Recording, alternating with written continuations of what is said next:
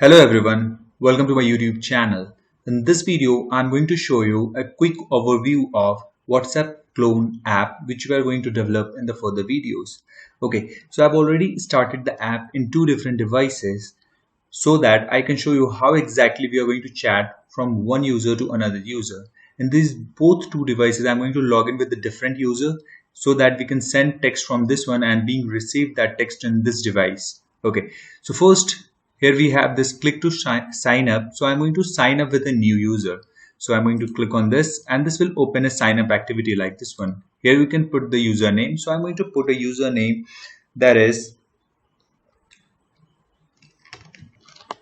Rohit, and I'm going to put some email ID inside this one. So rohit@gmail.com. I'm going to set some password. So 123456 and just click on this. And here we have the sign up button. If I click on this, let's see what will happen. So when I click on this, creating account, here you can see this sign up successful. So I'm going to show you how to exactly perform these all operation, and this data is being saved in the Firebase database. So I'm going to show you how to implement these stuff. With the help of this ID, we cannot register again. Here you can see this. If I click on this sign up again, creating account, and here you can see this email address is already used by another account.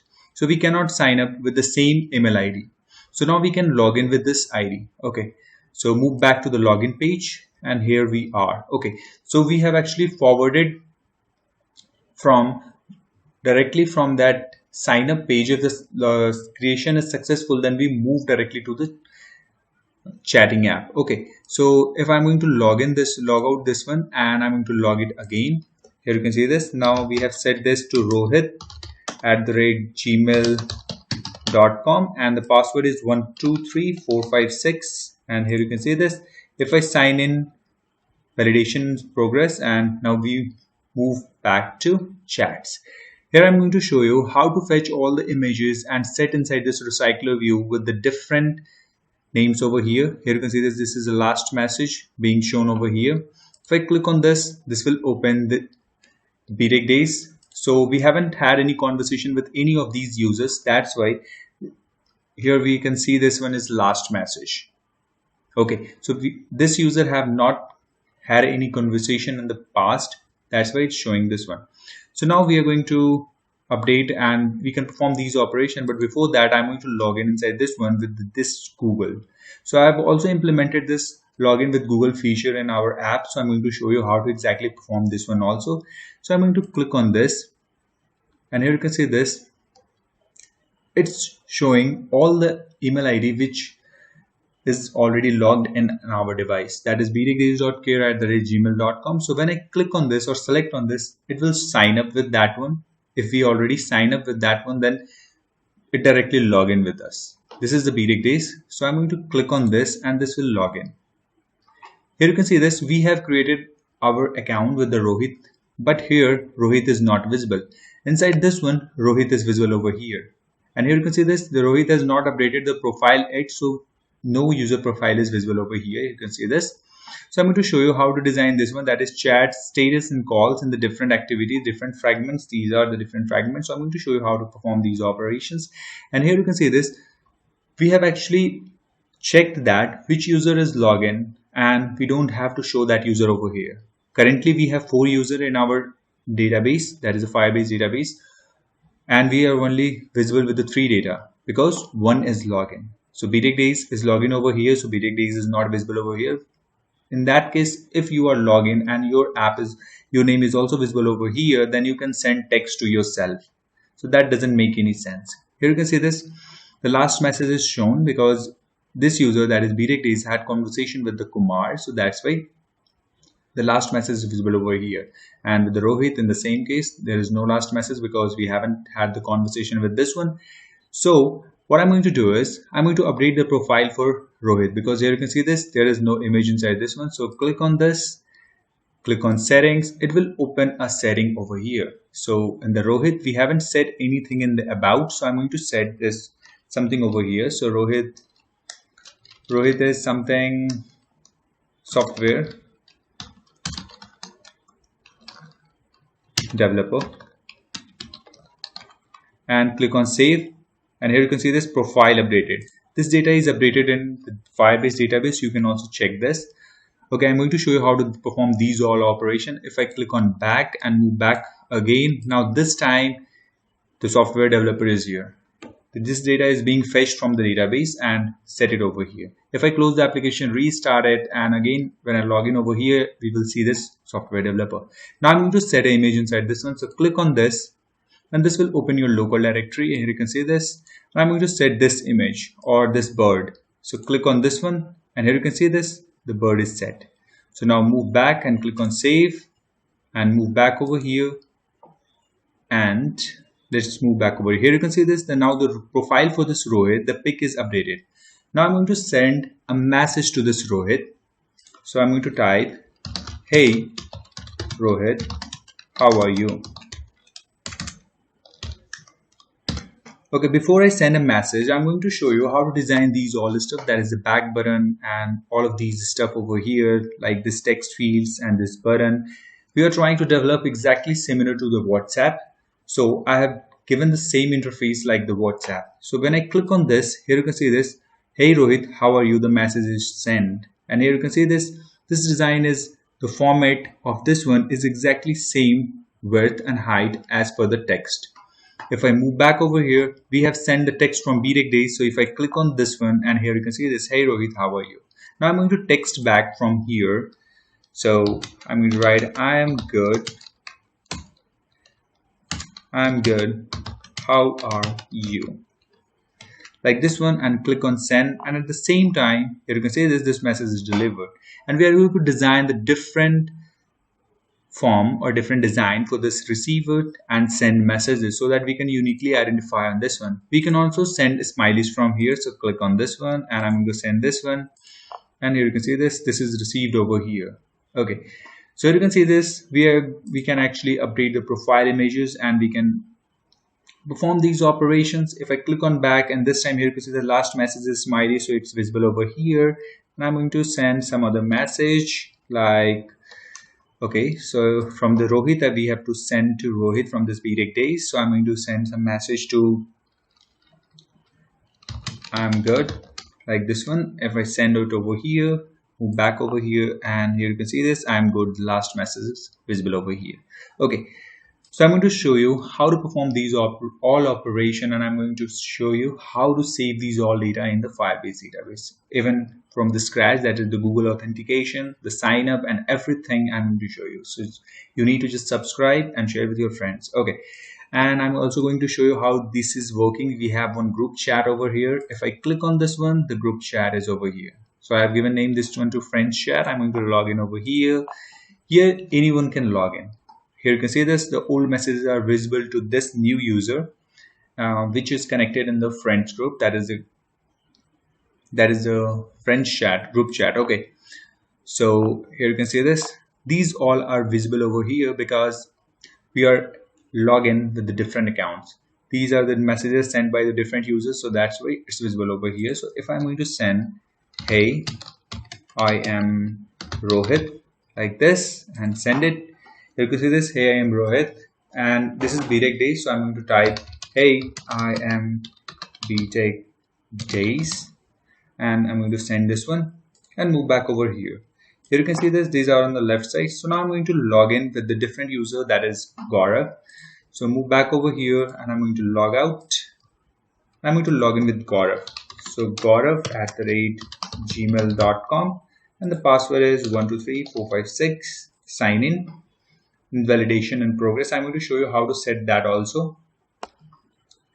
And here you can see this, when I move back to the group chat, here you can see there's two messages which this user has received on the left side. It means that what exactly I'm going to show you is that whatever in the group chat, the message being sent by the different users will be on the left side, and whatever message you will send will be on the right side. Here you can see this. Now you can see the difference in the interface. And this time here you can see this, btechdays is also over here, and btechdays is also over here because we have Rohit login. In this one we are actually logging with the Rohit, and in this one we can't see this cloudy profile over here because we are logging with this Kumar. So here you can see this. If I go to setting, we can also update the name. I'm going to name this one Gaurav, and save this. If I save this here, you can see this Gaurav Kumar is updated. So I'm going to show you how to exactly perform these operations, real-time synchronization and everything in detail. So that's it for this video, guys. From the next video, I'm going to show you how to start developing with the sign-in page, sign-up page, the validation and everything. So just stay tuned, subscribe and share with your friends, and please hit the like button and comment in the comment section that if you want this as soon as possible, we are going to develop this. Thanks for watching. Hello everyone, welcome to my YouTube channel. In previous video, I've already shown you a quick overview of WhatsApp clone app which we are going to develop through the entire series. So if you have not watched that video, then just go to description. There I put the link from my previous video, or you can simply do one thing, just click on the suggestion on the right side of the screen. Okay, so in this video, I'm going to show you how to design exactly same like this one interface for the sign up page. So this app is completely functional. When I click on this, here you can see this, we move to the login page, and when I again click on this, we move to the sign up page. So in this video, I'm going to show you how to design this stuff and how to add these images over here and how to set the background and color code for these all stuff. So for that, first thing, I'm going to create a new project. This is our complete project, that's why it's running. So click on file, select new, and I'm going to select this new project. Here we have to select the empty activity, click on next and select the 16 API and Java, and I'm going to name this one btechdays chat, like space chat. I'm going to name this one and click on finish. You can name anything as per your choice, and this will open a new, create a new project. And for now the Gradle build is running. This will take few seconds, and here our stuff is done. So now I'm going to start this, and let's see what happens when I start this application.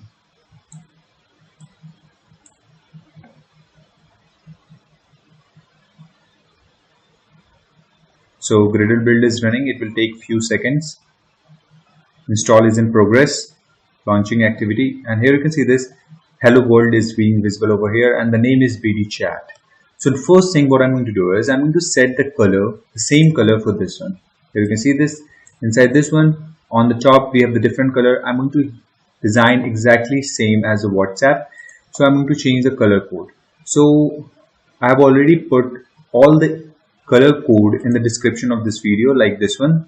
You have to just copy this and move back to the project on which we are working, and this one, and move back inside this resources, drawable files, not drawable, inside these values, and go to colors and make some space over here and just paste it and just save it.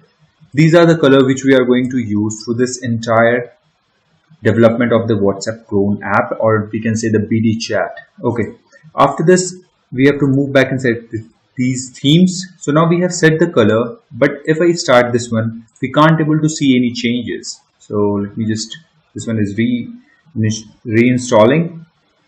So here you can see this, still the color is same. So why it's not changed? Because we have just put the color, we haven't set the color for that. The color is set inside this one, that is themes.xml, and here you can see this color primary is set color purple 500, and this one is this color. Here you can see this color is visible over here.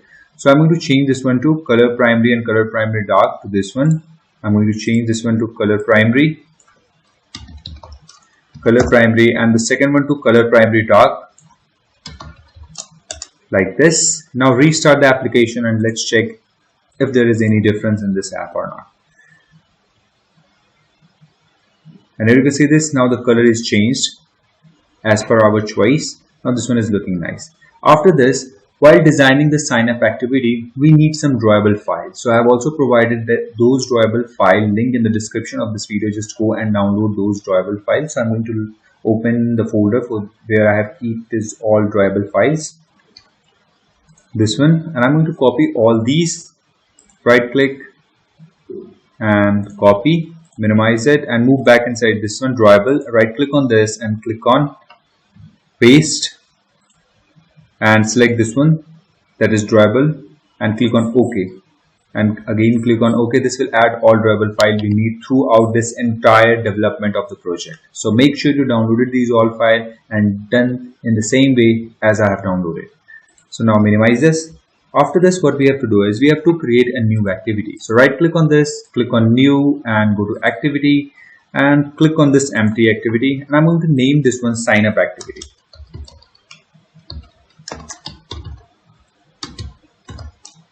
And click on finish. This will create a new activity, one sign up activity class and one sign up XML file. So I don't need these for now, so I'm going to collapse it and set this one layout. Here you can see this, we have activity signup.xml. So if I okay, so the Gradle build is running. Let me just stop this. And okay, so now the issue is resolved. Now restart the application and let's see. So by default, the sign in activity is being started whenever we start the application. So in the sign up activity, let's see, in the sign up activity, we don't have any text field inside this one, but still whenever we start the application, sign in activity is visible. So what I want is, initially when I start the application, I want to see the sign in activity over here. So move back inside this manifest, just double click on this, and here you can see this intent filter, these line of code. We have to cut these line of code and we have to paste inside this one. Here you can see this, we have two activities, that is sign up activity and one is main activity. So whatever activity you want to start, whenever the application is started, you have to put these line of code between those activities. Here you can see this, these line of code in that activity.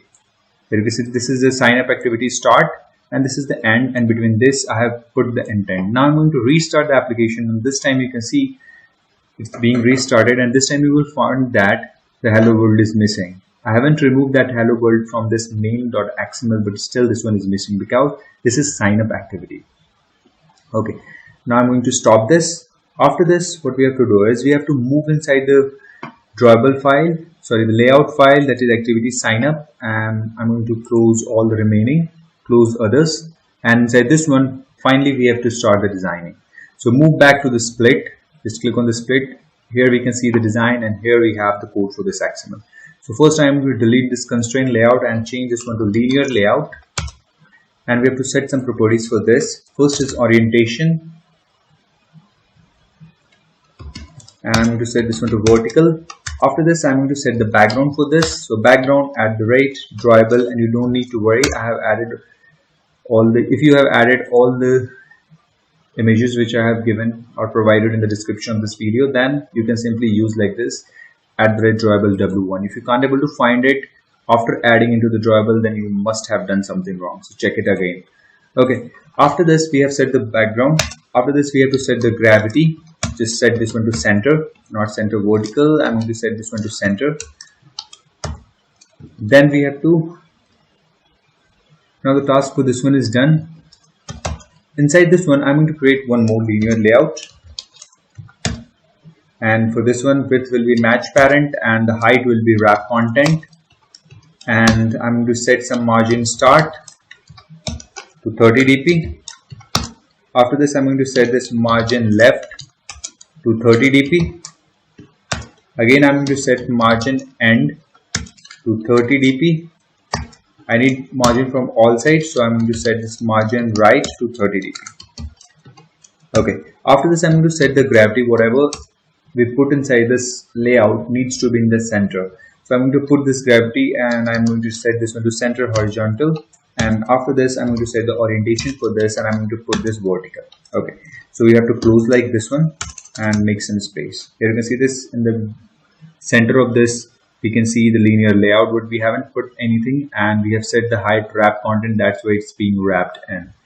And if I check the app, the complete app, let me just open the WhatsApp, this one, and here you can see this, we have this stuff that is image, and this one is the text field, and this one other is text view, this is text view. So we have put in the vertical, and we need one linear layout over here that is of horizontal orientation, horizontal, to put two buttons one after another, but remaining we have to put in the vertical linear layout. So that's why I've created one vertical layout. Okay, so let me close this.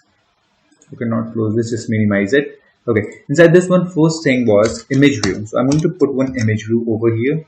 So image view, this one, and I'm going to set the width to 100 dp, and height to 100 dp. After this, I'm going to set the ID for this one. So ID will be ImageView itself, ImageView, and I'm going to set the source, that is the image, that will be in the drawable IC WhatsApp, this one. You can see this. Now the drawable is set. After this, now we have put the image inside this one, and we have set the ID for this one. So our task for this image view is done, and here you can see this. We have made the height of this image view 100. So now the linear layout height is also 100. It's being wrap content. So it's working exactly. Okay. After this, we need few edit text. So I'm going to put some edit text inside this one. So it will be edit text, and the height and width will be match parent. Width will be match parent and height will be wrap content. After this, I'm going to set the ID for this one. So ID will be txt user name. After this, I'm going to set the margin top. I need some margin from the top. That will be 15 dp. After this, I'm going to set some margin bottom. That will be of 10 dp. After this, I'm going to set the EMS of 10, and we have to set some hint. That will be the user name. And here you can see that this is in the black color, so I'm also going to change the color for this one. And I'm going to set this input type to text person name, like this one. And I'm going to set this some padding from the all side, that will be the 9 dp. And I'm going to set the color, that is the text color, and color, it will be light gray. I'm going to set this light green and just delete this one and just make this one gray, like this. Okay, for now this color is not visible because we haven't closed this edit text. I'm going to set the text color hint. Okay, so we have set this color, text color, whatever the text written inside this one will be of this light gray. So we have to set the text color hint. So text color hint, it will be at the red color, and I'm going to set this one to, let me just copy this one and paste it inside this one. Let's see if this works. Okay, so this one is white almost. Okay, so I'm going to use some color code which we have added in the colors. So add the right color, and I'm going to use this chat background color. Yeah, this one is, you can see this one is a little bit lighter in color, and this one is looking nice. Okay, so now this one is done. After this, we have to add one more edit text. So make some space and add edit text, and the width will be match parent and height will be wrap content. Margin bottom, we have to set this one 10 dp. I'm going to set the ID for this one. ID will be txt email. After this, I'm going to set this EMS to 10, hint to email, and I'm going to set this input type to text email address. I'm going to set some padding for this one, so padding will be 9 dp, and I'm going to set the text color and hint color the same this one. So I'm going to copy these two lines and paste it over here. And you can see this, now we have one more edit text. Now I'm going to add one more text inside this one, edit text, that is for password. So edit text, and the height and width will be match parent and height will be wrap content, and I'm going to set the ID. So ID will be txt password. After this, I'm going to set this EMS to 10, hint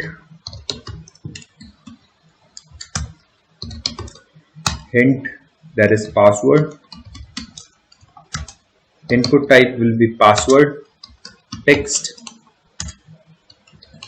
password, and I'm going to set some padding inside this one, that is of 9 dp.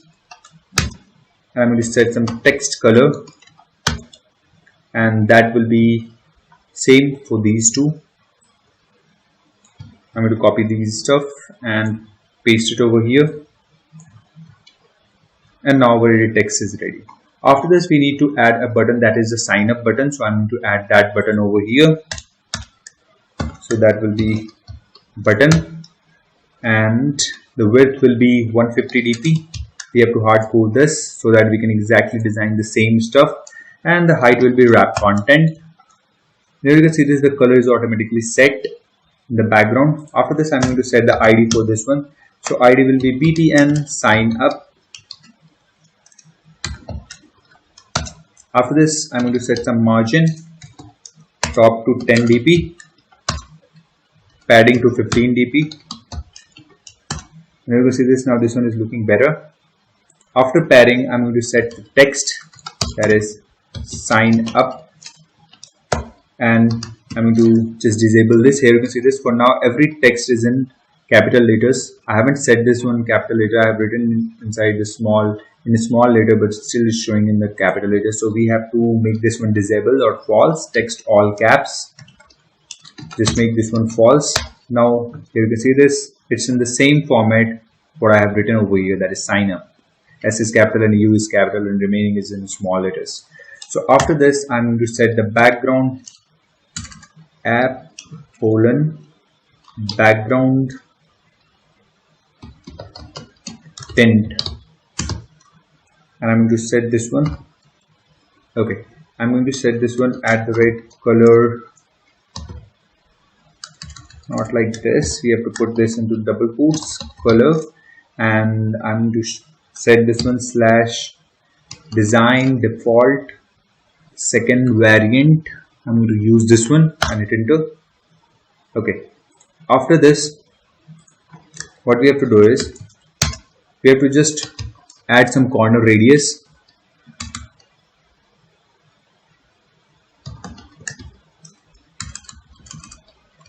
App and I'm going to put this one 8 dp. So now task till here is done. Next thing what we have to do is, inside this one I have shown you that we have to add two buttons one after another. So till now we have designed this in the linear layout. So now we need linear layout with the orientation vertical, and in this one we need another linear layout with the orientation horizontal. So I'm going to add one new linear layout inside this one, and I'm going to add a linear layout, and this height and width will be match parent and match parent. Inside this one I'm going to set some margin top to 25 dp, and I'm going to set the orientation to horizontal like this one. Inside this one we have to put two buttons. So I'm going to add two buttons inside this one. So I'm going to add one button, so button, and the height will be wrap content and width will be wrap content, and I'm going to set the ID for this one. This is btn Google.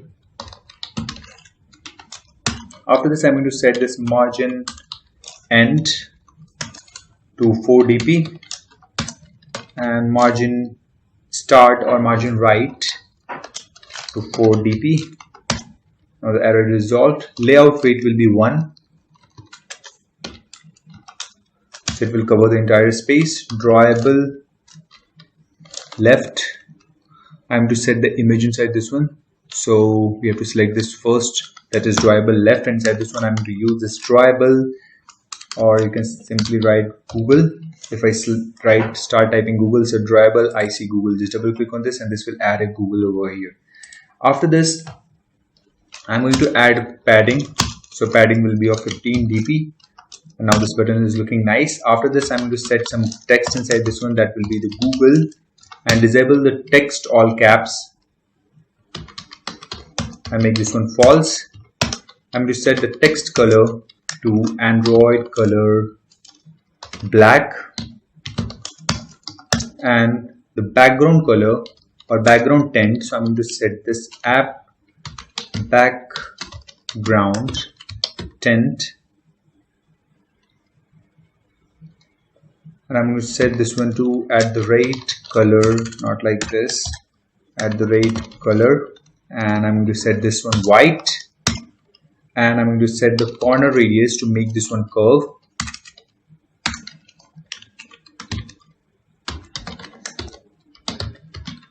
is equal to 8 dp, like this one.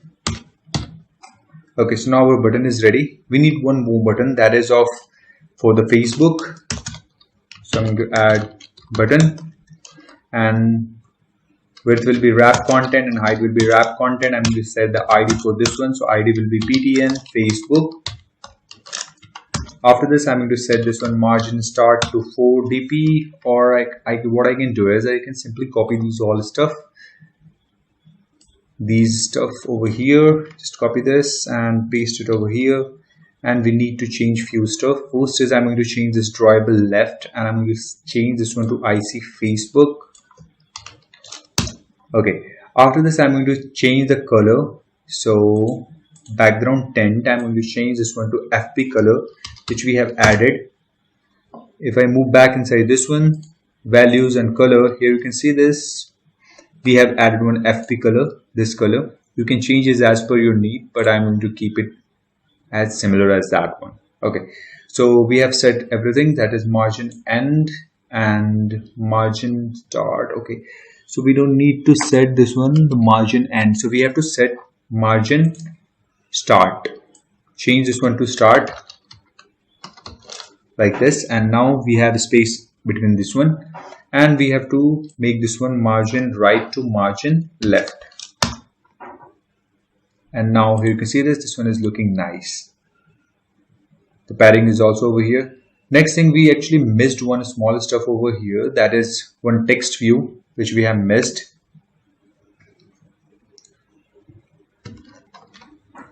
If I move back over here, you can see this, we have one text view. So we missed one text view. So move back over here to the button, and above this one, we have to add one text view. So I'm going to add one text view, and the width will be wrap content and height will be wrap content. And I'm going to set some ID for this one. So ID will be txt already have, okay, sorry. So it will be @ID, and I'm going to set this one txt already have count. I'm going to set this ID. After this, I'm going to set this one layout gravity to. Simply type gravity, layout gravity, and change this one to right. After this, I'm going to set the padding, or I'm going to set the text first. Already have count. And here you can see this, the text is on the right side because we have set the layout gravity to right. And I'm going to change the text color. So text color, that will be the color white, this one, and now that one is visible. And I'm going to add some padding. So I'm going to add padding of 5 dp from the all side. And I'm going to set the gravity for this one to layout gravity, and also the gravity to right. And here you can see this, now this one is looking nice, and now this one is added. Okay, you can increase the font as per your choice, but let me just increase this one a little bit. So I'm going to set this text size, not text size, text style. Text style, I'm going to change this one to bold. Style to bold, so that this one look nice. Okay, after this, if I move back over here, you can see this, we have already designed the similar app, but one small stuff is missing, that is sign up with phone. So move back over here to the below, and we have to add one sign up button over here. So after this linear layout, now our task for these two buttons, these two buttons are inside one linear layout. So this linear layout task is over.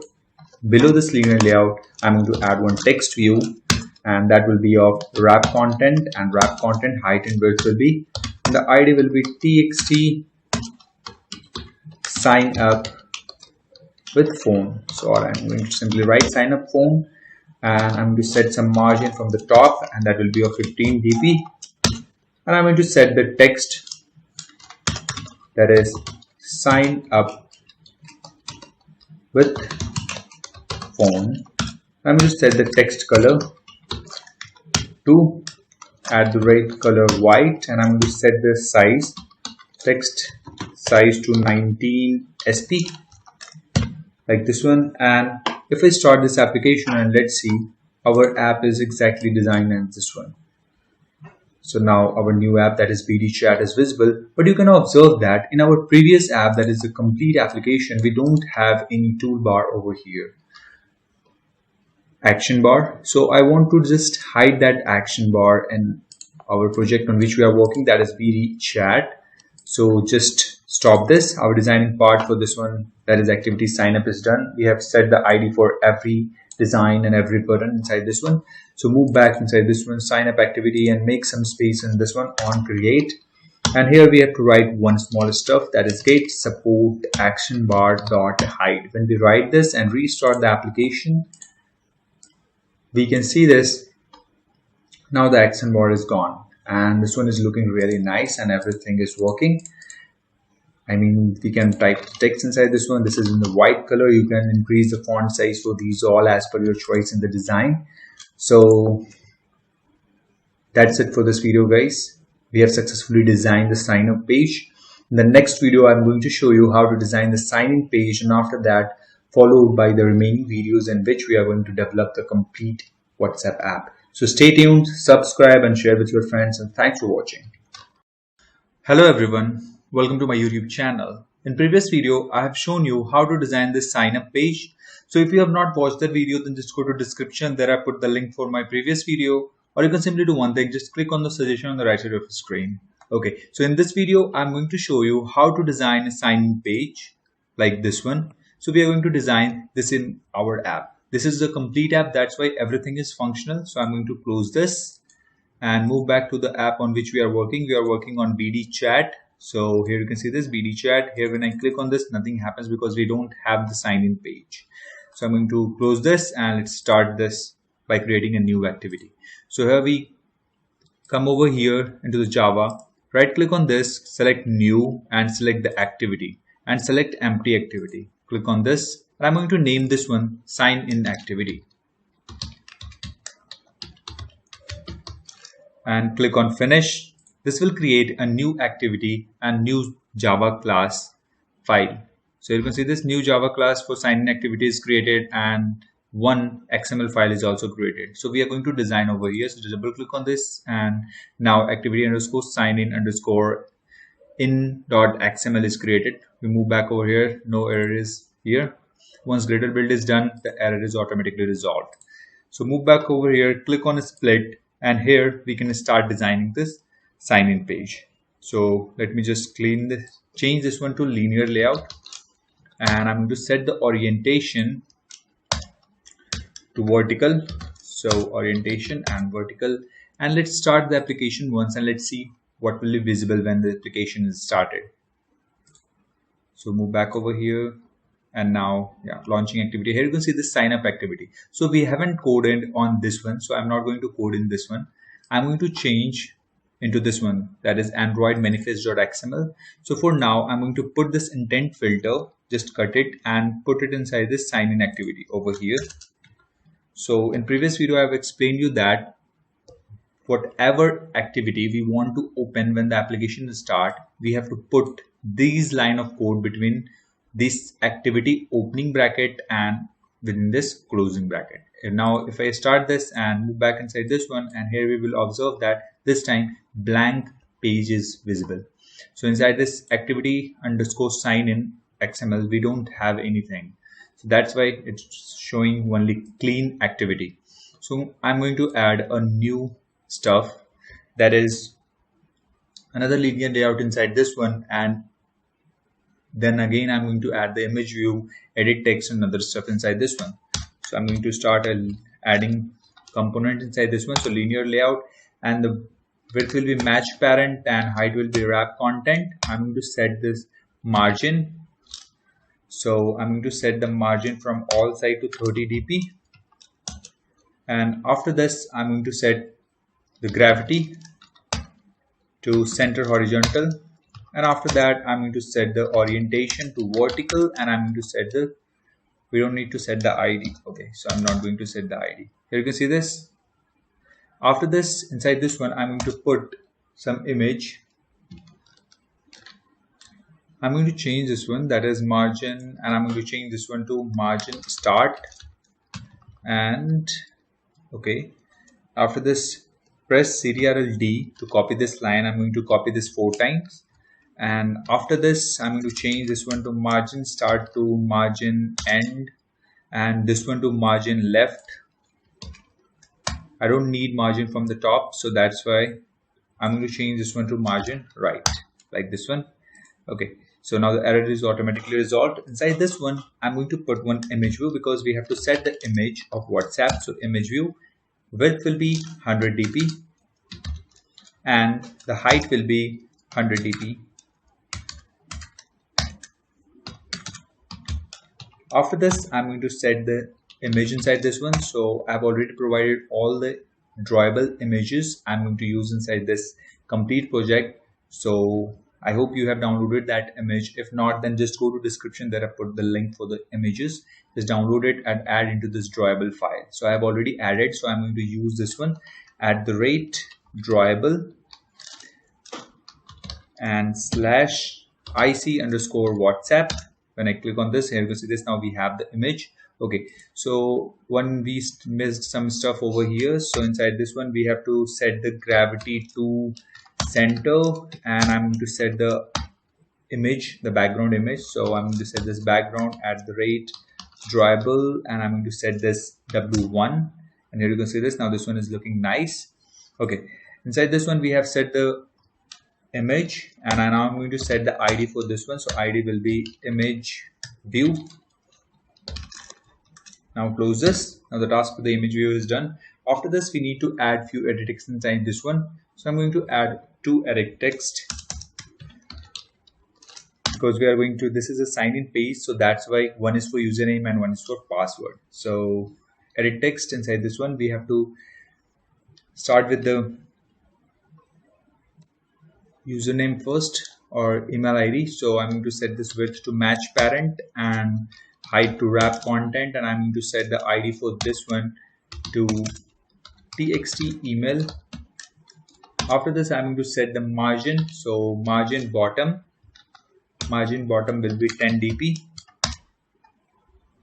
Here you can see this. Now the text field is visible over here, this one. Okay, after this margin bottom, we need to add some margin top. I'm going to give this one 10 dp. After this, I'm going to set this EMS to 10, and this is the hint. We are going to set, this is email text field, so I'm going to set the hint to email, and you can see this, the email is visible over, but it's in black color, so we can also change the color for this one. Okay, after email, I'm going to set the input type. So this is input type. We need to actually fetch, or we need to put the email ID inside this one. So text email address, input type. After this, I'm going to set some padding for this one. So padding will be of 9 dp, and I'm going to set some text color. This is of @color, and I'm going to use /lightGrey, and I'm going to set the text color hint. This will be @color /chatbackground. I'm going to use this one. Here you can see this, and the text color, whatever inside this one, we can set to either gray or white. Okay, and now restart the application and let's check if we have something on the blank space. Okay, so let me close this and restart the application once again. Okay, this time here you can see this, we have something, and when I type something inside this one, this is in the white color. If you want to increase the font size of this, then you can simply put it over here, that the font size for this one. Okay, so let me just set few of the properties. Okay, we have set the ID, the color, and everything. If you want to increase the size for this one, whatever the text inside this one, so you can use like this text style, text size, and you can increase the size to 16 sp. If I restart the application and let's check the size is increased or not. Here you can see this. This time I write it's a little bit larger than the previous one. So I'm going to close this one. Okay, so stop it and let me just remove this. I'm going to go with the default one. After this, we need to put another text field or edit text, that is for password. So I'm going to add one more edit text, and the width will be match parent and height will be wrap content. After this, I'm going to set the ID for this one, txt password like this one. After this, I'm going to set this EMS to 10. Hint will be password, and input type will be text password. After this, I'm going to set the padding of 9 dp, and I'm going to set the text color to white at the rate color white and hint color to gray. So text color hint, and I'm going to set this one to at the rate color / chat background. Make sure you keep same ID for all the text fields. If you don't set this, then while we are designing this in the Java class, or while we connecting or using these stuff in the Java class, you may be confused. Okay, you may get confused. That's why you need to stay focused on what ID you set. Okay, if you change these IDs, then you have to match it again and again if you forget. Inside this one, after now our text field is ready. Next thing, we are going to put one image view or text view over here, that is we click for sign up. Okay, I'm going to set one text view over here. So text view, and width will be wrap content and height will be wrap content, and I'm going to set the ID for this one. So txt, and I'm going to set this one click sign up. After this, I'm going to set this one gravity to, and before we set anything else, I'm going to set the text first so that we can see this. So click to sign up, and I'm going to set the color text color. I'm going to set this one to at the rate color, and I'm going to set this one white. And now you can see this, we have this over here, click to sign up, and I want this one on the right side over here in this linear layout. For that, we have to set the layout gravity, and I'm going to set this one to right. After this, I'm going to set the gravity as well to right, and I'm going to put some padding. So padding will be of 5 dp, and if you want to increase the font size and also increase, you can also increase by like this 16 sp, or let me just change this one to 18. Just keep it 16 and change the style to bold. Text style to bold like this, and let's close this. We have set the ID and we have set other properties, and this one is looking nice. Okay, after this, we need to add few buttons. That will be the sign in button, and again we need 2 other remaining button, that is for Google and one is for Facebook. So I'm going to add one button over here. So button, and the width will be 150 dp, and the height will be wrap content. After, okay, height will be wrap content, and after this I'm going to set the ID for this one. So ID will be btn sign in. After this, I'm going to set some margin from the top. So I'm going to set this one 10 dp, and I'm going to set the background tint. So background tint will be at the rate color. I'm going to use this one.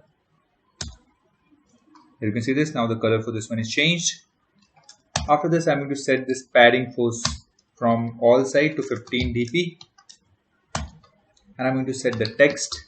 This will be the sign in button, and here you can see this, I have set everything in first S is in capital and remaining in small. So here you can see this, everything is in capital letters. So why this is? Because by default text all caps is true, so I need to change this one to false. After this, I'm going to set the corner radius. So for that, we have to use app : and you have to set corner radius, and I'm going to set this one to 8 dp, and now the task is done. And here you can see this, the corner is little bit curved. If you want more curve, then you can increase this corner radius. Okay, after this we need to put another linear layout with the orientation horizontal, so that we can put 2 other buttons, that is one is for Google sign in and one is for Facebook. So I'm going to put one linear layout, and the width and height will be match parent and match parent. Okay, After this, I'm going to set the margin top. So I'm going to set this one to 25 dp and I'm going to set the orientation to horizontal.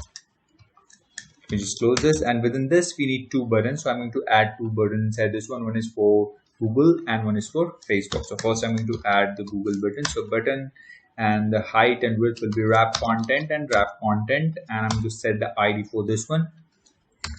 So ID will be BTN Google. After this, I'm going to set the margin end to 4 dp, margin right 4 dp, and I'm going to set the layout weight. So layout weight and set this one 1. After this, I'm going to set the drawable left, and I'm going to set one image or icon, and we have already added the icon into the drawable file. So I'm going to use this one. I see Google. Here you can see this. Now the Google icon is visible. Here this one. Okay. After this, not to worry that this is the match parent because we have set the layout weight to 1. That's why it's showing in this format. If I again add one more button, then it will decrease to half of its size. So not to worry about that. After this drawable left, we have to set put some padding inside this one. So padding will be of 15 dp, and after padding I'm going to set the text, and I'm going to set this one to Google, and I'm going to set some. First I'm going to make this one text all caps to false, and I'm going to set the text color after this. So text color will be @color black, and we're going to convert or change the background color to white. So app::background tint is equal to @color/white. And you can see this. Now the Google button is looking nice, and I'm going to set some corner radius. So corner radius is equal to 8 dp. Now this button is looking nice. In the same way, we have to add another button, that is for Facebook. So I'm going to add one Facebook button over here. So button and the height and width will be wrap content. After this, I'm going to set the ID. So ID will be BTN Facebook. After this, I'm going to set the margin start to 4 dp and margin end to, not margin end, we need to set the margin left to 4 dp. After this, I'm going to set the layout weight. Okay, after margin left, I'm going to set the layout weight, and when we set this one to 1, and here you can see this, it's automatically adapt according to this one. This is on the 50% and this is also on the 50%. Okay, after this, I'm going to set the background or drawable left. So first I'm going to set the drawable left, that is FB or IC Facebook. Yeah, this one. And you can see this. Now the icon is visible over here. And I'm going to set some padding. So padding will be 15 dp as well. And I'm going to set the text. So text is Facebook because this is a Facebook button. After this, I'm going to set the text all caps to false. And I'm going to change the background tint app:, and I'm going to copy this one, these two lines, because we are going to set the corner radius. So copy and paste it over here. If it manually don't show you that after pressing the serial space key, it don't show you in the hints, then you have to manually type it all the way this, then it will be automatically resolved. Okay, so the background color for this one is FB color. We have already added in the colors. If I move back over here, and here you can see this, we have FB color over here. So I have added this in my previous video description. You have to add these color codes over here, or you can just pause the video and add these manually. By default, this much part is available over here. So you have to add these color into your application in the colors.xml. So I'm going to close this one and move back over here. And now you can see the Facebook button is also ready. After this one, we have one more label or text view, that is for sign up with phone. So I'm going to add that one, text view. I'm going to just set this one wrap content, and I'm going to set the ID. So ID will be txt sign up with phone. and I'm going to set the margin top 15 dp, and I'm going to set the text to sign up with phone like this one, and I'm going to set this text color, and I'm going to set this one to @color white. After this, I'm going to set the text size to 18 sp. Now close this, and now let's start the application.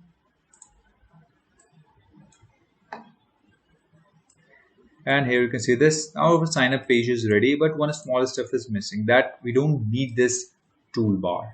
So how to remove this? In the previous video, I've already shown you for the sign up button. So we need to move back over here, sign in activity. So let's stop this, and here we have to simply write get support action bar dot hide. Simply call this, and let's start this once again, and let's see if this one is hidden or not. So here you can see this. Now this one is hidden. So now our sign in page and sign up page is ready. So we have not connected this with this button, so not to worry about that. In the next video, I'm going to show you how to connect this with this button in the sign up and sign in page, and also I'm going to show you how to connect this with the Firebase database, and how to create the Firebase database and connect to your application, and how to perform this authentication with sign in and Google. Everything I'm going to show you in the next video. That's it for this video, guys. Thanks for watching. Please like, subscribe, and share with your friends, and follow us on Instagram. Hello everyone, welcome to my YouTube channel. In previous video, I have shown you how to design the sign-in page. So if you have not watched that video, then just go to the description. There I put the link for my previous video. In this video, I'm going to show you how to create a database, a real-time database in the Firebase, and how to connect the Firebase with our app. So let's start with that. So I'm going to stop this, and before we start connecting our app, first thing I want to change the startup page. So initially here you can see this, when our app starts, we have the sign in page which we have designed in the last video. So I'm going to change this one. I'm going to cut this one and move back to the sign up activity, and between this I'm going to paste it, and I'm going to restart the application. And here you can see this. Now we have the sign up page. So now the task for this one is done. Let me close this, and we move back over here. We need to click on tools, and we have to click on Firebase. Just click on this, and one pop-up will be open like this one. Make sure your system is connected with the internet, because we are going to use the internet to add the dependency and to connect the app with the Firebase. So move back to the top and click on this authentication. Just click on this and click on this one. Authenticate using a custom authentication system. Either will look like this in your system, or there will be some different, like authenticate with email ID and password. If that is available in your device, then you have to just select that. I'm going to select this one. Just click on this, and here we will find one option to connect to Firebase. So when I click on this, and here you can see this could not pass the Android application module Gradle config, resolve Gradle build issue or resync. Here you can see this one warning is over here, which is restricting me to connect to the Firebase. So I'm going to click on OK and move back into this one, build.gradle, and here you can see this, we don't have any error or any warning over here. And if we move back inside this one, no error is available over here. So where is issue remains? So we need to move back inside this one, build.gradle, and here you can see this, we have one warning, this repository is going to shut down. So whenever we try to connect with the Firebase, it's check that if this one is available, or this one is added in our build.gradle or not. So if this one is added, then it's restrict us from connecting to the Firebase. So I'm going to remove this, and you can also remove this line, not an issue. So I've removed it, and click on sync now. And here you can see this. Now the syncing is done. I'm going to close this and move back over here. Click on assist, or you can simply click on this tools and click on Firebase and just move back to the top. Authentication, click on this one, and this time connect to Firebase. When I click on this, it will open our browser. So make sure you actually log in with your email ID, one email ID. So I'm logged in with my btechdays.care@gmail.com, and here we have already created other projects, so that's why these are visible. So I'm going to create a new project. Just click on this. For the first time, you will find only like this, add project or create project. So we just click on this, and I'm going to name this one BD chat, and I'm going to name this chat video. Okay, so BD chat video, make sure this one is unique and click on continue, and we have to just disable this and click on create project. It will take few seconds to create a project. We have to wait till then. This completely depends on your internet speed. And finally, it's finishing up BD chat video creation. And here you can see this, your new project is ready. If I click on continue, and here you can see this, now this one is loading and it will ask me to connect.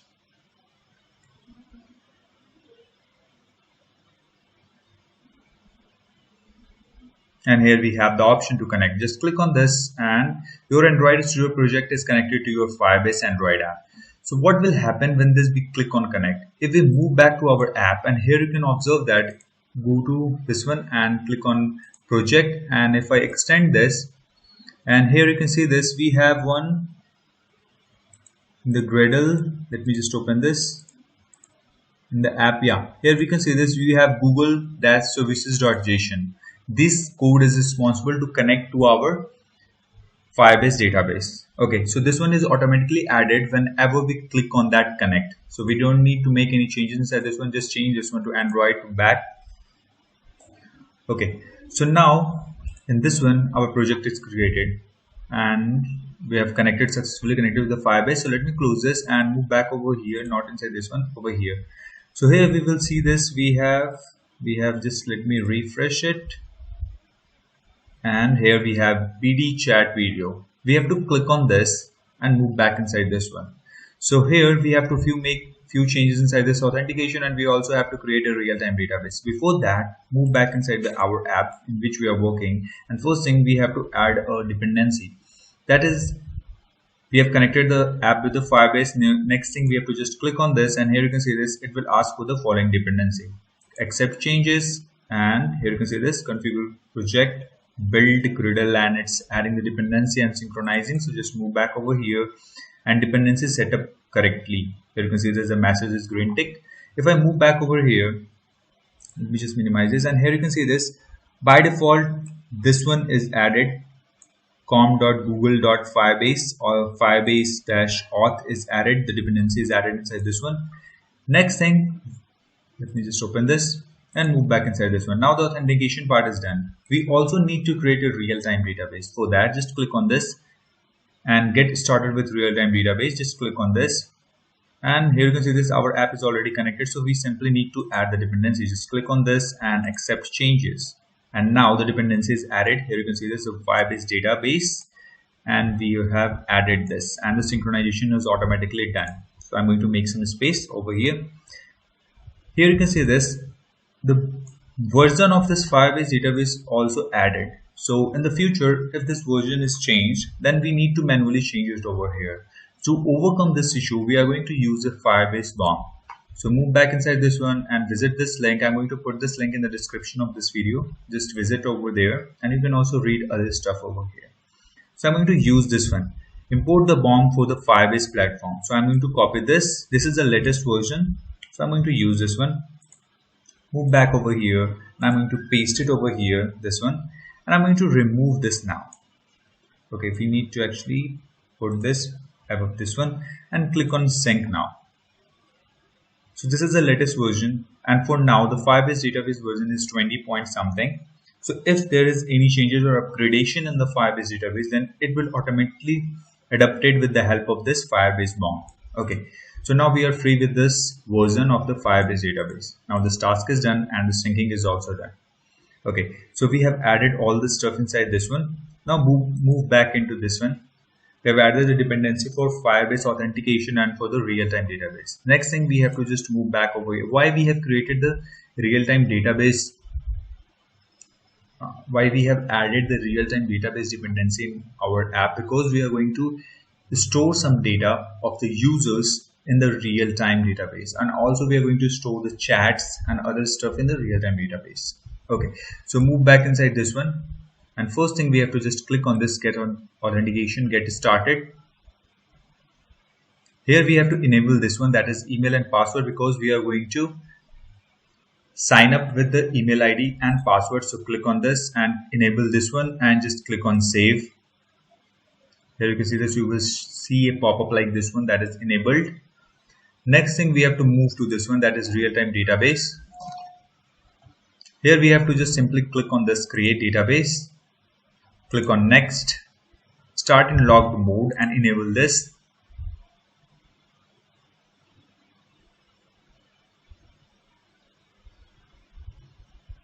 After this we have, here you can see this, our database is created, bd chat video dash default dash rtdb.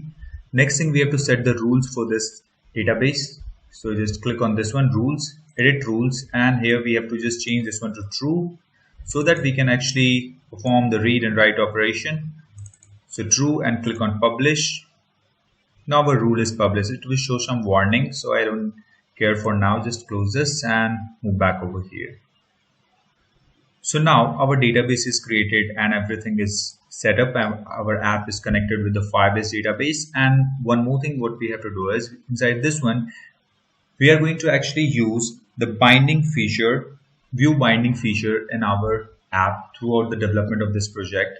Why we are going to use this view binding? So in the previous time we used find view by ID to find a view for a particular text fields or button in every XML file. So in that issue, while using that, we may face different issues. Like suppose if we have given the name txt username in the two XML files, then we can't able to figure out which text box is for which XML file. By using the view binding, we don't need to we don't face such type of issue. We are going to fetch only those text fields and button which is available to a particular view. So for that, to use that, we have to actually add a small stuff inside this one. So make some space over here and you have to manually type it like build features, and we have to open up the curly braces and set this one. We have to simply write view binding and make this one true. And now click on sync now. And now our task is done. So we have collected our app with the Firebase successfully. We have created the real-time database. We have set the rules for the real-time database to read and write operation. We have enabled the authentication with the email ID and the password and the username. So in the next video, I'm going to show you how to code for the sign up page, how to actually create a new account, and how we are going to save the authentication password. Whatever, suppose there is a new user sign up, then one record will be created over here, and we are going to store that record also in our real-time database under the users. So I'm going to show these stuff in the next video. Till then, subscribe, like and share with your friends, and thanks for watching.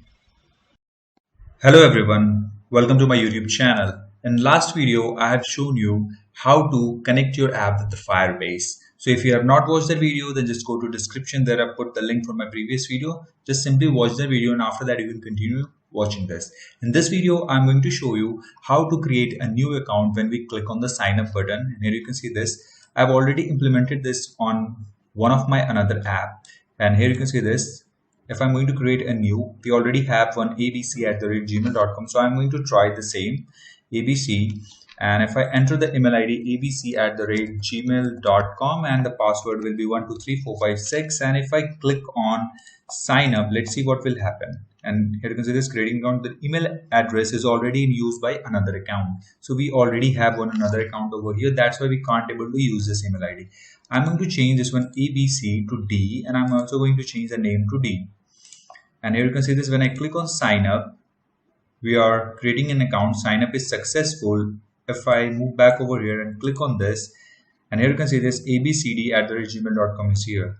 So I'm going to show you how to actually create this account, and also according to this user ID, here you can see this st711. I'm going to store this username and other stuff for this new created account into my real-time database. So move back over here and Here we have one users. We have created two sign up with two different accounts. So we have two different users over here. So here you can see this, that ID is ST711 over here, ST711.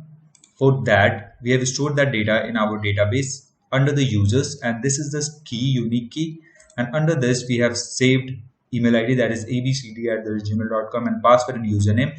You can also save it by encrypting this data, but I'm directly saving it to show you how actually this works. So in this video, we are going to perform all of these operations. Okay, so this is our different tabs, so that's why everything is working. So I'm going to just change this one, and we are working on BT chat. If I move back over here and click on this one, nothing happens for now. And we have implemented one more stuff, that is, let me just open this one. And when I click on sign up, it's checked that these all are empty. That's why it's showing that intro credentials. So we are going to implement all of these stuff. So I'm going to just close these two and move back to the app on which we are working. We are working on this one, that is BT chat. Okay. So first thing what we have to do is we have to move back into the sign up activity. So I'm going to close other stuff and move back to the sign up activity. Here we need to actually initiate some stuff. For that, let me just move back over here to this site where I have already provided the link for this site in the description of this video. Just go over there. So in the last video we have added this one, and in this one here you can see this, in your sign up activity on create method, get the shared instance of Firebase authentication, Firebase auth. We have to use this Firebase auth in order to perform the sign up operation. So I'm going to copy this line and move back over here, and I'm going to paste it over here. So before we start this, actually we have to use, or we have to fetch all the designs in the sign up activity. For that we have to use view binding. We have added that in the build.gradle in the last video. Here you can see this build feature. If you haven't added yet, then add this. By adding this, we can simply use view binding by like this one. If I type sign up activity, not like this, activity sign up in binding, sign up binding. Okay, we are going to use this one. So I'm going to just name this one binding, and we have to make few changes over here. Okay, so I'm going to just remove this line, and here I'm going to write binding is equal to activity sign up binding. Inside this one we have to write inflate. Inside this one we have to pass get layout inflator, just semicolon, and set content view. And inside this one we have to write binding dot get root. Now we can access, with this help of this binding variable, we can access all the values, all the text fields available inside this one sign up.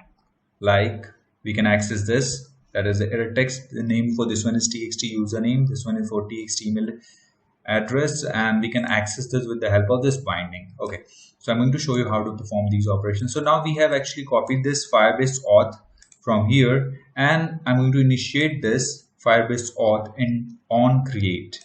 So move back over here and make some space over here, and I'm going to initiate it like this one. After this we need other variables, that is for Firebase authentication and for Firebase database.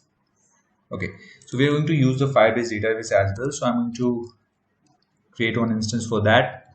So Firebase database, and I'm going to name this one database. After this, here you can see this, whenever I have clicked on sign up button, there is a process dialog box, right? So I'm going to like ABC, like, okay, yeah, abc@gmail.com, and the password 123456, and I'm going to try this again. If I click on sign up, here you can see that this is a process dialog. So I'm going to show you how to add this. For that, I'm also going to create one object for that. So for that we have to create process dialog. I'm going to name this one process dialog like this, and I'm going to also initiate this Firebase database and as well as this process dialog.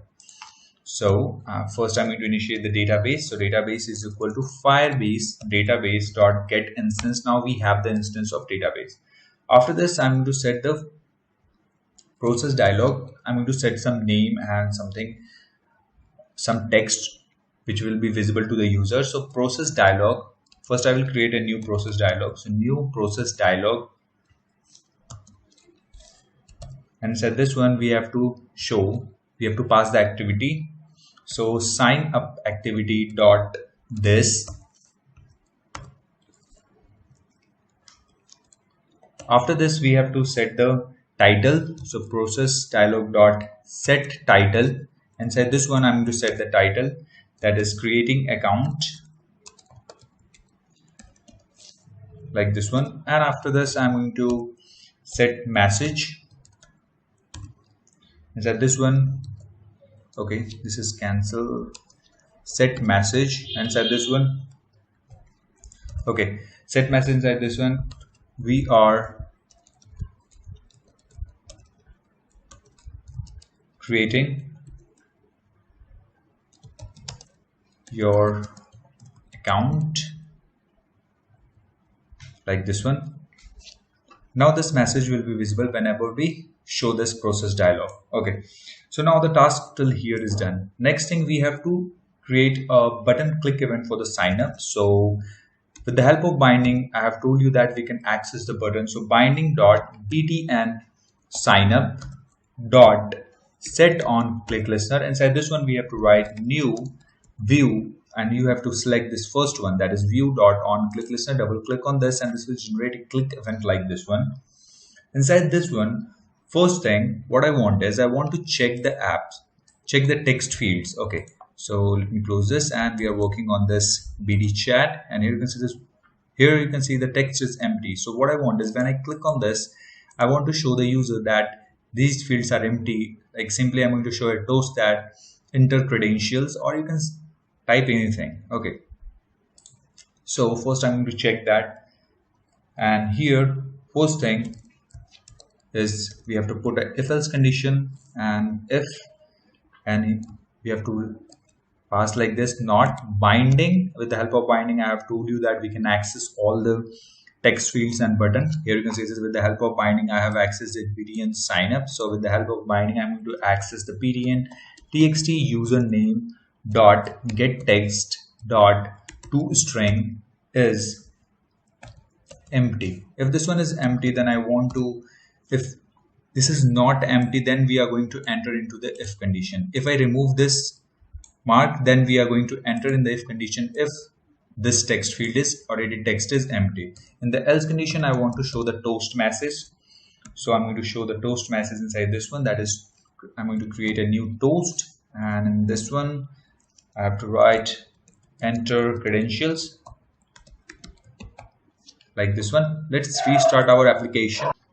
So I've started the application and move back over here, and here you can see this, when I click on this, now enter credential is visible. So we have checked only for this username. So that's why if I enter something inside this one, if I try to click on this, nothing is visible because I have checked for this field only for now. So I'm going to check for other fields as well. So for that I have to move inside this one, and over here I have to put double and again I'm going to check this one, like this one, and binding dot txt email dot get text dot toString, and again we have to check for another, that is not binding dot txt, that is password dot get text and toString dot is empty. Okay, so we have to put dot empty over here also, is empty. So now we have checked for each of the fields. I'm going to start the application and move back over here. And this time when I click on this enter credential, if I insert the data into this one, and again still it's visible, into this one it's still visible, and again inside this one, now this one is gone. Now we are entered inside this if condition, and inside the if condition we haven't coded for anything. Okay, so I'm going to stop this. Okay, so inside this on click, and now we have checked. Now here we have checked for all the text fields. Okay, so now we are going to perform the operation for sign up. For that, let me just decrease the size for this one a little bit. And here, first thing what we have to do is we have to, in the if condition, we have to write mauth dot create user with email and password. And here we have to pass the username, the email, and the password. Before this, we have to start this one. That is the progress dialog dot show. Whenever we click on the sign up button, first I want to show this progress dialog, and after this I want to sign up into the account. Okay, inside this one, with the help of binding, we can fetch the username or any text field. So binding dot txt email dot get text dot to string, and we also need to extract the another value, that is password. So binding dot txt password dot get text dot to string. Now we have this. After this, what we have to do is we have to just click on dot add on complete listener, and inside this one we have to pass new on complete listener. We have to select the first one, and here you can see this. If you found this one in your code, then just remove this. After inside this one, we have to check for one more stuff, that is on complete, and inside this one we have to check for if task is successful. If this task is successful, then perform the operation whatever you want to. In the else condition, we want to show the error. So let me close this. Okay, so with the help of this username, the email ID, and the password, we can create an account. And in the success, I want to show a toast message, and in the else, we want to show the error message. So I'm going to create a toast over here, so toast, and inside this one I'm going to print the error or exception which is generated. With the help of task, this one, with the help of this one, we are going to create the, we are actually going to get the exception. So get exception and convert this one to string, and now if any exception occurs, then this will show with the help of this one. In the else, in this one, I'm going to create a new toast, and for now I'm going to show this sign up successful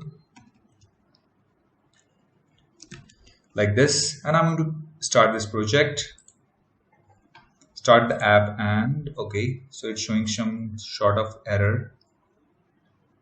Okay, here we missed some stuff, or it got deleted. So toString is empty like this one. Okay, so now I'm going to start this, and here we go. Move back into this one, the BD chat, and here you can see this. For now we have only 2 accounts.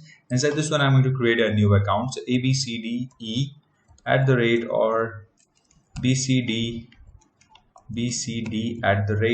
@gmail.com, and I'm going to create one password, 123456, and here you can see this. In the authentication we have 2 records, and in the storage and in the real time. Okay, so this is BD chat WhatsApp, but our application which we have created for this one is BD chat video. If I move back over here and click on authentication, now you can see this, we don't have any record.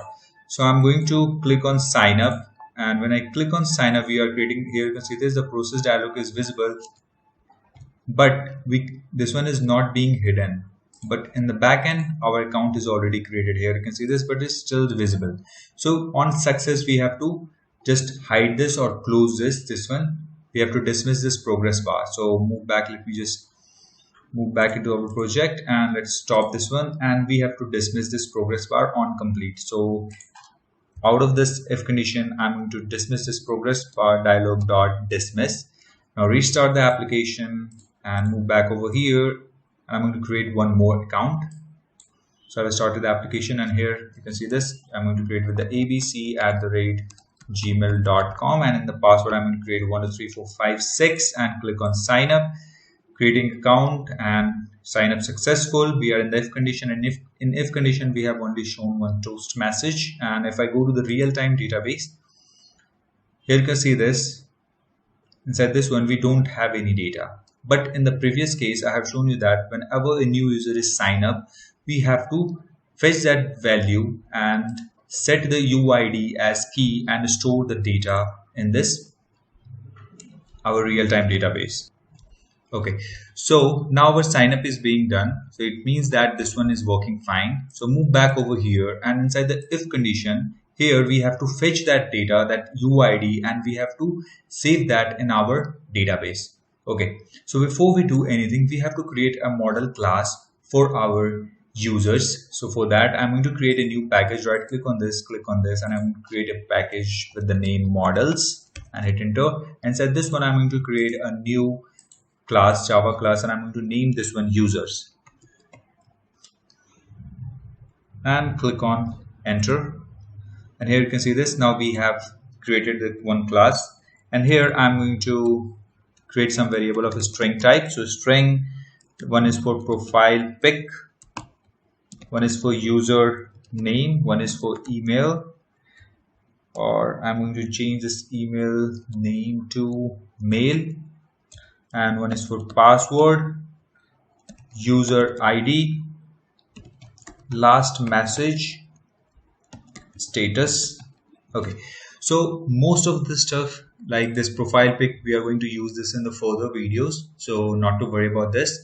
And username, we are setting the username in this video.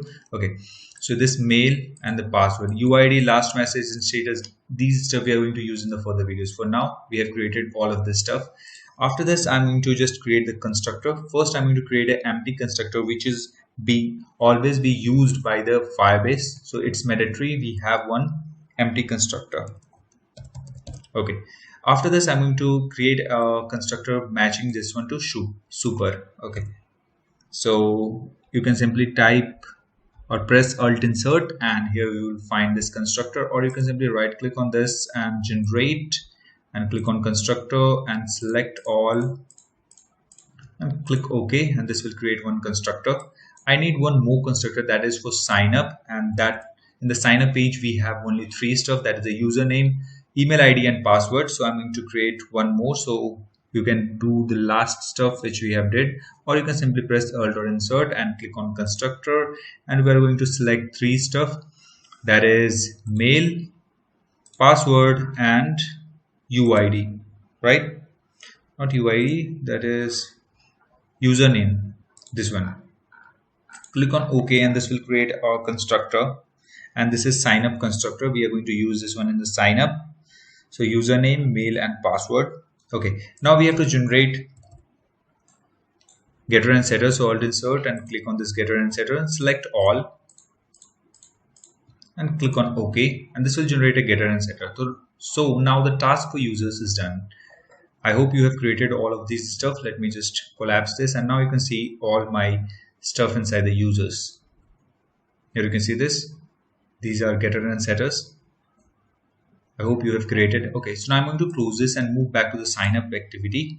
And here I'm going to start with this coding for this one. Okay, so first thing, I'm create a users object. So users, and I'm going to name this one user is equal to new users. Inside this one we have to pass three stuff, that is binding dot txt username dot get text and convert this one to string, and the second stuff is binding dot txt password dot get text, or not the password, the second stuff is txt email dot get text dot to string, and third one is binding dot txt password dot get text dot to string. Now our users variable is ready. Okay, so this is something wrong over here. It's get text dot to string, like this one. After this, we need to get this ID. Whenever a user is created, we need to extract this ID and use this as a key in our database, that is real-time database. If I move back over here and say this, not this one, inside this one, okay, inside this one, if I move back over here in the authentication, okay, this is the wrong one, BD chat, yeah, this one. In the authentication, here you can see this, we have two accounts, and if I move back over here, this is the same ID. With the help of this ID, under users, we are storing this as a unique key. We are providing this UID as a unique key for each record. Here you can see this, we have two record and two unique key, the same UID. Okay, so first I'm going to fetch this UID. How to fetch this UID? Just move back over here, and here First, I'm going to create one variable of a string type. So string, I'm going to name this one ID. We will extract this from this task variable. So task dot get result dot get user dot get UID. And with the help of this UID, we can actually extract that ID. So if I click on this and move back over here, here you can see this, it's an abstract class. And with the help of this, we can extract that UID, this UID. Whenever a new account is created, we can extract this UID with the help of that method. So move back over here. Now we have that ID inside this one. Now finally, we have to create the table. So database dot get reference dot child, and I'm going to create one stuff that is users. This whatever you pass name over here will be set over here in the real-time database. Okay, this name will be users. If I change this name over here, then that name will be set over here. So move back inside this one, and we are working on this BD chat video. And if I go to the real-time database, we don't have any record for now. Here you can see this. Now move back over here, and in the child, after this we have to set the user ID, whatever we get into this one. So child dot child again, and we have to pass this ID dot set value, and whatever value you want to set is nothing but it's in the user. So inside this one. Okay, so now just close this and now restart the application, and let's check if this one is working or not.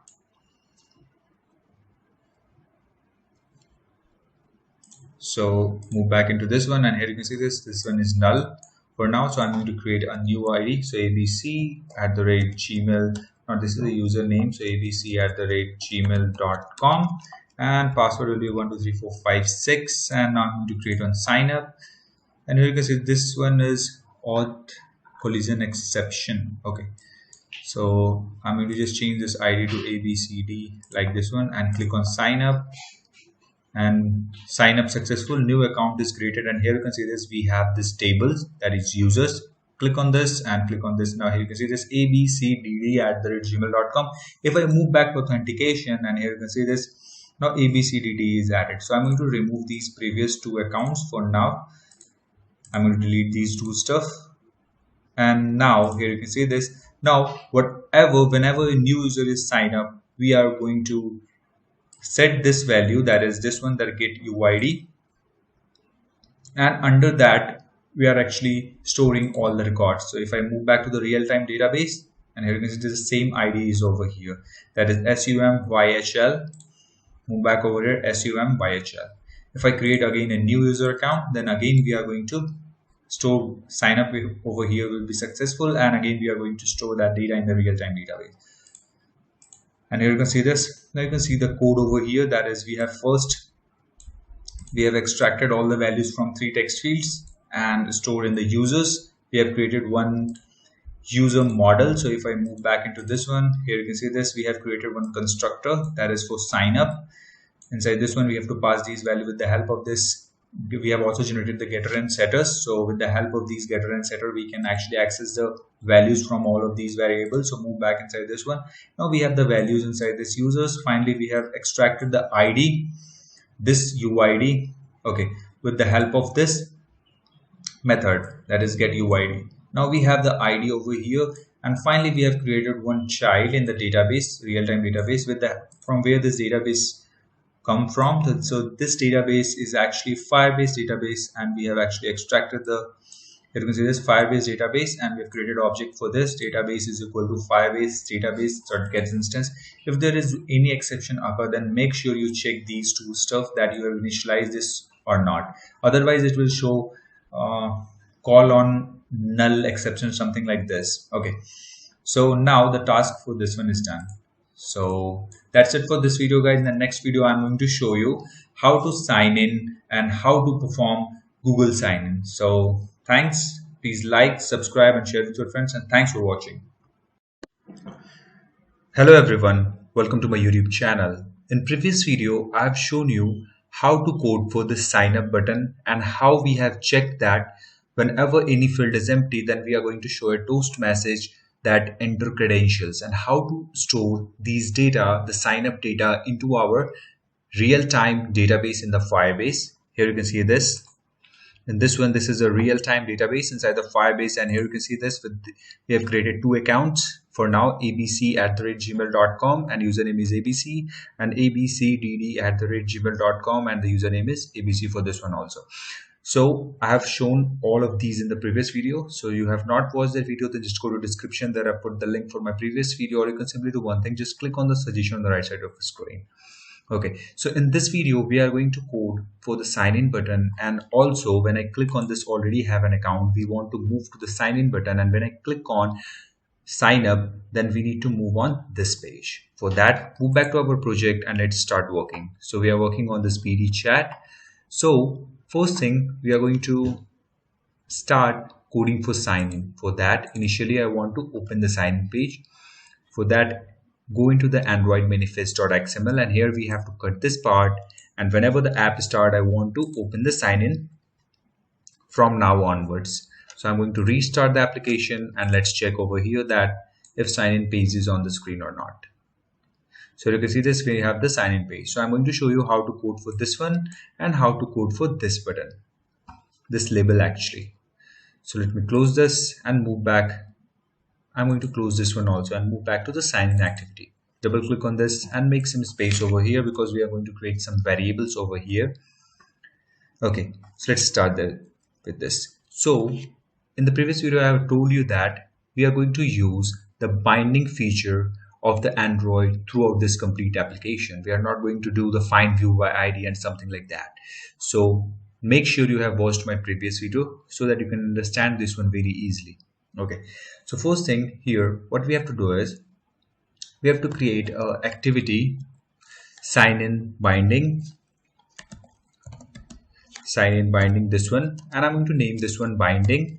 After this, we need a process dialog box to show that whenever a user click on sign in, I want to show a process is being executed in the backend, but I want to show to the user that your validation is in progress. For that, we need a process dialog box. So I'm going to just create a variable for that, progress dialog. I'm going to name this one progress dialog. After this, we need a Firebase authentication. For that, I'm going to create a Firebase auth, and I'm going to name this one mauth. And I'm also going to create a Firebase database object over here so that we are going to use that later, but still I'm going to create it over here. So Firebase database, and I'm going to name this one Firebase database like this one. After this, we have to make some changes over here. So I'm going to delete this one, and here we have to write binding is equal to activity sign in binding, and inside after this we have to write dot inflate, and inside this one we have to write get layout inflator.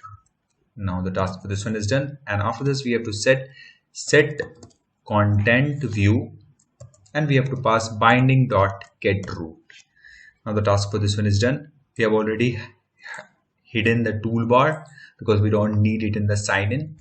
Okay, after this we have to initialize this mauth and Firebase, and this one that is progress dialog. We have to set the content for this progress dialog. So I'm going to just create for this one. So first I'm going to initialize this mauth is equal to Firebase auth.get instance. After this, I'm going to create a Firebase database is equal to Firebase database.get instance. Now we have the instance for both of these, that is mauth. Whenever you have created a new instance for these two, the color of this one is changed. We haven't used this progress dialog, so the color for this one is a little bit gray, and this one the color is changed. Okay, so make sure you initialize these, otherwise this will cause an error at the runtime. Okay, so now we have created. Now we have to set the progress bar. So I'm going to set the progress dialog dot is equal to new progress dialog, and inside this one we have to pass the sign in activity dot this, and we have to set the title. So progress dialog dot set title, and inside this one I'm going to set login.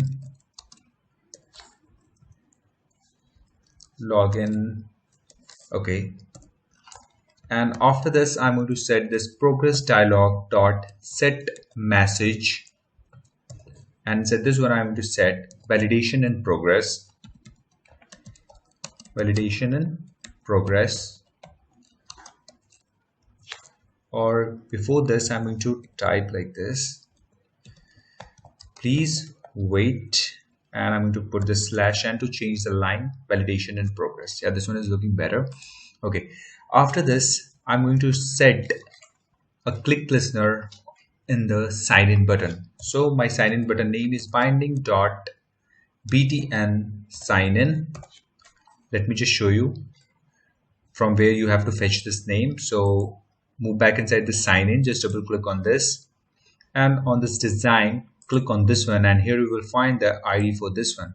If you have changed this name, then make sure you type that name over here. If you don't type this, there will be a mistake. So btn sign in dot set on click listener, and set this one we have to write new view dot on click listener. Now our click listener is ready. So first thing what we have to do is we have to start the progress dialog. So let me just progress dialog dot show. So I want to show this progress dialog. Let me start this, and let's check if I click on that button, the sign in button, then the progress dialog is visible or not. So if I'm going to click on this, please wait, validation and progress. So this dialog is never going to end because we haven't stopped or discard this dialog box at any position for now. So I have to manually stop this. Okay, so this comma is looking odd, so I'm going to remove this. And this is fine. Okay, before we start this progress dialog, first I want to check that if the user has entered the username and password in the field or not. For that, I'm going to check if we have did the same thing in the sign up page. So I hope you remember some part of code so that you can type this code by yourself. Okay, with the help of binding, we can access the name. So binding dot our text field name is txt email dot, and we have to get text from this text field and convert this to string and is empty.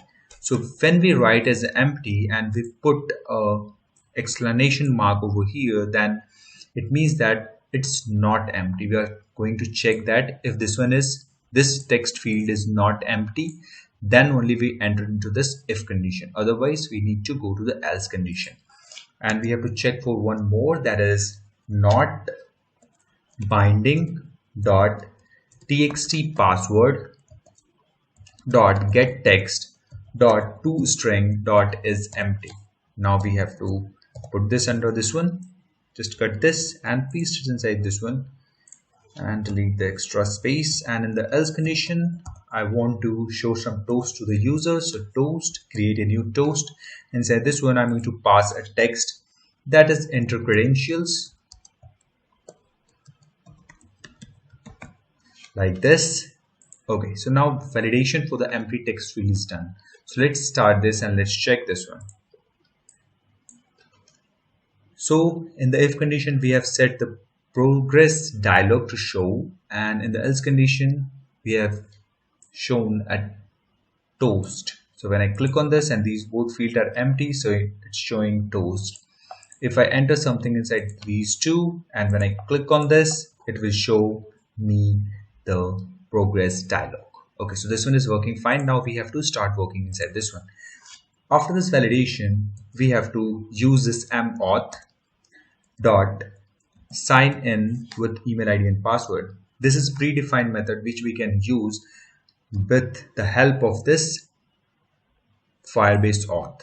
Okay, so with the help of this, we can easily validate our username, email ID and password from the Firebase database, and this will really decrease our so many lines of code. Okay, so in the sign in with email ID and password, inside this one we have to pass the first the email ID and the second the password. So I'm going to pass this one by binding dot txt email dot get text and convert this one to string. After this, the second one is binding dot txt password dot get text dot to string. Okay, so after this we have to set a dot add on click complete listener. So I'm going to set dot add on complete listener, and inside this one we have to write new on complete listener and select the first one. Double click on this. This will generate an event like this. Okay, so inside this one it's showing an error because we have to put the semicolon over here. So when we put it over here, the error is resolved. If you see this much of code, then you have to simply delete this much. Okay, now the error is over here is also resolved. So okay, so m.auth, whenever the sign in is success or add on completeness, that this sign in is successfully completed, then we enter inside this one. Okay, and this one, first thing what we have to do is just dismiss this progress dialog. So I'm going to dismiss this progress dialog dot dismiss. If this one is successfully dismissed, the next thing what we have to do is we have to check if task dot is successful. Then what we have to do is we have to just move to the main activity, else we have to show a toast. So I'm going to show a toast. Inside this one, whatever exception generated while being shine in, then we have to show that message over here. So from where we get that error message or whatever response we get from the Firebase will be in this task. So with the help of this task, we can simply get it. So task dot get exception dot get message. So when I write this, we will get the exception. If this one is successful and task is also successful, then we move to the main activity. So here we have to write the simply intent. So intent, and I'm going to create a new intent. So intent is equal to new intent. Inside this one we have to pass the two variables. One is the sign in activity where we are right now, so sign in activity dot this, and the second one is main activity where we want to move. So main activity is where we are going to show all the users of our app, and we are going to show the users available to chat over there. Okay, so make some space, and here we are going to start the activity. So start activity, and inside this one we have to simply pass the intent. Now the sign in part is done. So let's start the application and let's check if this one is working or not.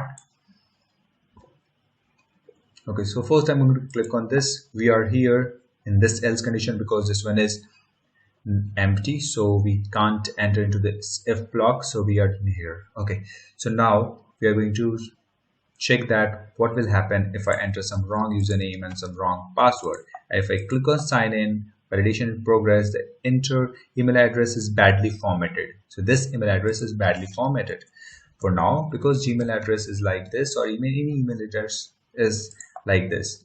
It's check in the backend. We have set this text field as a email ID text field. That's why it's checking a specific pattern for the particular text field. So if I click on this, here you can see this, there is no user record corresponding to this email address. So we initially, this is a bad format because we haven't written this email ID in the proper format. Now we have written in this proper format, but in the database we have only two users, that is abc@gmail.com and abcdd@gmail.com. So now our app can't able to find the proper user ID account related to this one. So that's why it's showing the message. So again, we are not into this if block, we are in this else block because it's showing the whatever exception is being generated and stored into this task is being visible in the toast. Here you can see this. Initially, this is a one exception. If I delete some piece of this one like .com and it's simply @Gmail, if I click on this, okay, so still it's not shaking. Okay, now I'm going to delete like this, and here you can see this, the email address is badly formatted. It means that the regular expression is working fine, that we haven't implemented that. It's internal coding for that one, so we don't need to worry about that. Okay, so now we went to this else condition. Now I'm going to check what happened if I enter correct username and password. Okay, in this I'm going to first check what we have in this activity underscore means. If I move inside this one, for now we have only hello world. Here you can see this. Okay, so for now I'm going to increase the size for this hello world so that whenever we log in, it's clearly visible. So text in letter, we are going to remove this 25 SP or like 45 SP.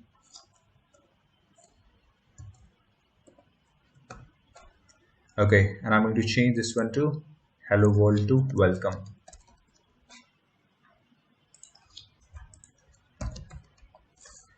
Text color black. Yeah, now this one is looking better. Now I'm going to close this and I'm going to restart the application, and let's check what will happen when we enter a valid user ID and password. So move back into this one, and here you can see this, we have two abc@gmail.com, and we have the password this one. So I'm going to log in with abc@gmail.com, and the password is 123456. And I'm going to click on sign in, validation in progress, and here you can see this, now we are on the main activity. So now sign in is working fine. Okay, so we don't have any property or any feature on our app to log out. We are going to implement in the next video. In this video, we are going to implement one more part, that is when we click on the sign up button and when we click on the another button which is in the sign up page, we want to move to the sign in and sign up simultaneously. So before that, we have one small bug in our application, that is whenever we close this application and when we move to the speedy chat, we are again in the sign in page. Okay, so what I want is whenever I remove the application from the recent app and whenever I restart the application, I want to simply skip this sign in page. If I have signed in for the first time, directly I want to move to the main activity. For that, what we have to do is, let me just minimize this, and we have to put a small few lines of code. Here I'm going to check that if mauth dot get current user is not equal to null, it means that we are going to check that if the current user is not equal to null, then we want to simply move to the main activity, right? So I'm going to write this intent is equal to new intent, and this is sign in activity dot this, and I'm going to move to the main activity dot class, and we have to simply start the activity. And inside this one, I'm going to pass the intent, and now restart the application, and let's check what will happen now whenever our application is started. So you can see this, directly we are on the sign in page. To see this clearly, I'm going to close this application or uninstall this application, and I'm going to reinstall this application.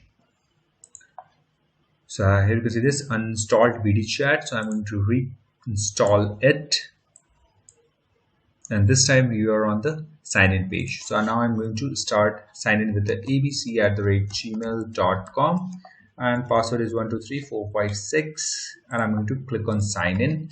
Now please wait, validation in progress. Now we are on the welcome, that is the main activity. So I'm going to close this and restart the application, and this time we can see sign in is automatically progressed with the help of this code. This is if mauth.current user is not equal to null, and we directly move to the main activity. So now the task till here is done. Next thing what we have to do is we have to code for this one. Whenever I want to click on this, click to sign up, then we want to move to the sign up, and when we click on this button, then we want to move to the sign in. Okay, so to code and to see the implementation, first I want to uninstall this, because whenever we restart the application, it will let us move to the main activity, so we don't want that for now. So I've restarted the application. We are going to code for this one, that is click on sign up to move to the sign up, and click on sign in to move to the sign in. Okay, so if I move back over here, and here we have to make some space, and here I'm going to use this binding dot, and we have to get that name of that particular text field from here. So you are in sign activity, just click on this, it will show us the XML code. If the design is visible like this one, then you have to simply click on the split, so that it will actually show you the relative code of the particular XML file. So if I click on this, here you can see this is a text view, and the ID for this one is txt click sign up. So if I move back over here, binding dot txt click sign up dot set on click listener, and inside this one we have to simply write new view dot on click listener, and here you can see this. Now the click listener for that one is done.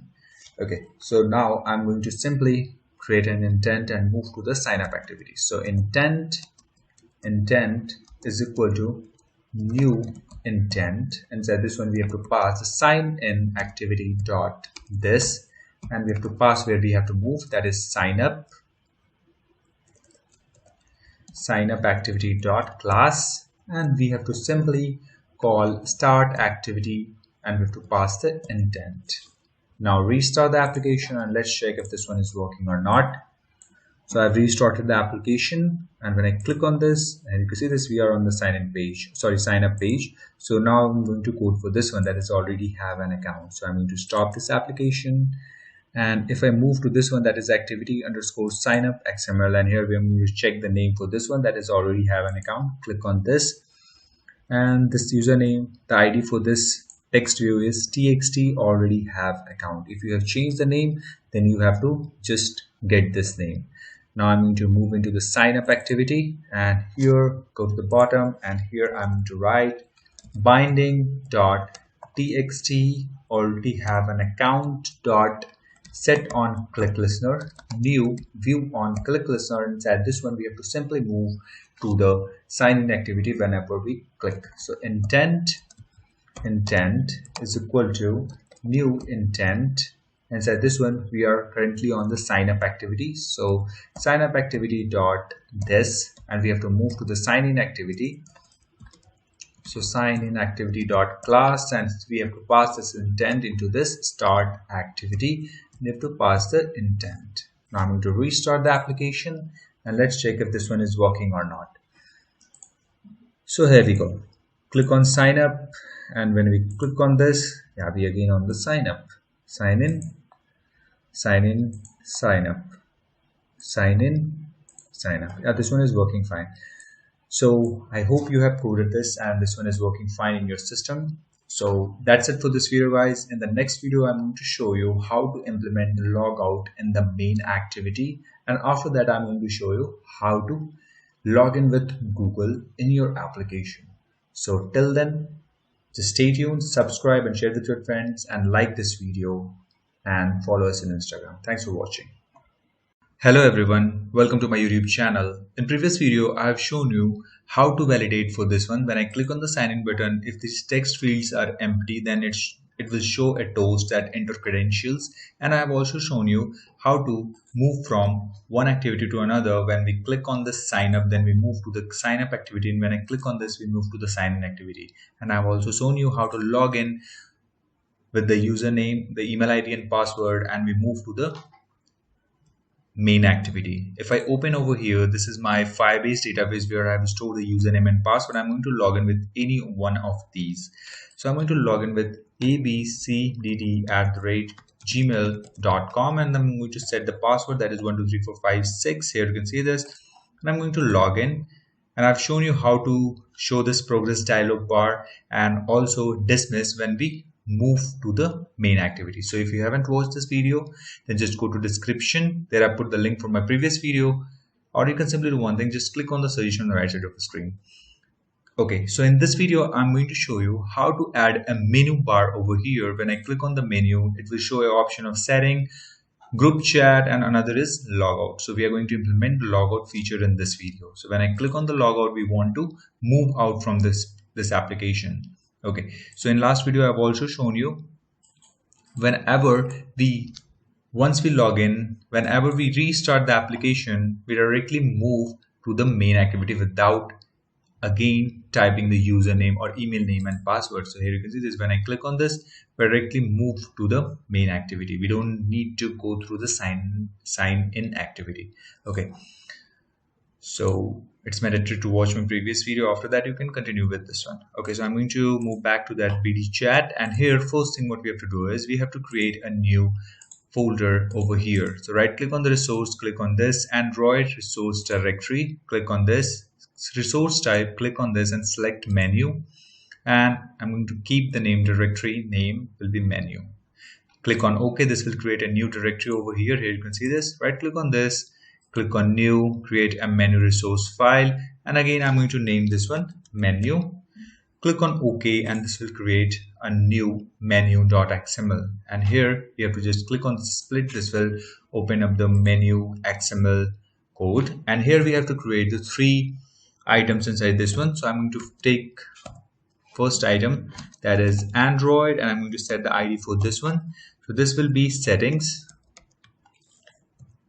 and I'm going to set the title for this one. So Android, and I'm going to set the title, and this will be settings. And just close this, and here you can see this. Now we have one setting. It will be visible like this one. When I click on this, 3 pop-up will be visible over here. Next item is item, and I'm going to set the ID for this one. So ID will be group chat, and title will be group chat, like this one. Just close this, and third item will be ID, and I'm going to set this one ID to logout, and title will be logout.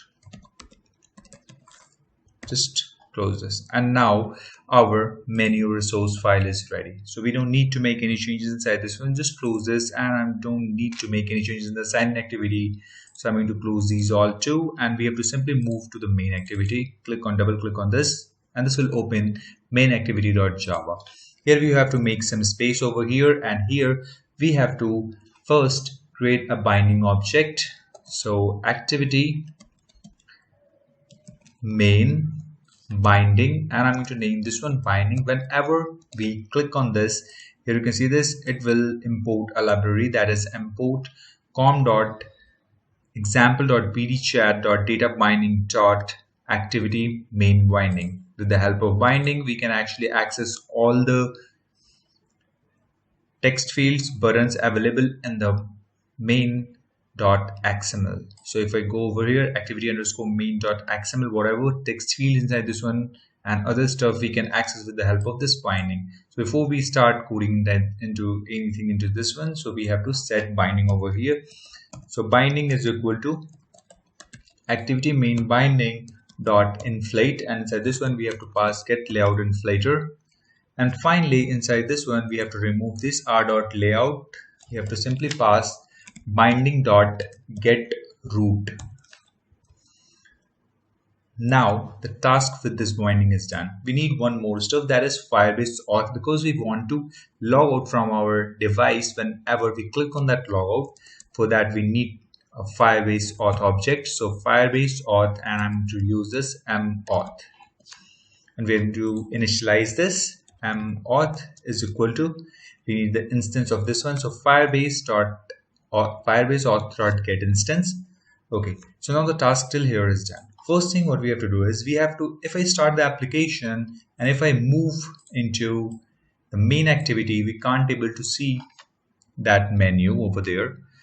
Let me click on this. Okay, so our application is started, and here you can see this is BD chat, and we can't able to see the menu item over here. So how to set this?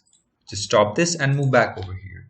Here we have to override one method, that is on create option menu, and when you click on this, here you can see this, the method is ready. Inside this one we have to set that menu. So make some space, and here we have to write menu inflator. Inside this one we have to write inflate is equal to get menu inflator, like this one, and finally we have to inflate dot inflate, and inside this one we have to pass where we have this menu. So r.menu, the file name is menu, and we have to pass menu. Okay, so now if I restart the application, let's check the difference.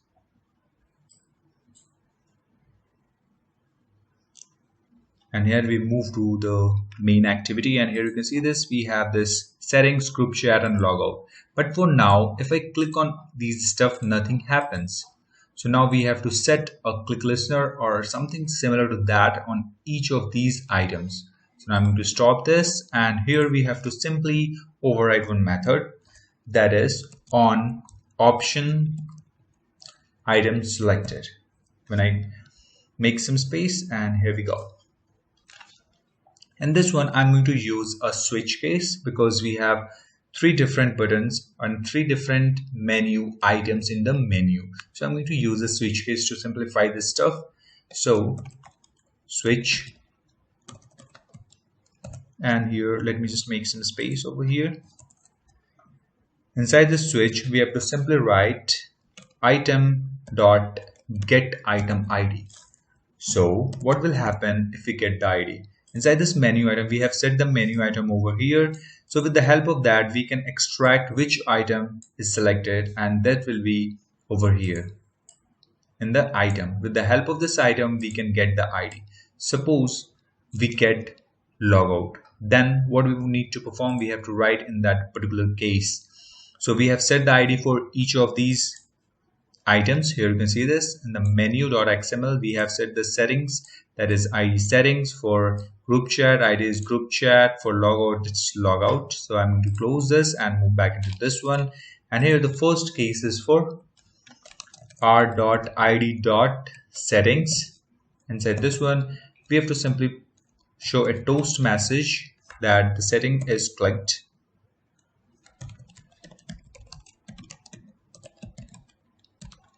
Okay, for now I'm going to put a toast message and I'm going to put a break over here. After this, we have to code for the second case. So that is case r.id. And the second ID is a logout, or you can put group chat. The second one is group chat, and I'm going to show a toast message for this one. So this is group chat is started. Something I just a random message. Okay, and I'm going to put a break over here. And third one is logout. So case r.id.logout, and here I'm going to show a message toast. For now I'm going to show a toast message. Let me just see if this one is working fine or not. Log out, and I'm going to put a break. Why we are placing break after each case? Because if we don't put the break, and if we don't put the break, then we will fall through the switch case. What is fall through? It means that whatever code written inside this one, this under the settings, will be also executed, and whatever code written inside this group chat will also be executed, and whatever code inside this logout will be executed if I don't put this break in every case. Okay, so let's check this if this one is working or not. So I'm going to start this application and let's see.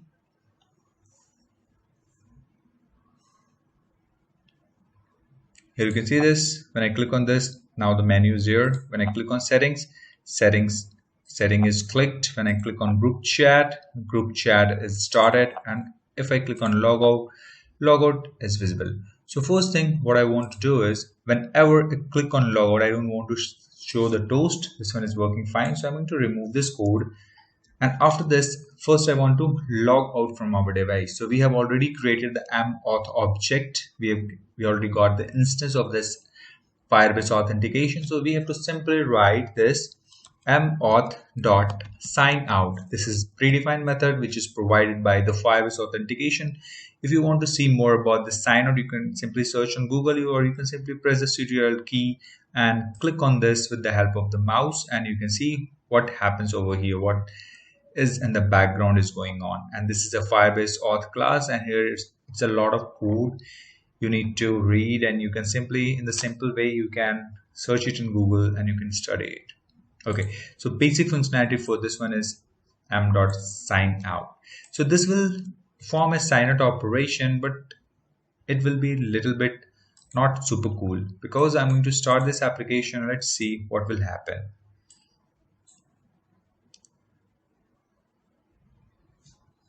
So we are in the main.xml.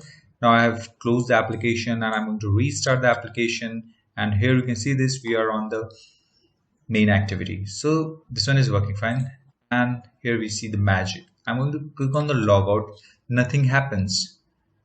It seems that nothing happens, but in the back end it's already logout. If I close this application again, remove this from the recent apps, and if I move back over here, if I click on this BD chat, and let's see where we are. So we are on the login page. How this is possible?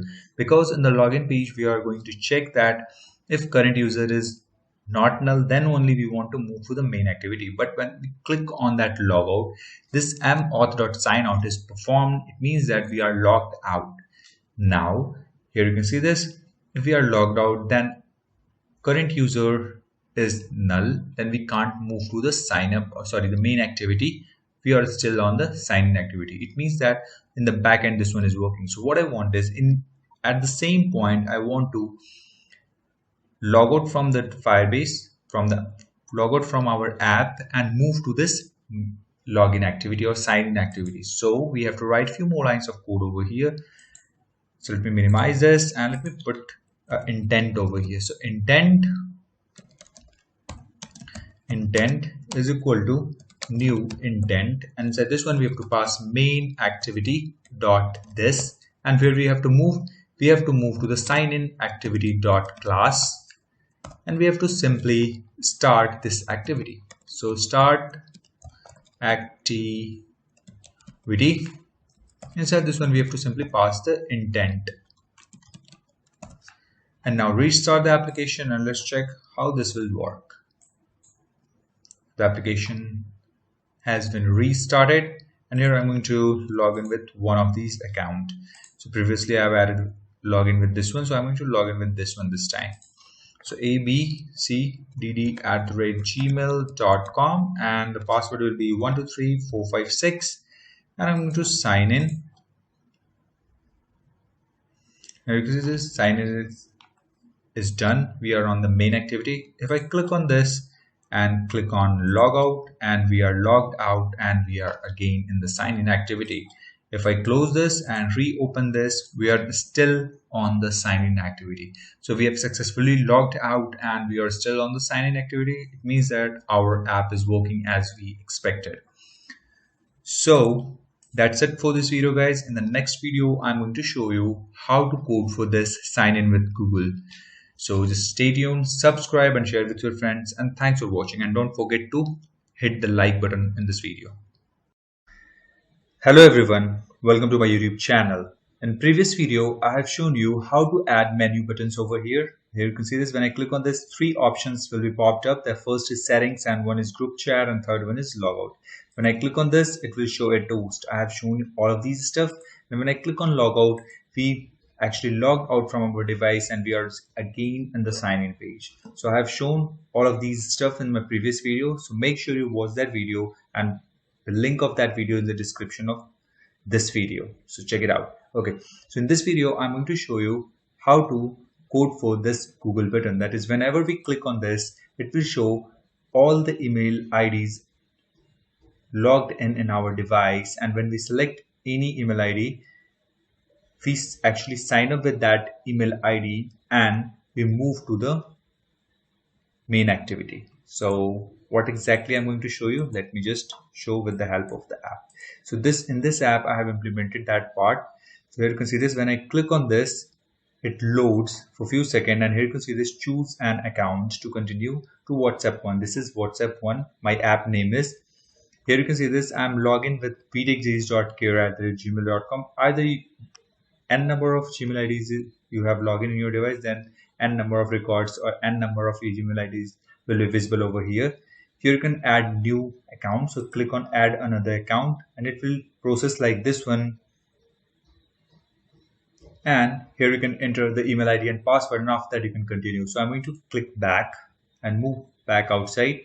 If I select this email ID, it will take some seconds and it will perform the sign up operation, and then again save the data in our real-time database, and we move to the dashboard or the main activity. If I just close this application and restart it again, we will move to the dashboard or the main activity. Here you can see this, we are on the main activity. So I'm going to show you how to implement these all stuff in our app. The app in which we are working is BDChat. Okay.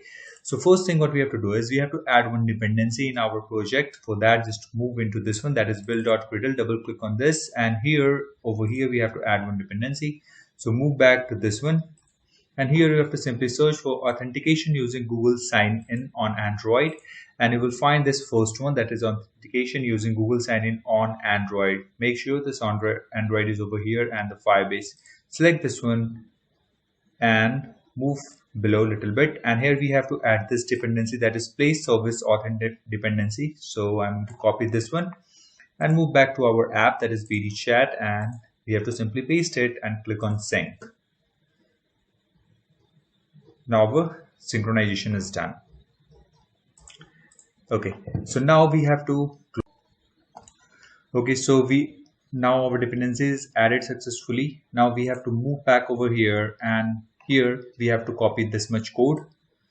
Just copy this and move back to our app or project on which we are working, and let me just close this main activity.java because we don't need to code in that one. So we have to code in sign-in activity. So double click on this, and here we have to paste the code. So where we have to paste the code, after this progress dialog, I'm going to paste the code. So make some space and paste the code, and it's showing an error because we haven't imported the dependency. So I'm going to just click Alt and Enter, and it will ask me to import classes. Click on this. This will import the classes.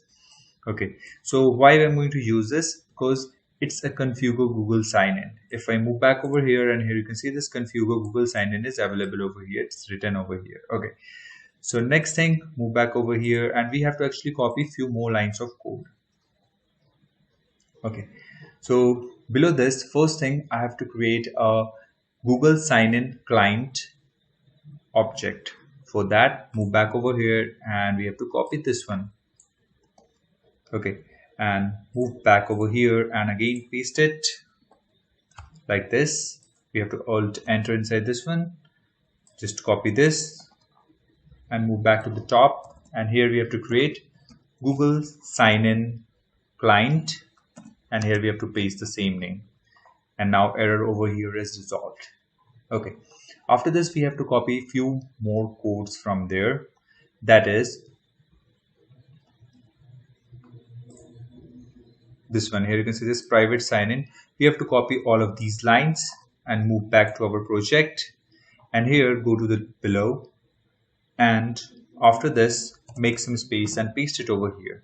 And here you can see this is showing an error, so I'm going to copy this much part, this name actually, and I'm going to paste int rc is equal to 65. Okay, so before we make further modification in this code, first we have to make few changes in our Firebase database.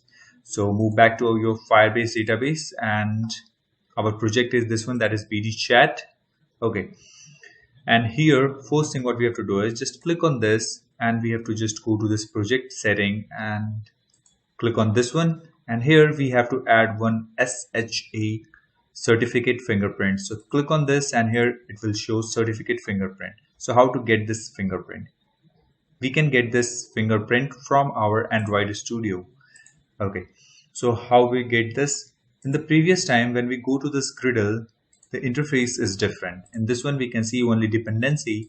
I have expanded every inner block, and again we can see only dependency. But in the previous time, here you can see this, the view is like this one. When I click on this signing report, we can simply see the SHA code. But for now, the Google actually changed Android Studio very quickly, so these all stuff has been changed. Now we can't see this stuff like this one. Okay, so what we have to do is we have to simply click on this, and we have to type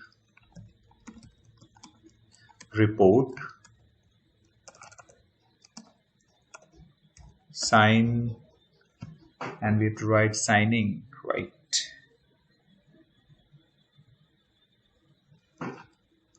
GNINGREPORT,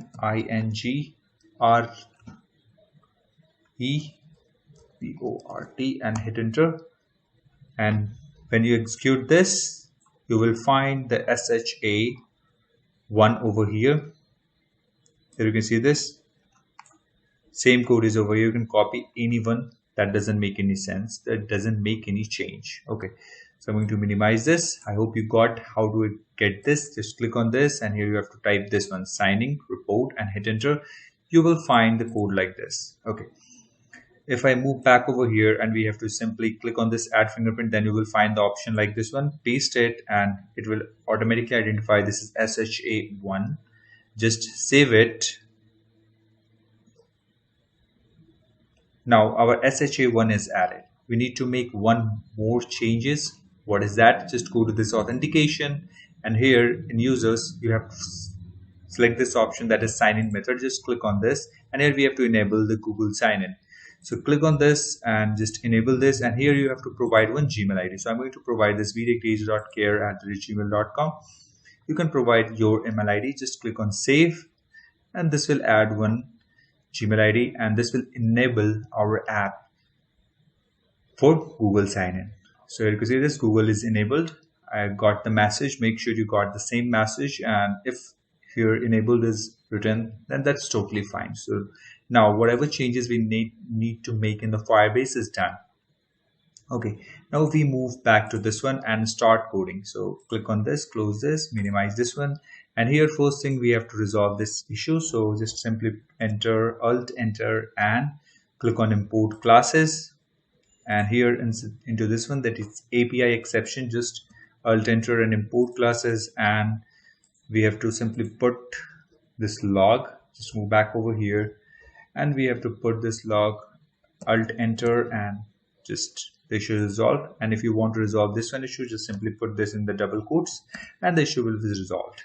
Okay, this is a message which will be shown in the logs. So if you want to see this message, then you can see it. Otherwise, you can comment this one. Okay, so here you can see this. It's a message that Google sign in was successful. Authenticate with Firebase. Then whatever code we need to write will be here. This is a separate method.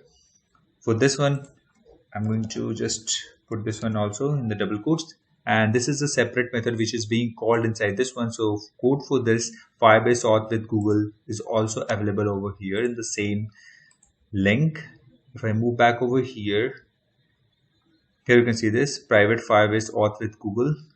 I'm going to copy this much of code and again move back to our project, and I'm going to paste it over here. Now automatically this issue will be resolved, and we have other issues over here. So I'm going to alt enter to import classes. I'm going to import this one too, and again put this one in the double quotes, and Firebase user just alt enter, update UI. Okay, I guess we don't need this one, so I'm going to remove this. Okay, and now everything is resolved. I'm going to remove this one also, and I'm going to put this one in the double quotes. Okay, so now our task till here is done. Now we have to start making changes from the top. So okay, so whenever we click on that Google sign Google button, then we have to call this method, that is sign in. So that task we haven't performed yet. So for that we have to just create an object or set on click listener for that BT and Google. So if I move back to the sign in, and if I click on this button, it's initializing. It will take a few seconds.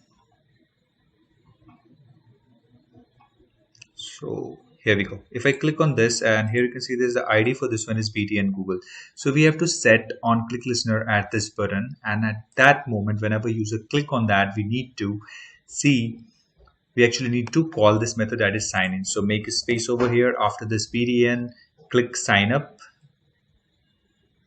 Okay, if here we have to simply call this binding dot btn Google dot set on click listener, and here we have to write new view dot on click listener and select this one, and this will create a method, and here we have to call this sign in. Simply the task is done. After inside this signing, we don't need to make any changes, but inside this one we have to make few changes.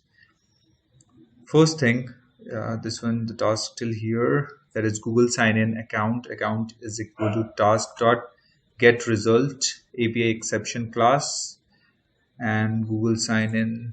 Okay, log, I don't need to log this, just comment this one. I'm not going to comment this. If any error occur or sign in successful, then we can actually see this in the log, so I'm going to just leave it as it is. Okay, don't need to make any changes inside this one. In the Firebase with logs, Firebase auth with Google, this method is being called into this one, so we need to make changes, some changes inside this one. Whenever the task is successful, first thing, I want to get the Firebase user dot get current user. Now we have the user into this variable, that is user. After this, what we have to do is, now the sign up is successful, then we need to move to the main activity. Okay, so for that I'm going to just create an intent, and I'm going to create an intent is equal to new intent and sign in activity dot this, and we have to move to main activity dot class, and simply we have to start the activity, and we have to pass the intent inside this one, and we have to show a toast that we are actually signed in with Google. So I'm going to show a message that is sign in with Google. I'm going to just keep this G as capital like this one, and let's check this if this one is working or not. So make sure you change this from signing report to app, select this one and just click on start, and it's being, Gradle build is running and it's being installed and activity is being launched. If I click on this, and here we go, now this one is showing. If I move back to our database, that is Firebase database, and if I move back into the authentication and users, here you can see this, we have only two abc@gmail.com, and in the real-time database we have two records for now. Here you can see this, we have the same two records. Okay, so now I'm going to move back into this one and I'm going to select this first, that is btechdays.care. If I click on this, sign up is being done and sign in with Google is done. Okay, so I'm going to reload this, and here you can see this now btechdays.care, but still one stuff is missing. If I move back to this real-time database, and here you can observe that we have only two records. So in the previous time what we did is, whenever a new user is sign up, I want to fetch or save those data in the real-time database. So we haven't performed that operation yet. Okay, so I'm going to perform that operation. So I'm going to log out for now and move back to the authentication. I'm going to delete this, that is btechdays.care. So I'm going to delete this one and delete this. Okay, so now this one is deleted. And if I move back into this one, okay, we don't need to code anything inside this one. Just move back to our app, and here inside this, first I'm going to create a users, this model variable. So first I'm going to create a users is equal to new users, and after this I'm going to make some space, and users dot set user ID and user dot get UID, that is user ID. After this user, I'm going to set the username dot set user name, and I'm going to get this from user dot get display name. And where is this variable, that is user? Here you can see this Firebase auth user, and from this we are actually going to fetch this one. If I click on this and if I click on this one, Firebase auth, then we can see this, we have so many methods available over here. With these methods we can actually fetch the limited data which Google permit, like username, pictures, and these type of stuff we can fetch from a Google account. So I'm going to fetch this with the help of this user. I'm going to get the UID with the and display name, and I'm going to get the profile pic also. So dot set profile pic user dot get profile URL, and then I'm going to convert this one to a string. Now we have this one, that is a user ID, name and profile pic. If I move back into this one, and here we have this username, mail and password, and we have this constructor. I'm going to use this. Okay, so move back into this one, and now we have this stuff. So finally what we have to do is we have to store these all under the users, where we have to store this inside this one, that is real-time database, and inside this real-time database under this users I'm going to store that data. So move back into this one, and finally we have to simply call this, that is Firebase database dot get reference dot child. If you are confused that from where I'm going to get this Firebase database, but In previous video, I have already created a variable for this, that is Firebase database, and I have also initialized this one. So make sure you perform this operation, otherwise you will get a null pointer exception. Okay, so move back below over here and Firebase database.get reference and child, that is child name, that is users. What is this child? And this is the child name, that is users. So I'm going to put that name over here. Make sure U is capital. After this, under the user, we actually need to set the another child, that is the ID. So I'm going to get this ID from user.getUID, and again after this I'm going to set the value. So where we have this value in the users, this user is this one, that is Firebase user, and this users is this variable which we have created, and just close this.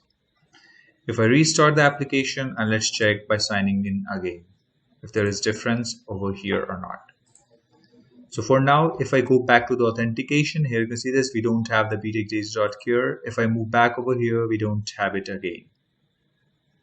Move back into this one, just click on this, and sign in with Google is done. And here you can see this, we have the profile pic, user ID and username we have over here. You must be worried that why we haven't get that pop-up which we got initially. Okay, because whenever we perform one task initially, then for the second time it's not going to ask. So I'm going to just log out, and I'm going to just uninstall it and reinstall it, and then it will ask for the permission. Or you can simply just go to the apps info, and I'm going to clear. Just go to storage, and I'm going to clear storage. Click on OK, and I'm going to restart this one.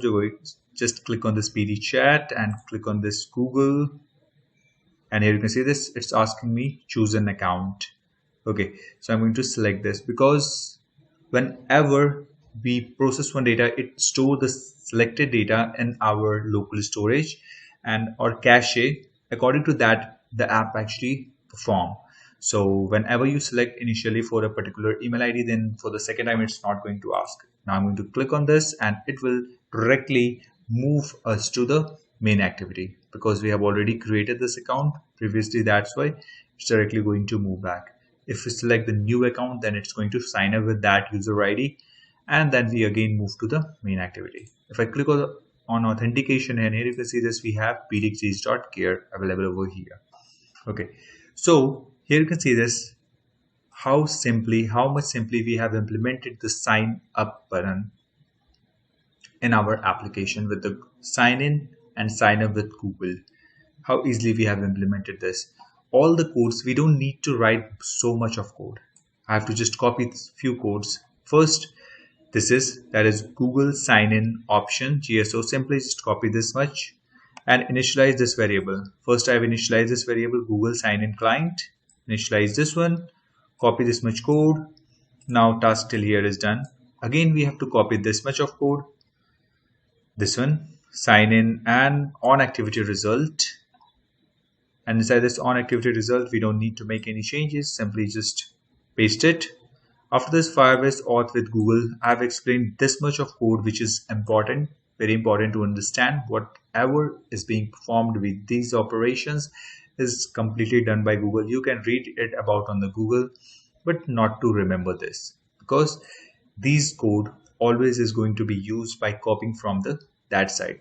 For this purpose, they have already provided a very good documentation. You need to understand how code actually works. You don't have to learn the code. Okay. After this, I have actually created a users, and I have fetched the user ID for the particular Gmail, and we have actually get the username, and we have got the profile pic over there, and finally we have stored it in our real-time database and moved to the main activity, or we have started the activity and we move from one intent to another intent with the successful sign up, and this one is working fine. You have seen this. So that's it for this video, guys. In the next video, I'm going to add a view pager in the main activity, and we are going to actually start working on the main activity. So till then, bye bye, and please like, subscribe and share with your friends, and thanks for watching. Hello everyone, welcome to my YouTube channel. In previous video, I have shown you how to sign in with Google. So if you haven't watched that video, then just go to description. There I put the link from my previous video, or you can simply do one thing, just click on the suggestion on the right side of the screen. Okay, so in this video, I'm going to show you how to design and how to add the view pager in your WhatsApp app. This is a complete app which I have opened right now. So when I click on this, it will log in with me Google to my app in the main activity. And here you can see this, we have this chat's status and call. When I click on chat activity is open by default, and when I click on status, it will open a status fragment. When I click on call, it will open call fragment. So here you can see this, we have designed a view pager, and inside these I have connected 3 fragments. Okay, so I'm going to show you how to design this stuff in this video. So I'm going to close this for now and move back to the app on which we are working, that is BD Chat. So if I open it, and here we have only welcome page on the activity underscore main. So we are going to add the view page into this one. So let me minimize this first. And before we add something, I'm going to create 2 folders over here, 2 packages. So click on this and select package. And I'm going to add one package with the name fragment. Hit enter. And another package is for adapters. So click on this and click on package, and I'm going to name this one adapter. Hit enter. After this, I'm going to add 3 fragments into this one. One is for call, one is for status, and another is for chats. So I'm going to click on this, go to select fragment and select blank fragment. So click on this and I'm going to change the name for this one, that is chats, and click on finish. This will add a chats fragment. Just close this. We don't need to do anything into this one. Another is click on new, select fragment, and again select blank.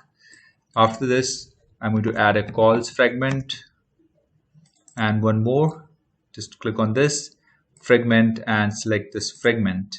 And here I'm going to add one status fragment. Click on finish. This will add 3 fragments. Okay, now I'm going to close all because I'm not going to code on these stuff. Okay, now our fragments is ready. I will create the adapter later. Before creating adapter, I'm going to add inside this one activity underscore main. Inside this one, for now we have only one text view, but I'm going to add a tab layout and I'm going to add a view pager inside this. Okay, so I'm going to remove this text view and I'm going to change the layout first. So I'm going to just change this one to linear layout, and I'm going to change the orientation to vertical. After this, I'm going to add the tab layout. So I'm going to add a tab layout, this one. After this, I'm going to set the width to match parent and height to 58 dp. After this, we have to set the background. So I'm going to set the background to background color primary, color primary. And you can see this. Now we have this over here on the top. After this, I'm going to set the elevation for this one. So elevation will be 12 dp. I'm going to set the tab indicator. This will be the white. Whatever the text inside that one will be of white color. Tab selected text color. You can change the text color, tab selected text color, to some other color, but for now I'm going to select this one to white. Okay. After this, I'm going to set the tab max width. I'm going to set this one 0 dp, and I'm going to set the tab gravity to fill. After this, I'm going to set this tab mode to fixed and tab text color to color/white. And finally, I'm going to set the ID for this one. The ID will be tab layout, and finally close this. Now we have added this tab successfully. After this, we have to add a view pager into this one. So I'm going to add a view pager. So type view pager, and I'm going to use this one. Never use this view pager 2. I'm going to use this one for now. So width and height both will be match parent, and I'm going to set the ID for this one. So ID will be view pager. Just close this. Okay, so now we have set the tab layout. on the top, and we have set all the colors whenever at the different mode. When this one is selected and this is tab indicator, the I've selected text color, everything we have set, and we have also added the view page inside this one. Now we have to create one adapter into this one. So right click on this, click on this and select Java class, and I'm going to name this one fragment adapter. Hit enter. This will create a class. After this, we have to extend this one from fragment pager adapter, this one, and it will show an error. So just click on this implement method and just click OK. Just remove this one.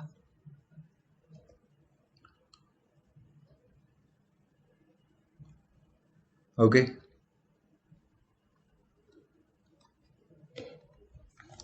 After this, we have to create a constructor for this one. So just click on this, create super constructor, and select the first one and click on OK. We only need this one. If this much part is visible in your system, then just remove it, and I'm going to remove it from here also, and here we go. So now the stuff is ready. First thing inside this one, that is get item.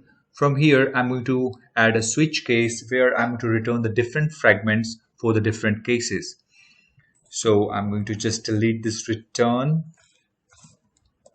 this one, and make some space. It will show an error, but once the switch case is done, it will be fixed automatically.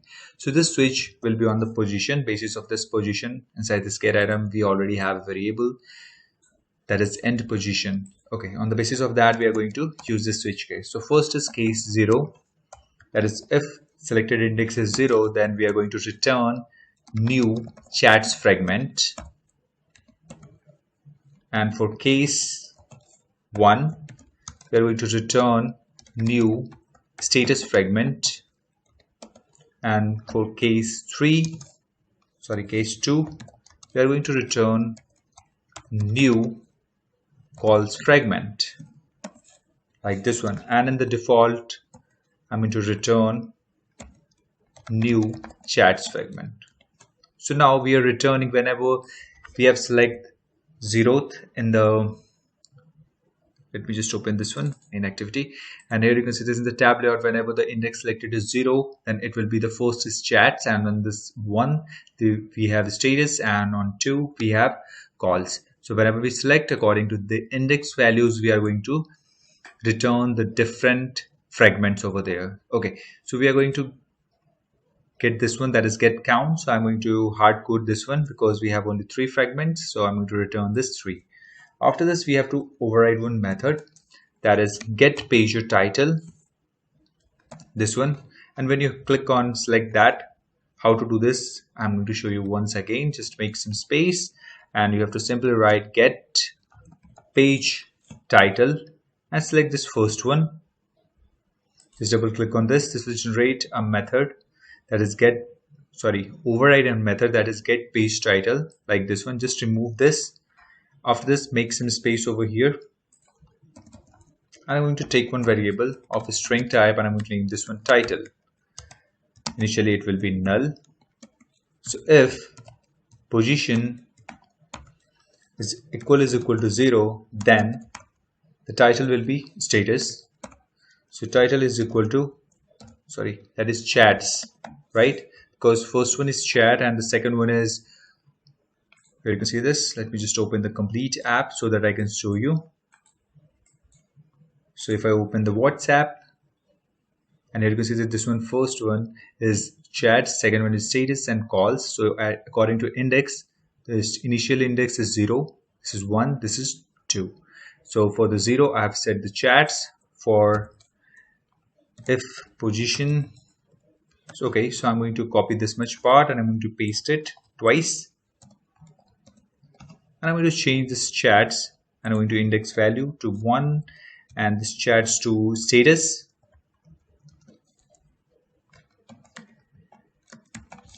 And finally, this is 2.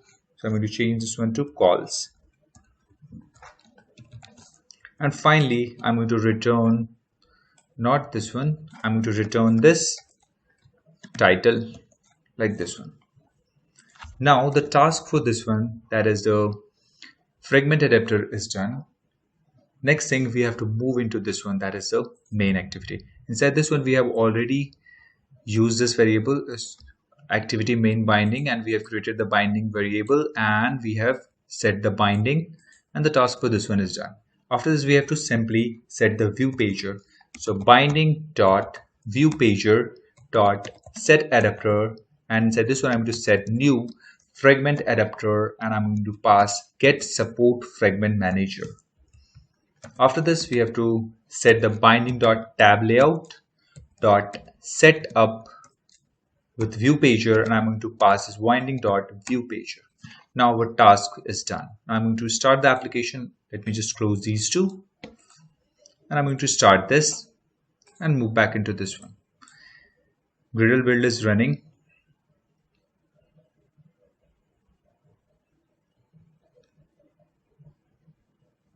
It will take few seconds. Now installation is in progress. Now launching activity and sign in. And here you can see this, we have chats, status and calls. We have different fragments, but in all of these, hello blank fragment is visible. So I'm going to change the text over here so that we can see the difference. So I'm going to move back to this calls, split this, and I'm going to change the text to, for this one, this is calls fragment. So calls fragment. I'm going to set the gravity to center. After this, I'm going to increase the font size, text size to 35 SP, text color to color black, and text style to bold, like this one. Now I'm going to put these all in remaining stuff in these chats. So I'm going to just split this, and I'm going to add this much part. I'm going to change this one to chats so that we can see the difference, and move to this one, make some space, paste it. I'm going to change this one to, this is status. Just restart the application and let's check.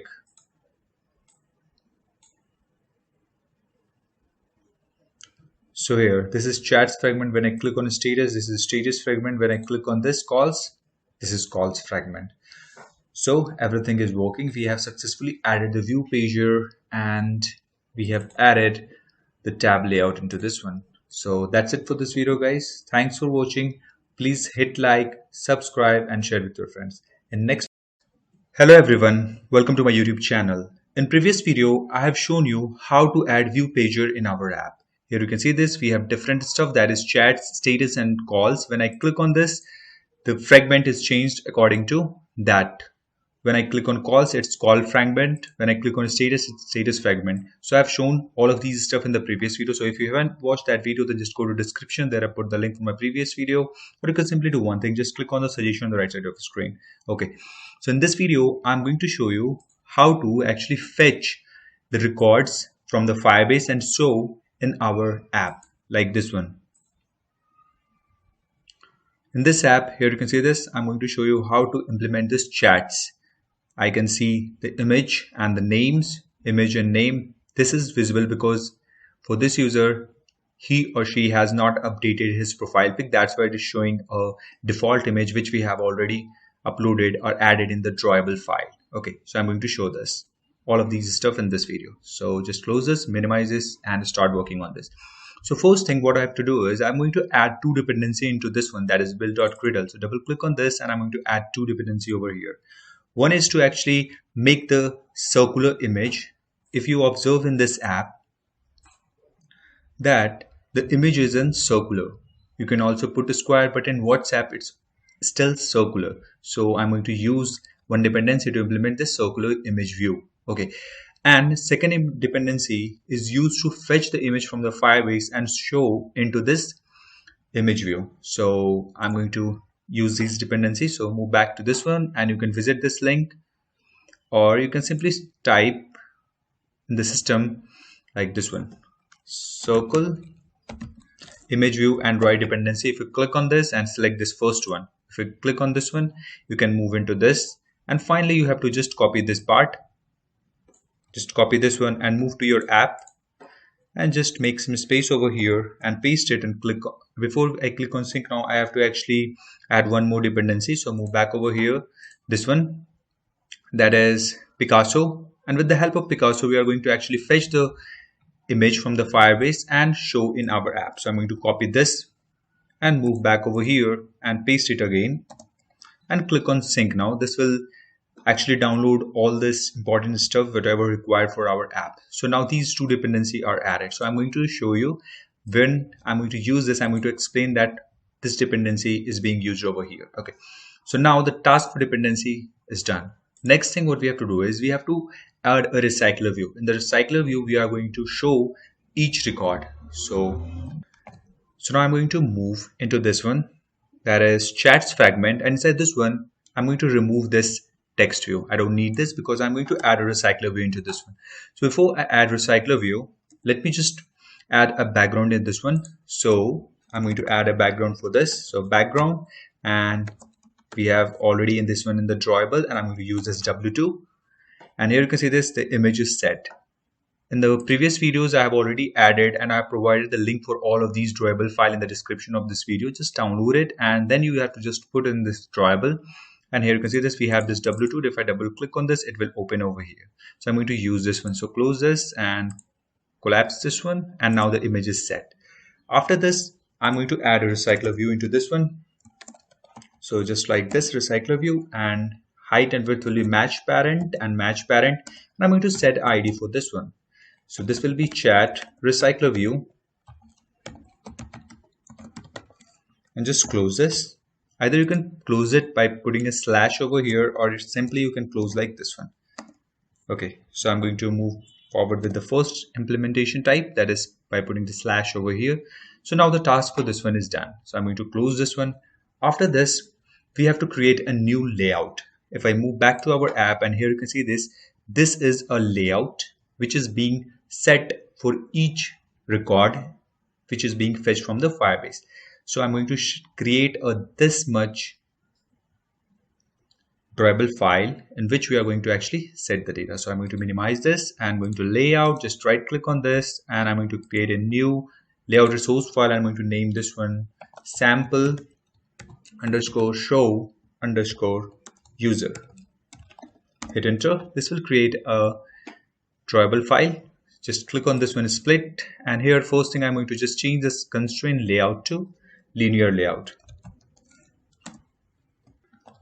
After this, I have to set the orientation for this one. So we are going to put everything in the horizontal format. So I'm going to put the orientation to horizontal. Okay. After this, we have to put one image view, and we have already added a circular image view dependency. So I can simply type circular image view, and here you can see this on the first one, we find this circular image view. So I'm going to set the height and width to 96 dp and 96 dp. After this, I'm going to set ID for this one. So ID will be profile pic or profile image. After this, I'm going to set some margin. So I'm going to set the margin left to 5 dp. After this, I'm going to set some padding for this one. So padding will be of 5 dp from all sides. So when I type 5 dp, so it's adapt according to itself. And I'm going to set an image that will be the default image. So source at the rate drawable, and I'm going to use this aviator 3.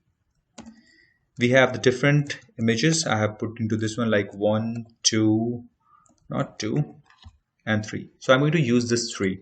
Okay, you can use other also. So I'm going to set some border colors. So app /civ underscore border underscore color. You have to manually type it. Hash in the double quotes, you have to type hash ff, and you have to type 000 6 times 0 like this one, and hit alt enter. After this, we have to set the border width. I'm going to set this one to 2 dp, and here you can see this. Now we have the border outside of this image, and this one is looking nice. So we have used one dependency. If you remove this dependency, that is circular image view, then we can't implement this circular image view. If I just remove this, let me just cut this, this one, and if I sync now, it will show error over here. So its synchronization is done, and here you can see this. Now the error is visible. So without this dependency, we can't use this. That's what I'm trying to show you. Okay, so now I have resynced it after pasting this circular image view. Now move back over here, and now issue is resolved. Okay, so now we need to add two text view. One is for last message, one is for username. So we are going to put that in one linear layout, because that's in vertical orientation. Here you can see this, we have the name and the last message in the vertical orientation. That's why we need one linear layout over here. So I'm going to create one linear layout over here, not like this, linear layout, and I'm going to set the width to match parent and the height to wrap content. I'm going to set the ID for this one. So ID will be, no, I'm not going to set the ID for linear layout. Okay, so this will be match parent for both. Okay, after this I'm going to set the gravity for this one to center, and I'm going to set the orientation to vertical, like this one, and we have to close like this and make some space, because between this we have to add two text views, so we can't close it with the slash over here. Okay, so I'm going to add one text view over here. So I'm going to add one text view, and the height and width will be match parent and height will be wrap content. I'm going to set one ID for this one. ID will be user name list, and I'm going to add some padding from the top, and that will be of 5 dp. After that, I'm going to add some padding from bottom, that will be of 5 dp. After that, I'm going to set the text for the default text will be Rohan Kumar, and you can put anything over here. And I'm going to set the text size to 18 sp, and I'm going to set the text style to bold, and I'm going to set the text color to black, because name is already in the bold, so that it look nice. So I'm going to, here you can see this, the name is over here. Why this one is happening? Because we have set the layout height to match parent by default. So I'm going to change this one to wrap content, so that now you can see this, the name is on the perfect position and looking nice. Next thing, we have to set one more text view for last message. So I'm going to add one text view over here. So height and width will be match parent and height will be wrap content. I'm going to set an ID for this one. The ID will be last message. After this, I'm going to set a padding from the top. So I'm going to set this one to 2 dp. After this, I'm going to set the padding from bottom, and again 2 dp. And I'm going to set the text for this one, that will be the last message. If you want to actually change the color of this one, or you want in the bold, then you can change it according to your need. For me, this design is ready. Next thing, after this, we have to create one model class. So we have already created one model class in the previous video, that is for users. So the task from actually to fetch the data and to show, we need one model. So we are going to use already created model, that is user. So we don't need to create a model. Okay, so now model is ready. We have to create one adapter. So right click on this, create new, and create one Java class, and I'm going to name this one users adapter, and click on enter. This will create one adapter over here. After this, inside this one, first thing, we have to create a view model class. So for that, we have to just make some space over here, and I'm going to create one public class, and this will be the view holder, and this will extend recycler view dot view holder. Inside this one, we have to actually, in this one, that is sample.show, we have two stuff. That is, one is image view, and one is username, and one is last message. So we are going to implement that. So image view, and I'm going to name this one image, and two text views, that is user name and last message, like this one. If I click on this one is showing an error. Just click on this, create constructor matching super. Just click on this. This will create a constructor like this. We need to, if you have this much of code, then just remove it. We don't need it. After this, just make some space into this one. And here we have to set this image is equal to item view dot find view by id r dot id dot profile. We have set the profile. Okay, so it's showing an error. Just we have to, because we haven't imported the library for this one, so alt and enter. Okay, now the issue is resolved, and press this ctl in space. This is profile image. Just press the ctl key and click on this, and here you can see this is the id. This profile image id is for this one. So now we have make a connection with that one.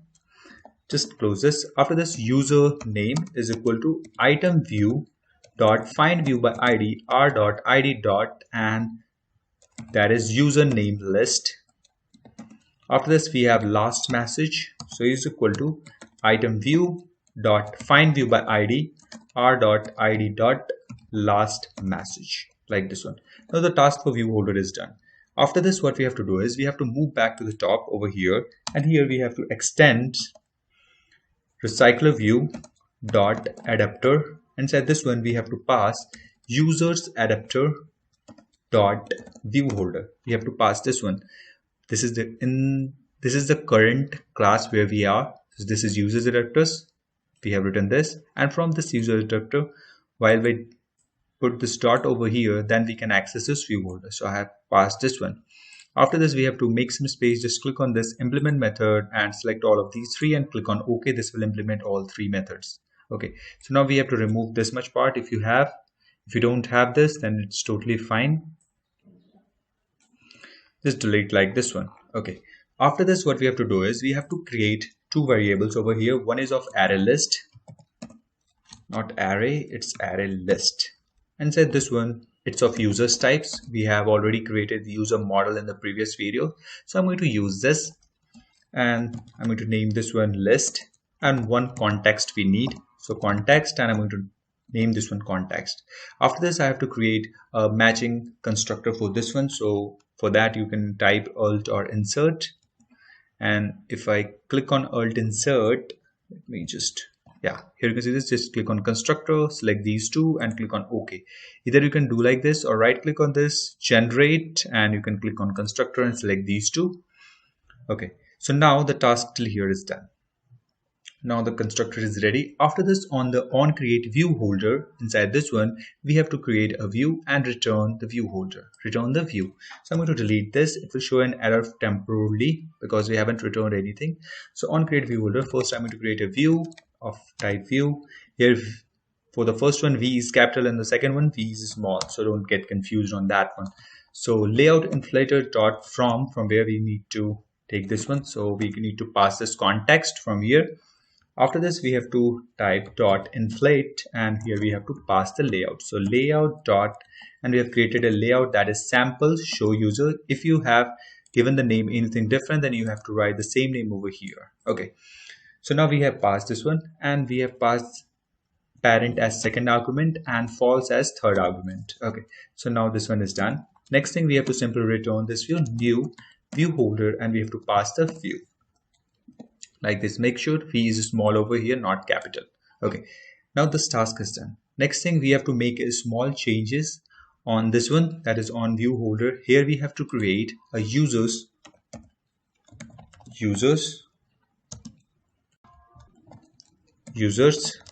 and is equal to, and we have to get this from the list dot get, and here we have to pass the position.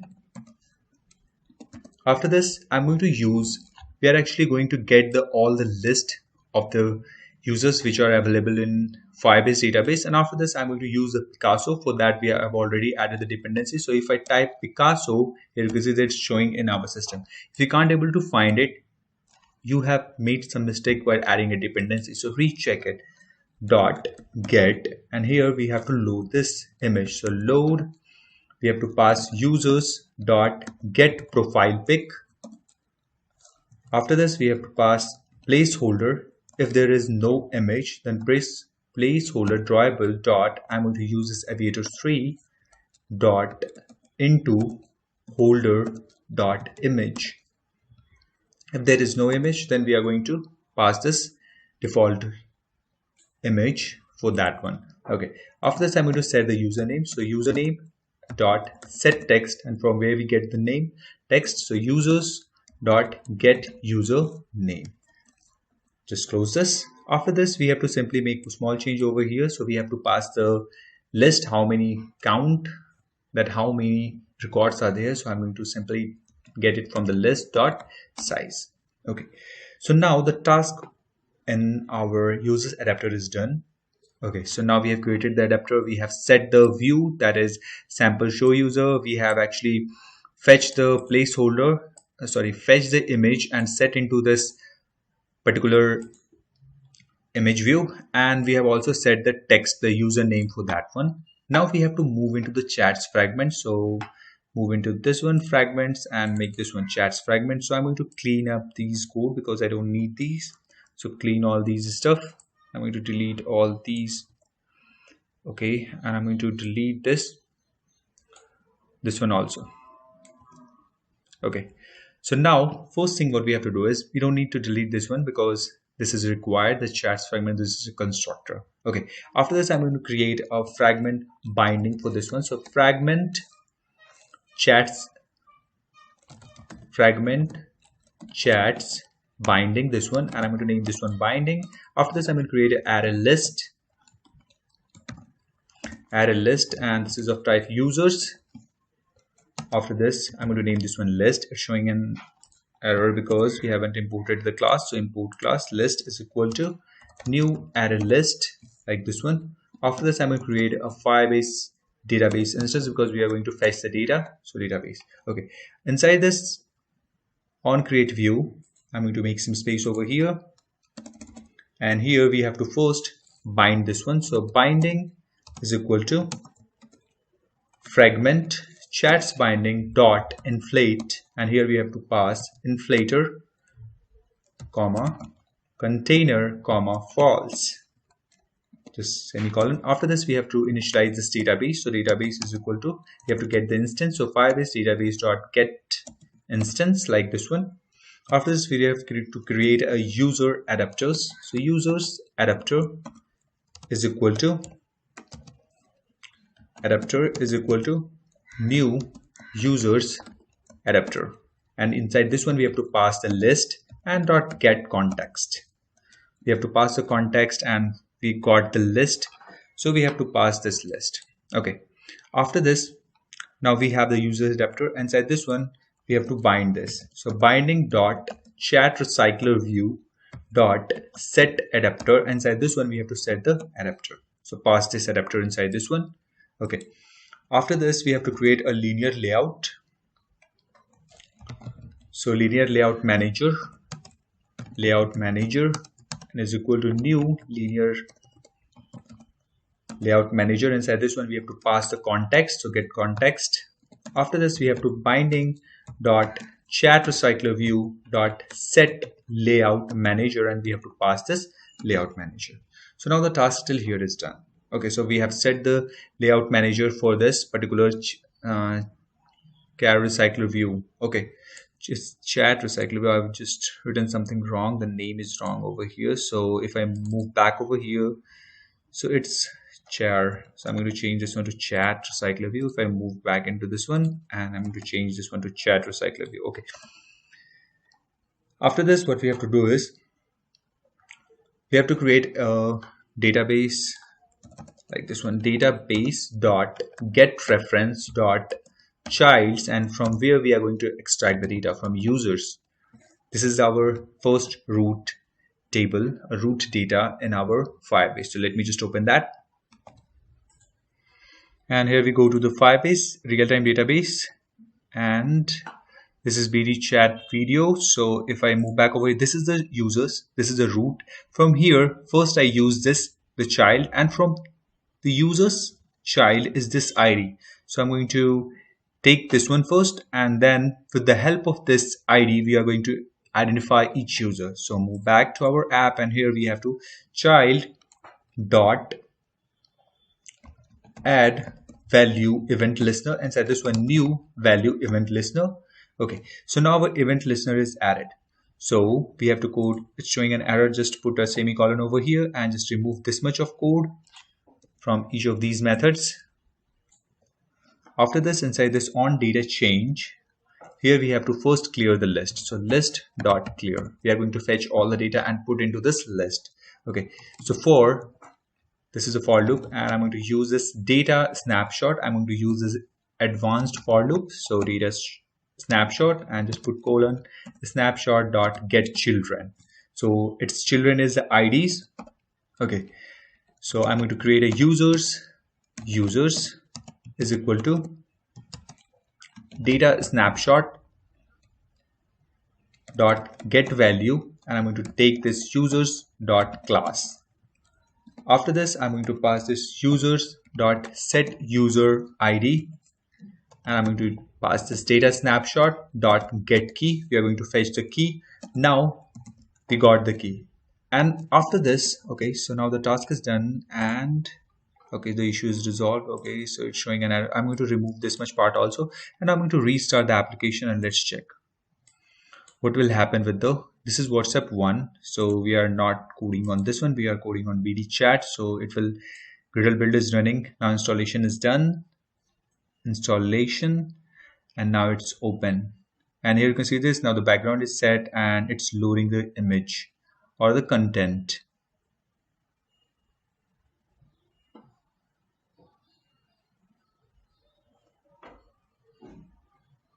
Okay, let me close this once again and let me open it manually. So click on this one.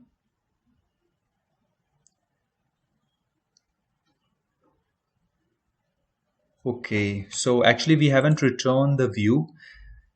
So if I move back over here, I just need to remove this, and we have to pass binding dot get root. We have to pass this and restart the application, and let's check now if this one is visible or not.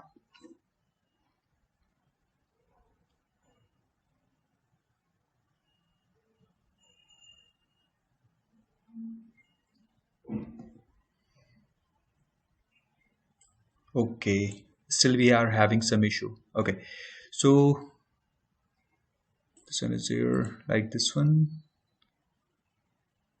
Okay, so after this we need to actually put this one notify dataset changed and just restart it, because initially it's after adding the data, it's not notifying the dataset of this adapter is changed or not. So if I put this, now let's see.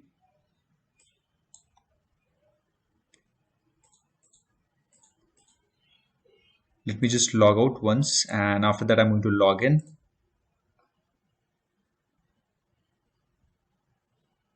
Sign in with Google. Let's check the logcat if we have any error into this one. So I'm going to restart the application and let's check it.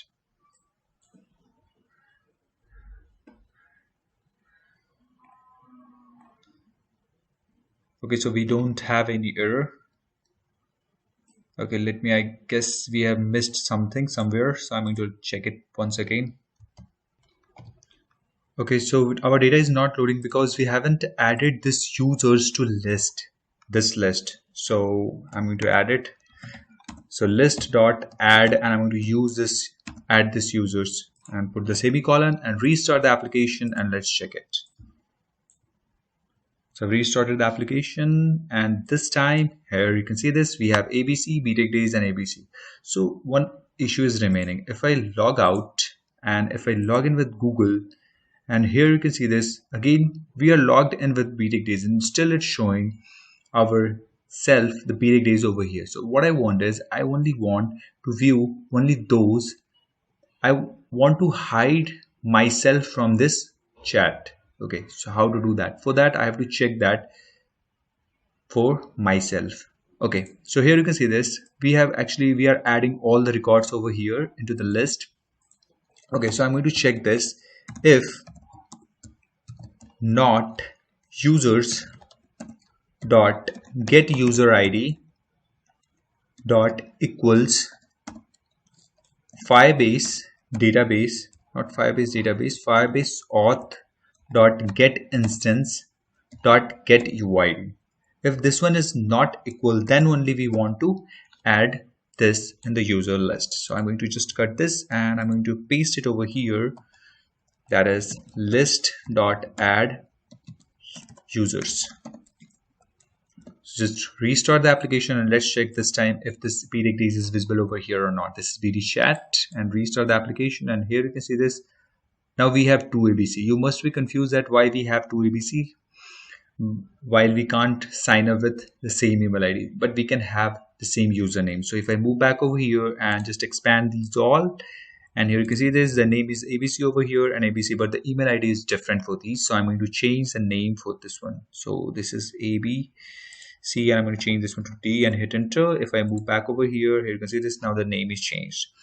So now I am signed in with btechdays. That's why btechdays is not visible over here. If I log out and if I sign with another account, that is abc@gmail.com, and password is 123456, and sign in over here, and here you can see this, now btechdays is visible and abcd is visible. So this one is working fine. If you want to keep it yourself in the chat so that you can send text to yourself to keep a record of your own text messages, then you can just ignore this line of code. You can just remove this if condition and just remove this one. So now you will find yourself in this recycler view. So that's it for this video, guys. In the next video, I'm going to show you how to set a click listener on this one particular view, and it will open a new activity. So just stay tuned, subscribe and share with your friends, and thanks for watching. Hello everyone, welcome to my YouTube channel. In previous video, I have shown you how to design this item layout for each of the items in the recycler view and how to fetch the data from the Firebase and show these data in the recycler view. So if you have not watched that video, then just go to description. There I put the link from a previous video. In this video, I'm going to show you how to perform a click operation on this. Here you can see that this is a name. This is the app where I have actually implemented this part. So when I click on this, this will open a new activity like this. So I'm going to show you how to actually move from one activity to another when we click on a particular user, and also the name and the photo over here, and how to implement this back button. So if I click on this one, here you can see this, the image is also visible over here, and the name is also visible over here. And I'm going to show you how to design this and how to pass the data and how to make these functional. Okay, so let's start with this. So I'm going to close this and move back to the app on which we are working. We are working on BT chat. So if I open this, and it will load the data. And here you can see this, we have only two data. If I click on this, nothing happens for now. Okay, so I'm going to close this and let's start the designing part of that. So first, we have to actually add one activity. So just minimize these all the stuff, right click on this, click on new, select activity and select one empty activity and change the name to chat detail activity. You can name anything, whatever you want, and click on finish. This will create a new activity. It's showing an error because Gradle build is running. Once this one is finished, it will automatically, this red line will be resolved. And here you can see this. If I move back over here, and here you can see this, now the issue is resolved. Now move back into this one. First we are going to design the layout. This one, here you can see this. If I open this and click on this one, first I'm going to design this layout. After that, I will set a click listener on the items over here and put the value into that, and then again we are going to receive the input over here on this chat detail activity.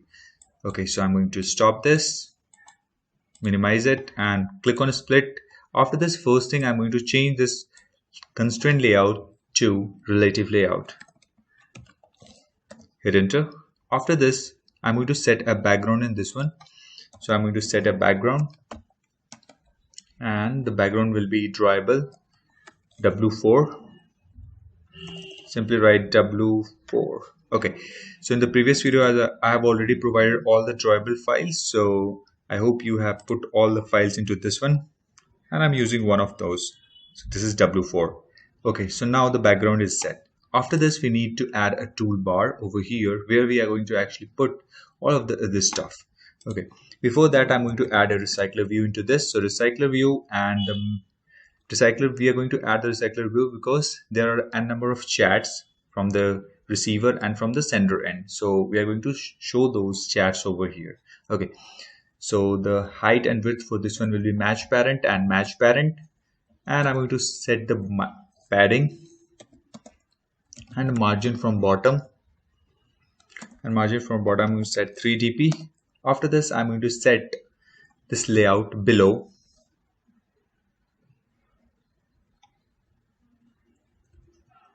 Layout below this one. Okay, so I'm going to leave this for now, and I'm going to set the ID for this one. So ID will be chat recycler view. After this one will be above the, we are going to set one layout over here and one layout over here. So we are going to set this above below this one and above this one. So I'm going to remove this for now, and okay, just layout above, and I'm going to leave it for now empty. Okay, so after this, I'm going to create a new linear layout for the top, where we are going to actually put the back button, one image view, the name, and all of these three stuff, that is a call, video call, and other stuff. So I'm going to add a linear layout. So linear layout, and height and width will be match parent, and height will be wrap content. And I'm going to set the orientation to horizontal actually. After this, I'm going to set the layout align parent bottom, this one, and make this one true. And I'm going to set the ID for this one. So ID will be linear, like this. Okay, so this is a bottom text view which you are designing. Okay, so this recycler will be above this linear. Okay, now we are going to set the text inside this one, that is the edit text. So I'm going to set the edit text into this one. So edit text, and make some this width, and height will be wrap content and wrap content. After this, I'm going to, here you can see this, now the height for this one is changed. Edit text inside this one. After this, I'm going to set the ID for this one. So ID will be enter message. After this, I'm going to set the margin start, and I'm going to set this one 4 dp, and I'm going to set the margin left to 4 dp. After this, I'm going to set the weight to 1, layout weight to 1, and I'm going to set a background. For that, we have to actually create one background. Just go to this drawable, right click on this, click on new, and select drawable resource file, and here we have to select this shape, and I'm going to name this one et message,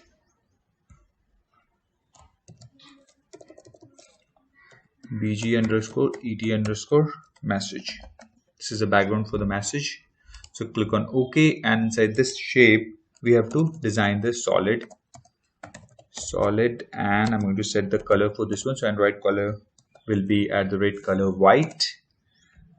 Just close this. After this, I'm going to set the corners to curve. So corners and radius, I'm going to set this one to 20 dp, and close this. Just save it, and when we set this in the background of this edit text, automatically it will be the white. Okay, so I'm going to set the background, that is bg underscore et message, and here you can see this one is looking nice. Okay, we are going to adjust it a little bit. EMS, we have to set this one to 10, and I'm going to set some hint. So hint will be enter your message. After this, I'm going to set input type, and this will be text person name, and I'm going to set the padding for 10 dp, and now this one is looking nice. Just close this, and now you can observe this one is looking nice. Okay, 4 dp and 4 dp, everything is good. Okay, we are going to adjust these all stuff, not to worry. After this, we need one button, and that will be the image view, that will be the send button. Okay, so I'm going to set the ID for that one. That will be, oh, not this one, the width will be I'm going to set this one to 50 dp and the height will be 50 dp. When I change this one, and this one will be the height for this one, it needs to be changed. Okay, so I'm going to set this first. After that, we are going to adjust that one. I'm going to set the ID for this one, that will be the send. After this, I'm going to set the margin start. So I'm going to type this one, margin start, and this will be a 4 dp. I'm going to set margin left. So if I type left, it will automatically show me the margin left. So it will be 4 dp. After this, I'm going to set the margin end. So I'm going to type end, and this will be 4 dp. And make some space, and I'm going to set right margin from right. So margin right, again I'm going to set this one 4 dp from all sides. Finally, I'm going to set the source compact. So source, like this one, we have to write app : src compact and is equal to, and I'm going to set this one to @drawable, and I'm going to set this one to send button, which we have already added a drawable file for that. So I'm going to type send. Yeah, automatically we find this and hit enter, and you can see this. And I'm going to set this weight for this one will be, layout weight will be 0. Okay, so we have to adjust this a little bit. So we move back over here, and the height will be match parent. I'm going to change this one to match parent, and here we go. This one is looking nice. Need to adjust this a little bit more. Text, actually just change this one to wrap content, and we have actually set this padding bottom. Just remove this bottom and just make some space. Yeah, here you can see this. Now this one is looking nice. Okay, we have set padding from the bottom, but we want to set from all sides the 10 dp. Now this one is looking better. Now our send button is ready. After this, I'm going to create one toolbar on the top. So I'm going to get out of this linear layout, and here I'm going to add a toolbar. So toolbar, and the height will be wrap content and width will be match parent, like this one. And I'm going to set the ID for this one. So ID will be toolbar, make some space. After this, I'm going to set the background for this one. So background is equal to, and we have to put this $attr/action color primary. We are going to set this one to color primary, this one. And here you can see this. Now this one is looking nice, but one issue is still remaining, that this recycler view is over this toolbar. So how to move this one below? So here we have set the toolbar ID, that is toolbar. So I'm going to set this one below toolbar. When I type this, now it automatically, here you can see this. Now this toolbar comes below this. Sorry, the recycler view come below this toolbar, and this is adjusted like this one, above this one and below this one. So now the task for the recycler view is done. Now move back over here. Now the background color is set, and after this I'm going to set the min height. So min height will be $attr/ and I'm going to set this one to action bar size, and I'm going to set the theme, this one, to $attr, that is attribute action bar theme. Select this one and just close like this. Inside this one, I'm going to put a constraint layout. So I'm going to put a constraint layout like this one, and I'm going to set the width and height to match parent and match parent, and just close this. After this, we are going to put some image view and the edit text and the circular image view, which we are going to use. So first I'm going to use one image view, that is the back button, in which we are going to put the back button. So image button, not image button, image view, and the width and height will be wrap content and wrap content. I'm going to set the ID. So ID will be back arrow.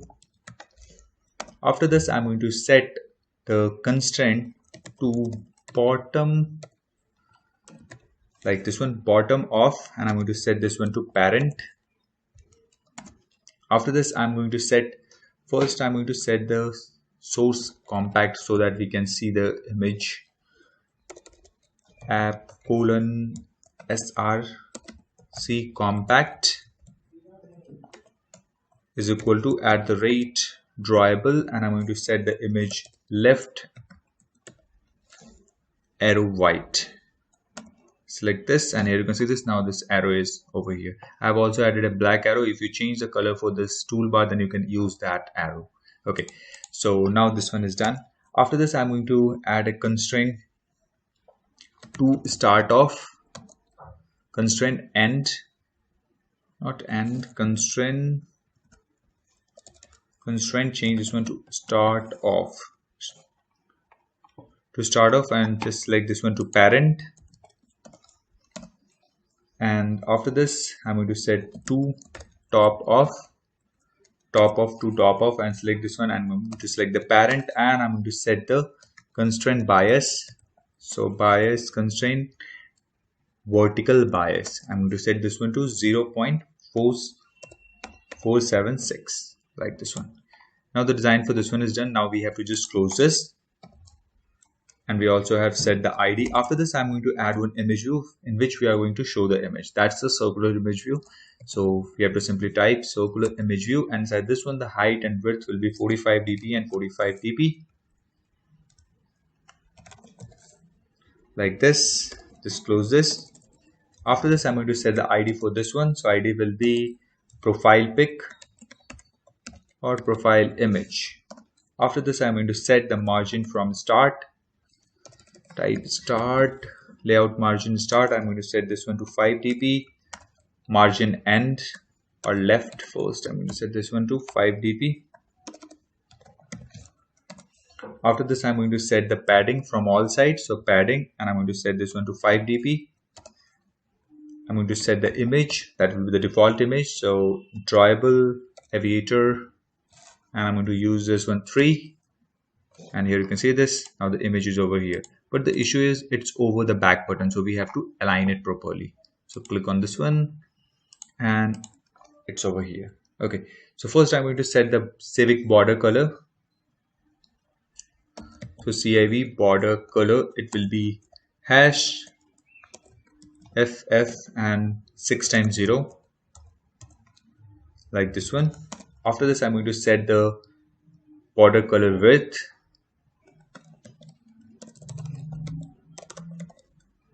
Border width, it will be 2 dp. After this, I'm going to align it or constrain it to bottom of, constrain bottom to bottom of parent. After this, start to end of, constrain start to end of, that will be the ID back arrow, like this one. And here you can see this. With the name, you can understand what exactly is going on over here. Layout, this is the layout, that is the circular image view. Constrain start, so from this layout constraint, that is the left point, the start point, we have to constrain this to end off, and we have to ID, give the ID. So this is the back button. The end of this one will be where we want to constrain it. If I zoom it inside this one, and here you can see this one is constrained with the end of this back arrow. Okay, so this one is working fine. After this, we have to constrain this to top off, constrain top to top off, and I'm going to constrain this one to parent. Okay, so now the constraint and the part for this one is done. Next thing, we have to add one image view, so the text view, in which we are going to actually show the name. So text view, and the height and width will be wrap content, and wrap content, I'm going to set the ID for this one, that will be the username, like this. After this, I'm going to set some margin. So margin start, that will be of 5 dp, and margin end will be of 5 dp. After this, I'm going to put some text into this one. So text will be user name. You observe that it's over this one, so we are going to align it. Okay, so before we align, I'm going to set the text size, that will be of 18 sp. I'm going to set the text style will be bold, and finally I'm going to constrain this one. So constraint to bottom, constraint bottom to bottom of parent. After this, I'm going to constrain the to end of, constraint start to end of, that will be the profile. So ID, that will be profile image, like this one, and here you can see this. This is after this. Okay. After this, we have to constrain this to top of, constraint top to top of parent. And here you can see this, now it's in the center. So now the task for this one is done. And we also have set the ID for this text view, like this one. After this, we have to add three stuff over here. One is for menu, one is for audio call, and one is for video call. So I'm going to add those stuff over here. So that will be the image view. So I'm going to just make some space over here and put image view, not this one. Height and width will be wrap content and wrap content. After this, I'm going to set the ID, and the ID will be image view. I'm going to set this one 4. Okay, not like this. At the rate ID image view 4. After this, I'm going to set the margin. So margin end will be 15 dp, and margin right, simply type right, and it will be of 15 dp. After this, I'm going to set the constraint to bottom of, so it's bottom to bottom of parent. After this, we have to constrain this one to start off, end to start off, and I'm going to set this one to ID of image view. Okay, it will be go in the reverse format, like this one from the right first. Okay, so wait for a minute, we have to actually delete this one and just put a slash over here. Just close this, and we are going to add one image view for the right one first. Okay, so I'm going to add one image view. So image view, and this will be wrap content and wrap content. After this, I'm going to set the ID for this one, that will be image view 6. After this, I'm going to set the margin end. So end, margin end will be 15 dp. Margin right, it will be also 15 dp. After this, I'm going to set this one to constraint bottom. So I'm going to simply write to bottom, and I'm going to set this one parent. Finally, I'm going to set this to end of,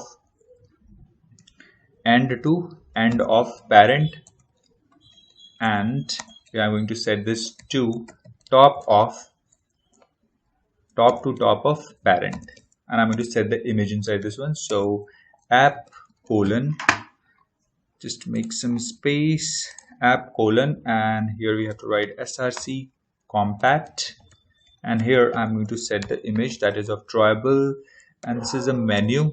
So I'm going to simply type, not this one, drawable menu. Okay, so if I make some space, at the rate drawable slash menu, select this one, and here you can see this. Now we have this dot over here. So now close this. Above this one, I'm going to add one more image view, that will be of video call. So image view, and height and width will be wrap content and wrap content, and the ID for this one will be ID, and ID for this one will be image view, and I'm going to name this one 5. And margin end, so layout margin end will be 15 dp, and margin right, and this will be of 15 dp as well. After this, I'm going to set this one to bottom of, constraint bottom to bottom of parent. After this, I'm going to set this one to start of, and to start of ID, that will be of image view 6. This is the image view 6 on the right side. Here you can see this, the ID for this one is image view 6, and margin end. So the image over here, the margin end, not like this, just change it. Okay, so margin end of this one will be connected to the margin start of this one, start of this image, which will be on the left side. Okay, so after this, we have to set or constrain this to top of constrain top to top of parent. After this, I'm going to set the image. So that will be app colon src compat.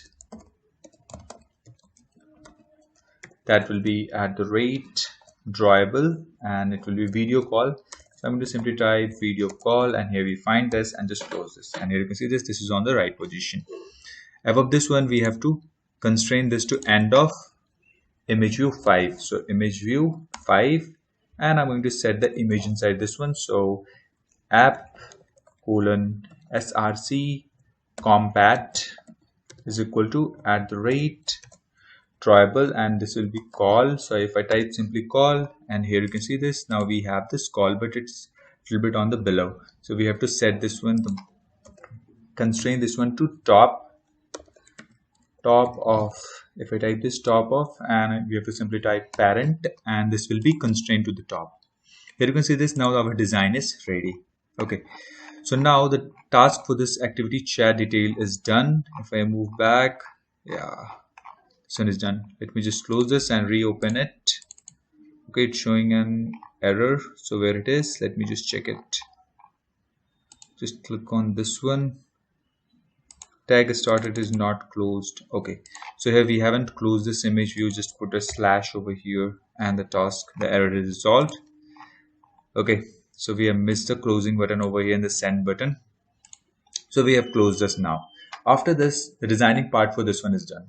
Next thing what I want is when I click on this one, let me just open our BD chat on which we are working. So click on this, and here now the activity is added to our project. And what I want is when I click on this, we want to move to a new activity. First task is this. For that, we have to move to the users adapter. If I go into this one, double click on this, and inside the user adapter, we have to move to the onBind view holder. OnBind view holder, here you can see this. Here we actually perform the operation of binding actually put the data into the recyclable into the each items. Okay, so here with the help of this holder, I'm going to access holder dot item view dot set on click listener.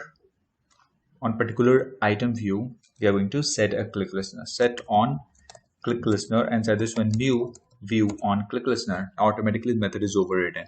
So what we are going to do is inside this one, these all are one item, unique item. So I'm going to set a item view click listener, in particular click listener. Okay, so at whenever this one is clicked, we want to move to the new activity. Okay, so for that I'm going to create a new intent is equal to, and this will be new intent, and inside this one we have to pass the context. So I'm going to pass the context, and from this context to move to, we have to move to the chat detail activity.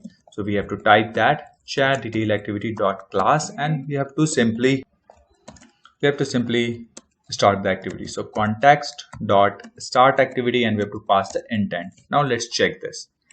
Restart the application, and for now if I click on this, nothing happens. So Gradle build is running, and within few seconds installation will be in progress, and installation is done, and it will open our project or app. So now when I click on this, the new activity is open. Inside this one you can see an extra this toolbar which we don't want. So I'm going to hide this one, and we also need to put some content, that is the username, the data, and the image over here, and we have to activate this back button. Okay, so we are going to perform those operations. So just to minimize this, first I'm going to add the data into this one, this intent. So intent dot put extra, and here we have to give the ID for this one. So it will be user ID, and users dot get user ID. First we need the ID, we have put the ID. Intent dot put extra, and the second one will be the profile pic, and this will be users dot get profile pic.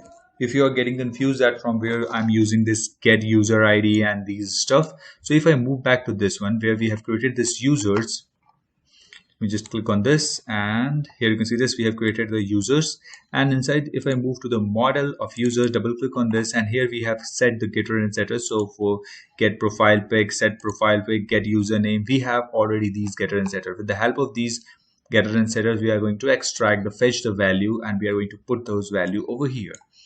So this, make sure you name the same, okay, because with the help of these name, we are going to fetch the data from the intent. So profile pic, okay, so we have set the profile pic, and after this I'm going to just pass intent dot put extra, and here we are going to put the username, and this will be users dot get username. Now we have passed all of this stuff with whatever it's required. So now the task over here inside the user adapter is done. Texting, where we have to move to the chat activity. So just open the Java class file for chat detail activity.class.java. Inside this one, first we have to create a activity chat detail binding. So make some space and type activity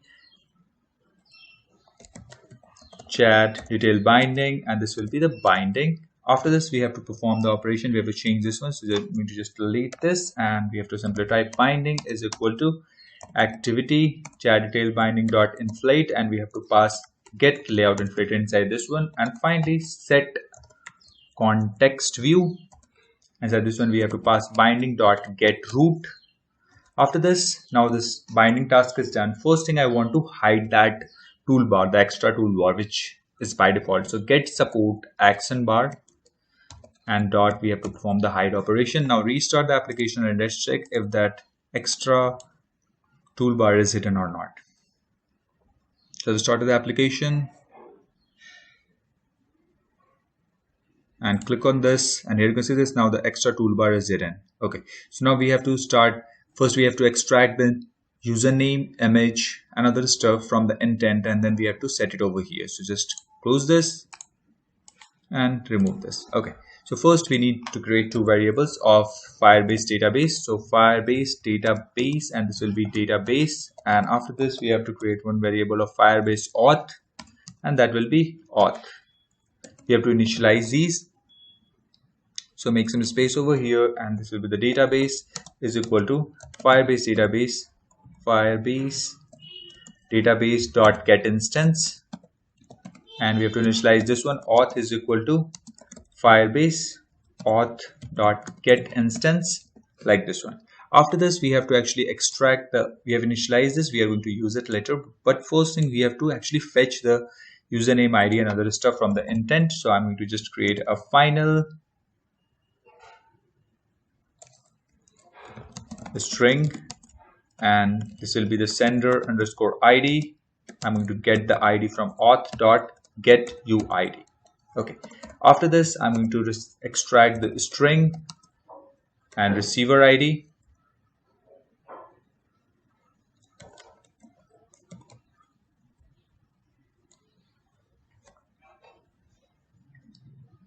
and this will be, we are going to extract this from intent. So get intent dot get string extra, and we have to pass the user ID.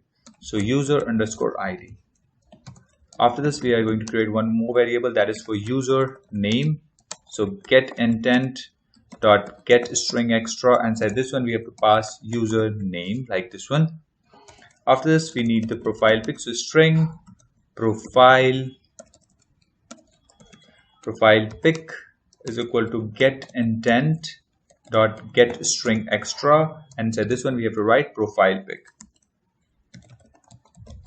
like this. Make sure these name, if you have this P in capital over here in the adapter, here you can see this P is capital, then make sure you follow the same camel case over here, the same text format, the same one.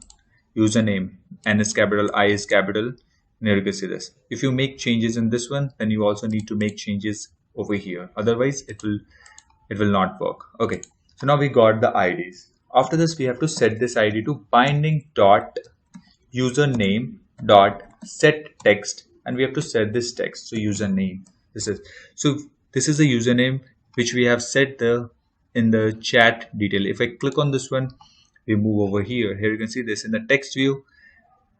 We have set this text view ID as user underscore name. So now move back over here. We have set the name over here. After this, I'm going to set the image. With the help of Picasso, we have added one dependency. With the help of Picasso, we can get the image. So get dot load, and we are going to pass this profile pic dot. If this profile pic is not available, if that one is empty, then we have to put a placeholder. So that is in the r.drawable.affiliator dot into, and I'm going to put this binding dot profile image.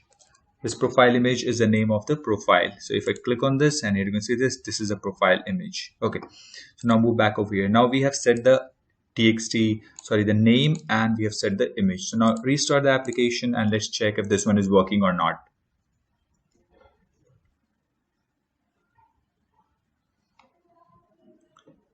So if I click on this, and here you can see the name is ABCD, and image is nothing because we don't have any image inside this one. So if I click on this, now here you can see we have this image, and this is the app on which we are working, that is BD Chat. So for sure everything is working. Next thing, here you can observe that when I click on this back, nothing happens. We have to click the device back button. So I'm going to design or write the code for this back button. Okay, so for that, what we have to do is the ID for that one will be back arrow, which we have set on click listener, and here we have to write new view dot on click listener. Inside this one, we have to just move from this intent to the previous intents. So intent, so to type intent is equal to new intent, and here we have to pass from on which activity we are, so that we are in chat detail activity dot this, and we have to move to the main activity dot class. And now we have to simply start the activity. So start activity, and we have to pass the intent. So now if I restart the application, we will observe that this back button will work. So now Gradle build is running, installation is in progress, and the application restart is done. So if I click on this and move back over here, and we have the image and we have this name. When I click on this, now we move back to the main activity. If I click on this, the image is visible and the name is also visible, and we can also type inside this one. This one will not work for now because we haven't coded for that. So minimize this, and this back button is working. So that's it for this video, guys. The next video, I'm going to show you how to design the custom layout for the send and receive. This will be on the send, and this will be on the right side of the received. Okay, so let me just show you that what we are going to develop in the next video. So I'm going to open the complete app, that is the WhatsApp. And inside this one, we have the old conversation. So if I open the Rohit, I'm going to show you how to design this layout. This one, this is for receiver, this is for sender. Okay, so just stay tuned, subscribe, and share with your friends. Thanks for watching. Hello everyone, welcome to my YouTube channel. In previous video, I have shown you how to add a click listener on item view inside this recycler view. When I click on this, I have shown you how to design this new activity and how to actually extract the image and the username from the Firebase database and show it over here. So, and how to perform this back button. I've also shown all of these stuff in my previous video. So if you haven't watched that video, then just go to description. There I put the link for my previous video. Okay, so in this video, I'm going to show you how to design for the sender and receiver items. So let me just show you what exactly we are going to design. So let me just close this, and I'm going to open my complete app, that is WhatsApp. And if I open it, and it will take few seconds to load. Okay, here you can see this is Rohit. So if I click on this, here you can see this, for the receiver we have a separate design, and for the sender we have a separate design. And this design is actually, the width of this design is same as the text size. Here you can observe this is I am good is small, then this sender view is also small. Here you can see this, the receiver text is large, so this view is also large. So I'm going to design these stuff. After that, we are going to set this and we perform the send and receive operation. Okay, so let me just close this and let's start designing with this one. So first thing what we have to do is, let me just close all of these because we don't need these for now. I'm going to collapse this all because we are going to work only on the drawable and layout. So first I'm going to add two drawable files into this one. So one is for this backend.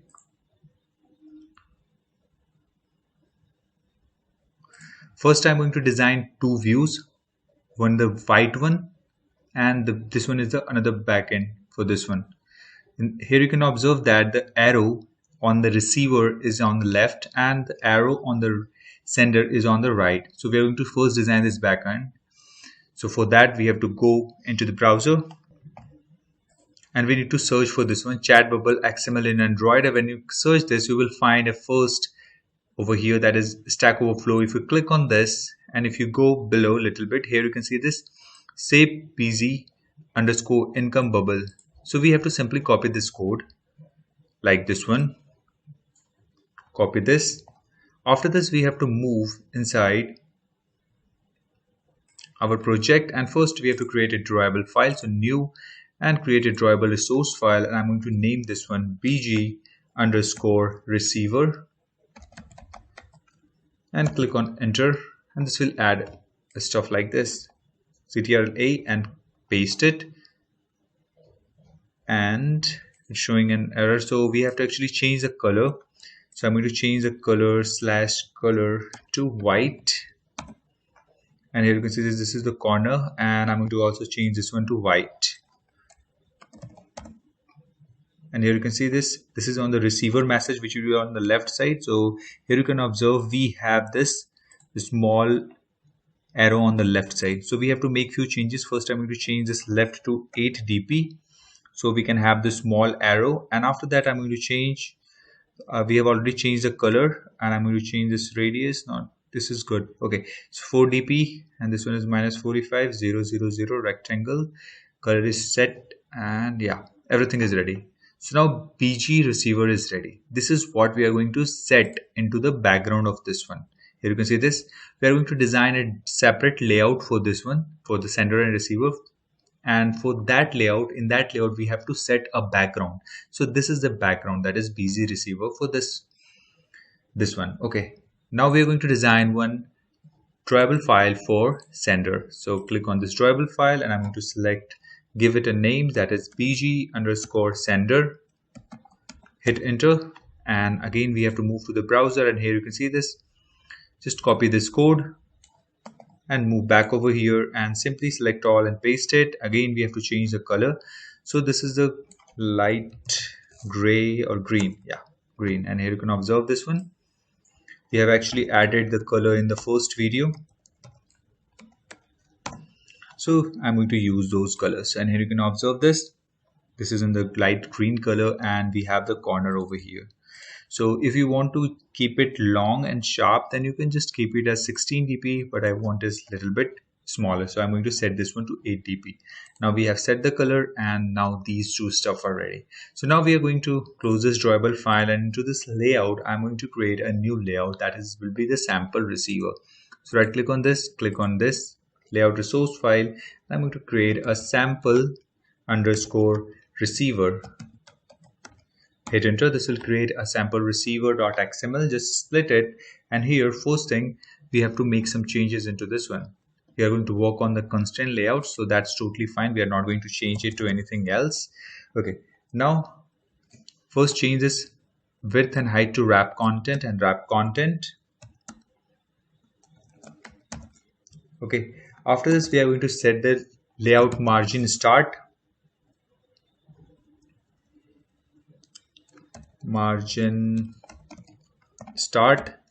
and I'm going to set this one to 5 dp. I'm going to set the margin from all sides, so left will be of 5 dp and from top it will be of 4 dp, from right it will be of 7 dp. After this I'm going to set the background for this one. So background will be @drawable,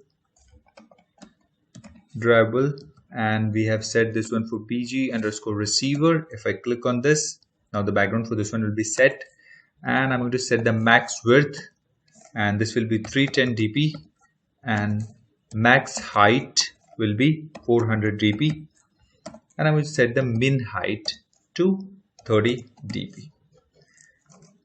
Okay, So these constraint layout, we need to set the max and min height, because suppose if there is a small message, then it needs to be for that much message only. Here you can see this, we have this, and I'm going to send a long message like I am ABC, and I'm going to type like this one, and if I send it, and here you can see this, now the width for this one is this much only, and the height for this much is the increase. So we are going to set a maximum width. So this is what we have done over here. So max width will be 310 dp. So this is 310 dp width, and the maximum height will be 400 dp. I can still type a longer message than this one. This is not 410 dp. Okay, so we are actually setting the message for now at the receiver for this one. Okay, so this needs to be set similar in the both the sample receiver and sample sender. Okay, so not to worry about that. So we have set these properties for this one. Inside this one, we have two text views. One is to show the message and one is to show the time. So I'm going to create one text view, and this height and width will be wrap content, and wrap content, I'm going to set the ID for this one. ID will be receiver text. After this, I'm going to set the layout margin. Layout margin will be of 8 dp. After this, I'm going to set the input text type, input type, and it will be text long message, and it will be text multi-line message like this one. Okay, it's showing some sort of issue. Yeah, now issue is resolved. Actually, I have put one extra space, that's why it's showing in the red color. After this, I'm going to set a max width for this one, that will be of 270 dp, and min width will be of it will be of not 200, it will be of 50 dp. After this, I'm going to set the text. So text for this one will be text view. Now you can see this. Now we can see the text over here. Let me just zoom it, and here you can see this. We can see the text. After this, I'm going to constrain it to top of. You can manually constrain it with the help of GUI, but I'm going to constrain it with the help of code. That is actually simple. Okay, so constraint bottom to top of, and we are going to constrain it to top of the time over here. So we haven't added the time, so we can't put the ID for that one over here. So I'm going to create one text view over here for now, and this will be of wrap content, and I'm going to set the ID for this one. That will be receiver time, and let's close it for now. Okay, we are going to work it on this one later. Okay, so this is showing an error. This is receiver text, and here we are going to put it over this receiver time. So I'm going to put it ID receiver time above this one. After this, I'm going to set to end of. Now our layout is out of the box because this layout is in the center and in the middle of this. Okay, so we are going to constrain it properly. After that, it will be on place for sure. To end to end off, and I'm going to set this one to parent. After this, I'm going to constrain it to start off. Constrain this to start off, and I'm going to add a guideline over here. Okay, so we also have to add a guideline. So I'm going to add a guideline over here first. Make some space, and I'm going to add a guideline, and the height and width will be for this one wrap content, and wrap content I'm going to set ID for this one. ID will be guideline 2, and I'm going to set the orientation to vertical, and I'm going to set this one begin, this one the app layout constraint guide begin to 16 dp like this one, and just close this. Here you can see this. Now this is our guideline actually. So whatever text we are going, whatever the image text view we are going to put, it will be on this right of this guideline. So that's why we put this over here, so that the cone, the arrow of the message, here you can see this, we're going to put a guideline over here, so whatever text will be appear after the guideline. So that's why you can see the blank space over here. In the same way on the sender messages also. Okay, so we are going to do that. So now we have successfully added the guideline. After this, I'm going to constrain these text view with the guideline so that it will be on automatically on the right place. So this will be ID, and I'm going to put the guideline 2, and I'm going to, here you can see this, now this rectangle automatically move on the right of this guideline. If I remove this, if I press the Ctrl Z key, and now this ID will be removed, then automatically it will move on the left. Okay, so ID, and it will be guideline 2. After this, we are going to constrain this to top to top of parent, and it will automatically come under the this one. Okay, after this I'm going to set this vertical bias, not this one, constant vertical bias, this one. I'm going to set this one to 1.0 like this. This is still out of the box because we haven't aligned this second text view. So I'm going to align this or constrain this properly so that we can adjust it. So I'm going to set the margin first. So margin end, and margin end will be of 4 dp. After that, I'm going to set the margin right. So margin right will be also of 4 dp, and bottom margin. So I'm going to set this one to 3 dp or 4 dp. It's on your choice. And I'm going to set the text, default text will be 12:56 PM like this one. And I'm going to set the text size to 10 sp, and I'm going to constrain this one to bottom of parent. And after this, I'm going to constrain this to end of parent like this one. And here you can see this, now this one is constrained and it's looking nice. If I zoom out, and you can observe this. Okay, so if I set a background color for this one, not this one, okay, this, okay, we can't see that busy receive because it's not visible. This corner shape is not visible. What I'm going to do is I'm going to change the background color for this one so that we can see the difference. So if I change this one to black, or not black actually, I'm going to change this one to color primary like this one, and I'm also going to change this one to color primary so that we can see the output of that. So color primary, so here you can see this, now we have the corner. If I move back over here, now here you can see this, how actually this one is designed. Okay, so previously the background is also white color and the text, the design is also in the white color, so we can't able to see the exact output. But now we can see the exact output. Our receiver part is ready. So the text view will be of this one. If I increase the text inside this, let's check what will happen. If I increase the text like this one, and here you can observe the maximum width will be of this. If I increase this maximum width, allowed width, to more than 270, then it will extend till there. Okay, so for now this one is 270. So this one is looking nice and it's working fine. Okay, so I'm going to just undo it, and I'm going to reverse the color over here. I'm going to change this one to white and this one to white also. And now this is the task for the sample receiver is done. Now I'm going to create a new layout that is for sample sender. So create a layout, and this will be sample sender underscore sender, and hit on enter. After this, click on split, and here first I'm going to set some properties inside this one. That now sample sender is created. So first thing what we have to do is we have to change this constraint layout to relative layout, and we are going to work on the relative layout. Okay, so inside this relative layout, first we have to change the height and width to wrap content,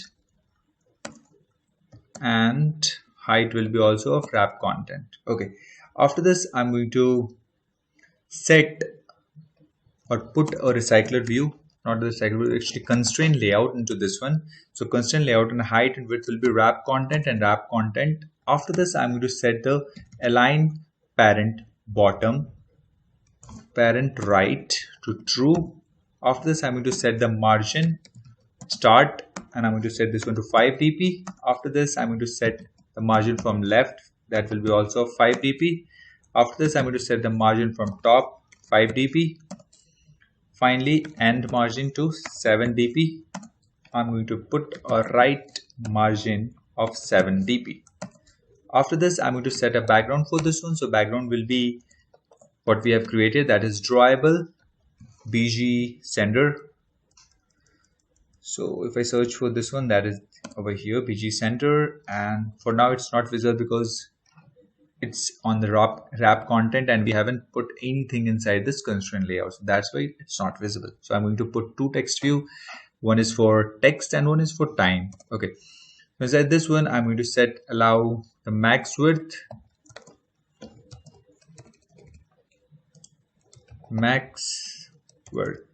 let me just type like this, Android max width, it will be 310 dp like this one, and Android max height is equal to, it will be of 400 dp, and Android min height is equal to 30 dp. And here you can see this, the min height is automatically set, that is of 30 dp. And let me simply close this. Inside this one, we have to put a guideline first. So I'm going to put a guideline inside this one.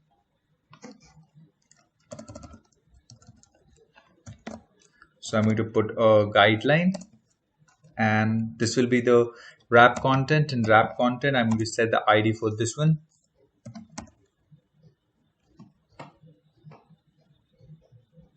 And the ID for this one will be guideline 2. I'm going to set the same ID. That doesn't make any sense. That doesn't make any change in our coding style. Okay. I'm going to set the orientation to vertical. And after that, I'm going to constrain guide. And I'm going to put a end, this one, constrain guide end to 16 dp, and just close this. Now our guideline is ready. After this, we have to put one text view, that is for message. So text view, and this will be the sender text. So height and width will be wrap content, and wrap content ID will be sender underscore or text like this one. After this, I'm going to put some padding. So start margin start, and I'm going to set this one to 8 dp. Margin left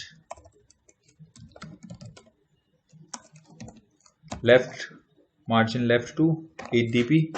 Margin top and bottom to 4 dp. So margin top to 4 dp and margin bottom, I'm going to set this one to 3 dp for now. Okay, after this, we have to set the input type. So that will be text long message, and it will be text multi-line. Okay, we don't need to put this space over here. Yeah, that's totally fine. After this, I have to set the max width, that will be of 270 dp, and min width will be of 50 dp. After this, I'm going to set the text inside this one, that is, I'm going to set btechdays. And when I put the text, now you can see the color over here. Now the background is visible, but we haven't constrained this with the guideline. That's why it's btechdays. You can see this out of the box, out of this message pop-up. Okay, so we are going to adjust this by constraining this with the guidelines and also with the time. Okay, so btechdays, and now before we constrain this, I'm going to add one more text view. So text view, That will be the sender time. So height and width will be wrap content, and wrap content I'm going to set the ID for this one. That will be the sender time, and I'm going to set the margin end. That will be a 4 dp, and margin right, that will be a 4 dp. After this, I'm going to set this margin to bottom. That will be a 4 dp as well. After this, I'm going to set the text. With text, I'm going to set this one 12:45, and this will be PM, and make some space over here, or just leave it like this. Okay. After this, I'm going to set the text size to 10 sp. Now, for now, this text is overlap over this one. Okay, so I'm going to constrain this properly so that it will appear on the left corner of this one. Okay, so first I'm going to constrain to bottom of parent, and this will be to start of, end to start of at the rate ID, and it will be guideline 2. Here you can see this.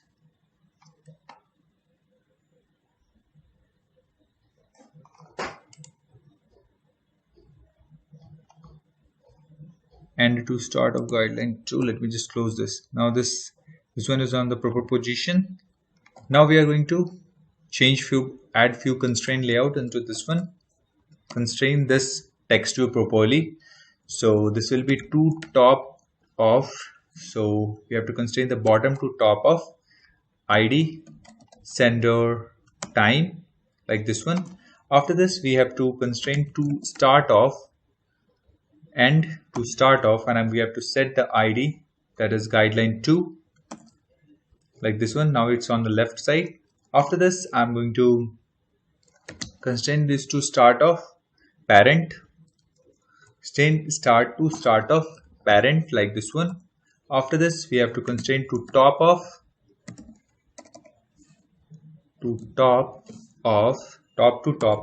parent, like this one. And finally, we have to set the bias, this one, and we have to set this one to 0.0. And here you can observe now this time is set. Actually, I explained you wrong a little bit.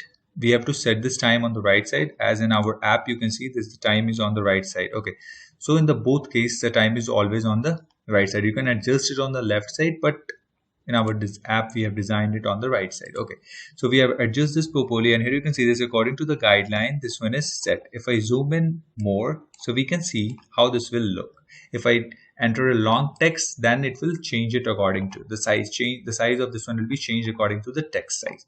Okay, so now we have actually created the sample sender and the sample receiver in this video. So that's it for this video, guys. In the next video, I'm going to show you how to actually send message from one user to another user, and how to show those texts in these views, and also how to store those messages in the Firebase database. So till then, subscribe, like, and share with your friends. Thanks for watching. Hello everyone, welcome to my YouTube channel. In previous video, I have shown you how to design this sample sender and how to design this sample receiver. Here you can see this. If you haven't watched this video, then just go to description. There I put the link for my previous video, or you can simply do one thing, just click on the suggestion on the right side of the screen. Okay, so in this video, I'm going to create a model class that is for message and one adapter that is for chat adapter. Okay, so let me just open my Java and click on this one, and here inside the model, first I'm going to create a message model. So inside the message, we are going to store the message and the message ID and the user ID and the timestamp. For that, just right click on this. First we have to create a Java class. Click on this, and here I'm going to name this one message model. Hit on enter, and it will create a class like this. Here we need three things. First is string, and this is user ID, and second is message, and third is message ID. After this, I need a timestamp, so that is long type, like this one. And after this, we have to create a constructor for this one. So alt and insert, or right click on this and click on generate, and you will select constructor and select all of these. not these all. I'm going to select these UID, message and timestamp for this one and click on OK. This will generate a constructor like this one. After this, I need another constructor. So click on this, select on this one and select the ID and the message. Click on OK. This will generate another constructor and one empty constructor that is for Firebase. So public message model like this one, and just this is like this. Okay, after this we need to generate a getter and setter. So click on this, generate getter and setters and select all and click on OK. It will generate a getter and setter for every variables. Okay, so now the task for this message model is done. Next thing what we have to do is we have to create one adapter. So I'm going to close these all, the previous one. Okay, inside this one we have to right click on this, select new and select Java class, and here we have to create a chat adapter. So I'm going to name this one chat adapter. Hit on enter, it will create one class. Inside this chat adapter we are going to actually create two view holder class. There are two views. Let me just open my app so that I can show you what exactly I'm trying to explain. Okay, so my emulator is being started and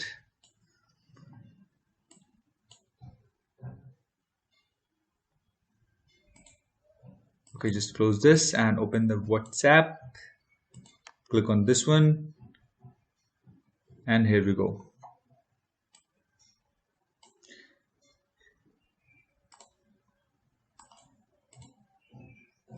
If I go inside this one, not in this one, and here you can see this, we have two different views.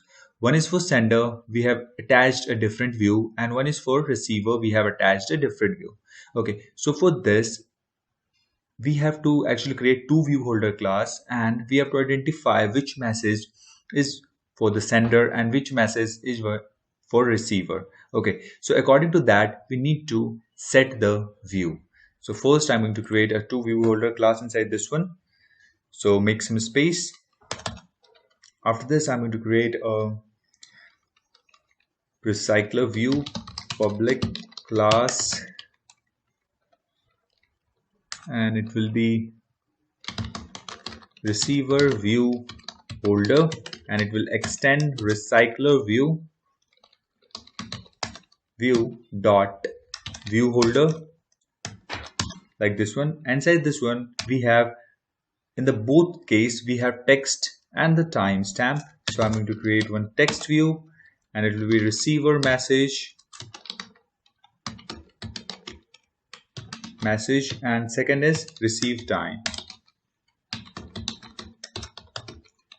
After this I'm going to create this public receiver view holder and this will be at the rate, and what I can do is I can simply click on this one, click on this, create constructor matching super, and here you can see this one is created, and just delete this one if you have in your app, in your project. Okay, after this we have to just connect it. So receiver message is equal to item view dot find view by id r dot id dot receiver.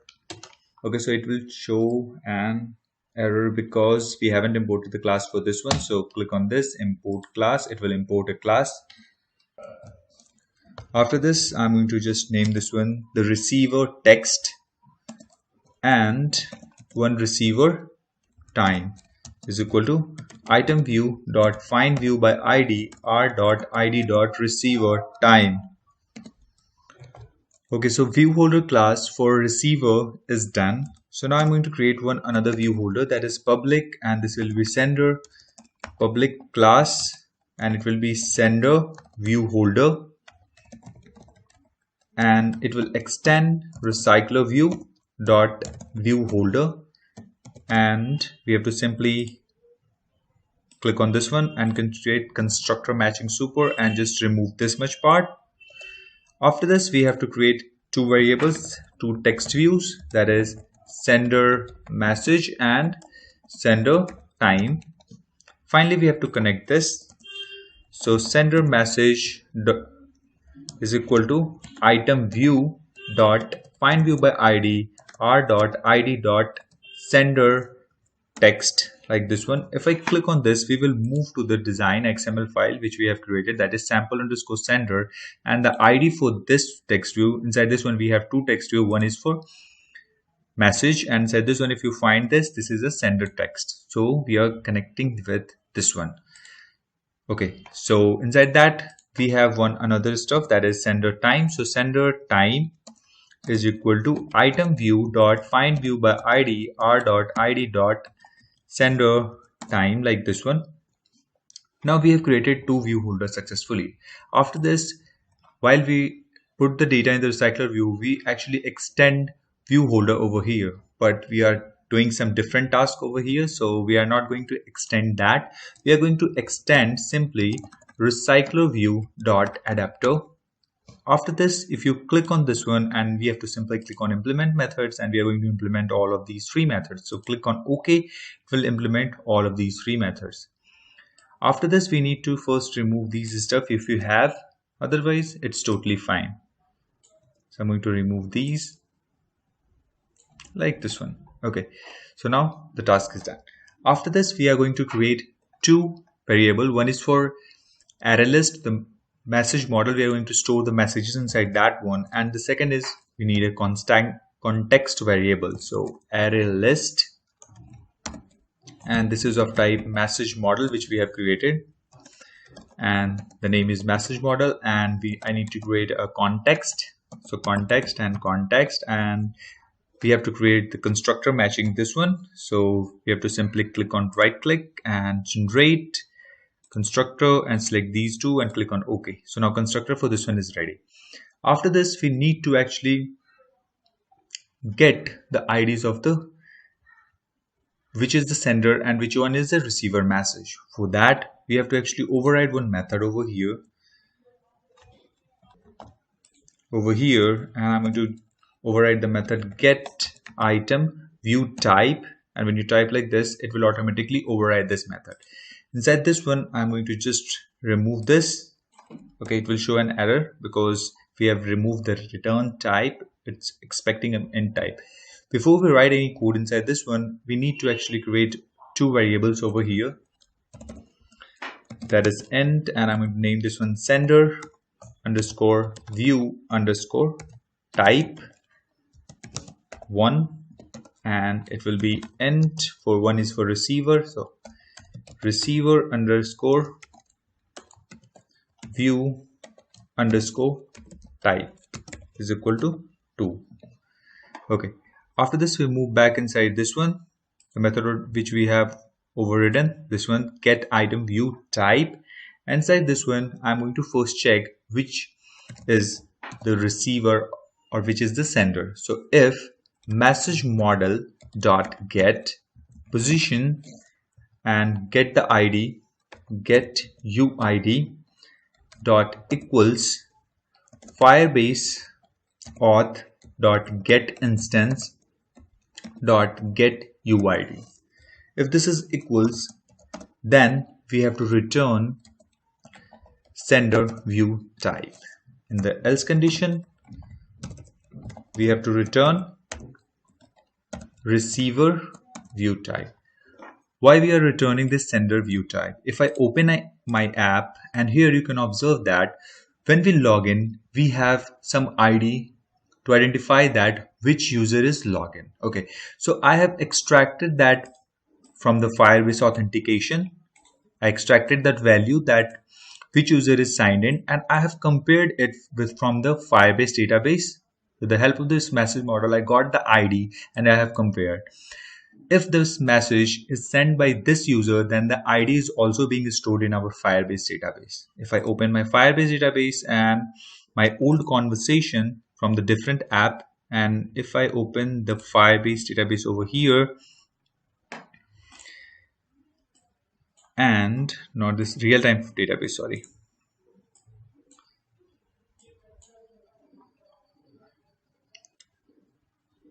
Okay, this is the wrong one. Yeah, this one. if I go inside this one, that is users, and not users, actually chats. If I go inside this one, you can observe that every message is stored with some ID. So I get this ID from the message model and I compare with the sign in user ID. So if these both IDs being matched, then this message is sent by the sender. Okay, sent by the user which is login. It means that this needs to be shown on the right side. That's how we are actually identifying this code. So if I move back over here, now you understand the logic behind this one. After this, we need to actually return this one, return 0. I'm going to just return the array list. This one is okay, message model. We have named this one array list message models. Okay, so I'm going to return the message model size. So message models dot size. Okay, after this we need to actually bind the view on create view holder inside this one, on create view holder. Yeah, inside this one I'm going to return this, delete this one for now, and inside this one we have to check that if view type is equal to sender view type, then we have to simply type view is equal to layout inflator dot from context and dot inflate r dot layout dot sample sender, and we have to pass the second argument as parent and third one as false, and finally return the new sender view holder, and we have to pass this view. In the else condition, this is for receiver, so view is equal to layout inflator dot from context dot inflate, and here we have to pass this another layout dot sample receiver, and we have to pass parent, and this one is false. After this we have to return new receiver view holder, and inside this one we have to pass the view. Now the task for this one is done. After this, what we have to do is we have to go into this onBind view holder.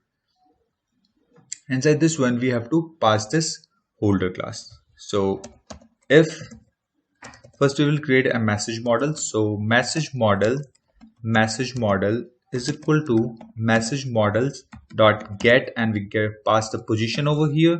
So we will get the position and the messages from it. After this we have to pass this holder dot get class, and we will compare it with sender view holder dot class. If it matches, then what we have to do is we have to simply pass sender view holder dot send message dot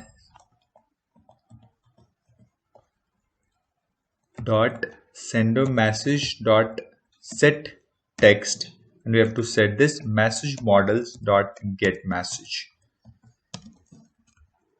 like this one.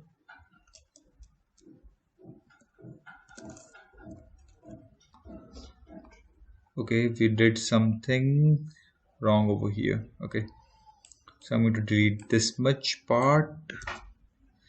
Yeah, like this one, sender view holder dot sender message dot set text message model dot get message. In the else condition, we have to set for receiver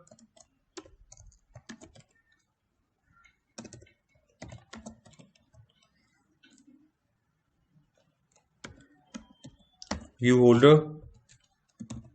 holder dot receiver message dot set text message model dot get message, like this one. Now the task for this one is done. So now we have created two view holder class. We have returned the message model size.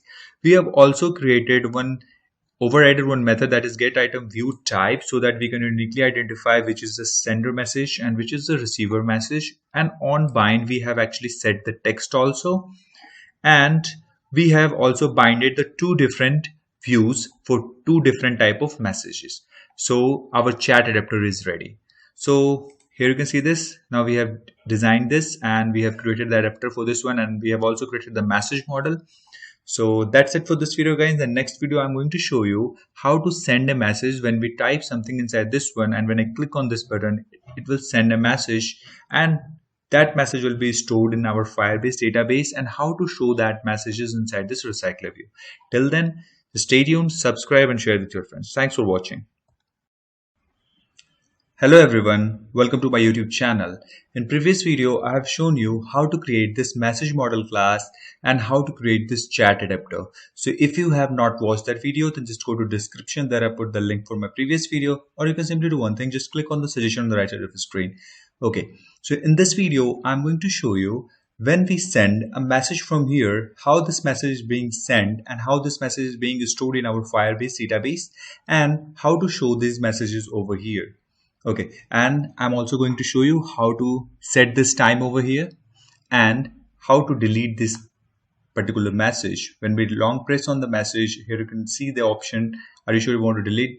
Yes and no. If I click on yes, it will delete a message from the database, and this message will not be visible over here. So let's start with that. So this is a complete app, that's why everything is working. If I open my BD chat on which we are working, if we click on this one, here you can see this, we don't have any GUI anything over here, and if I click on this and click on send, nothing happens for now.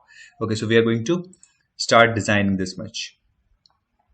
So just minimize it, and first thing we have to move to this chat detail activity.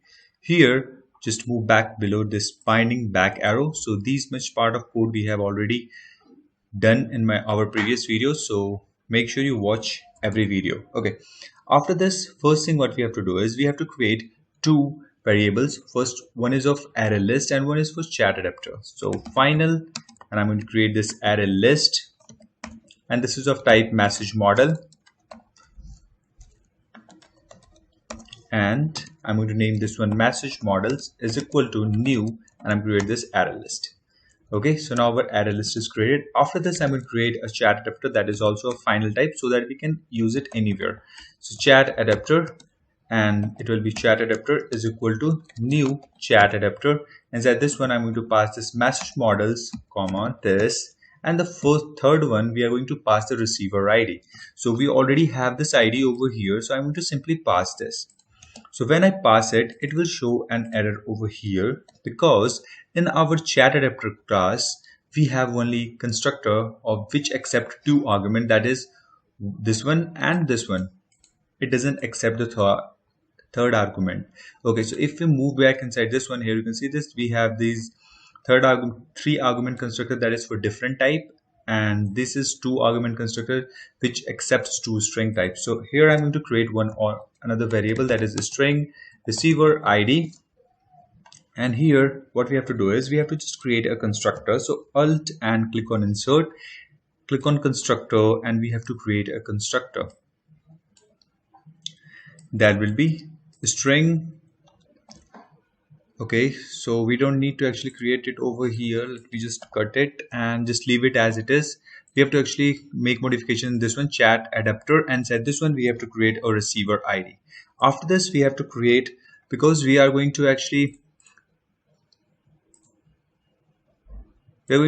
pass this in the chat adapter. Here you can see this, we are actually passing this values, three values in the chat adapter. So we have to create the variable constructor over here. So if I click on alt and insert, now we can create a constructor. By mistake, I went into this message model. So first thing, this one, second is context, and third is receiver ID. And if I click on OK, it will create a constructor. And now the issue is resolved. Okay. After this, what we have to do is we have to just start binding first to the chat recycler view dot set adapter, and inside this one we have to set the adapter, and the adapter is chat adapter. So where we have to bind the views in the chat recycler view, if I press the CTRL key and click on this one, it will move to our chat underscore detail activity XML file. Inside this one, for this recycler view, then ID for this one is chat recycler view. So in this recycler view, we are going to bind the views. So I move back over here, and here you can see this, I have written the same stuff. After this, we have created the linear layout manager object. So linear layout manager, it will be layout manager is equal to new linear layout manager. Inside this one, we have to pass this. This will be the context. After this, we have to bind this layout manager with the recycler view. So chat recycle binding.chat recycler view dot set layout manager, and inside this one we have to pass this layout manager. Now we have set this one. Okay. After this, we need to create two variables, that is for sender room and another is for receiver room. So I'm going to create the two variables. So final, and it will be of a string type, string sender room is equal to sender ID plus receiver ID, and another is for final of a string type, that is for receiver room, it will be receiver ID plus sender ID. This is used to identify which user is the sender and which one is the receiver. After this, we have to perform a click operation on this send button on this image view. Okay, so the ID for this one is send. So if I move back over here, and here we have to create the variable, the click listener on that one. So binding dot send dot set on click listener, and say this one we have to write new view on click listener. If I click on this, automatically method is over here. Okay, so on click method is override. So first thing what we have to do is we have to extract the message from this particular text field or edit text. Okay, so for that we need to store that in a variable. So string message is equal to binding dot, and the edit text name is enter message. So if I move back over here, click on this, the ID for this one is enter message. Move back over here, and the same stuff is over here. And from this, we need to extract the text. So get text and convert this one to string. After this, I'm going to create a final variable of message model. So message model is equal to new message model. Inside this one, we have to pass the sender ID and we have to pass the message. Okay. After this, we need to put the timestamp. So model dot set timestamp, and we have to pass new date dot get time. With the help of this timestamp, whenever we are going to extract this timestamp and convert it back to the time, and we are going to set this with the message, that when this message is being sent or when this particular message is received. Okay. After this, we have to clear the edit text. So binding dot enter message dot set text, I'm going to set the null over here. So now if I restart the application and move back over here, so this is our app, it's being Gradle build is running and it will restart our application. For now, if I click on something and click on this, nothing happens, but once it will be reinstalled and we will see what will happen when I click on that particular button.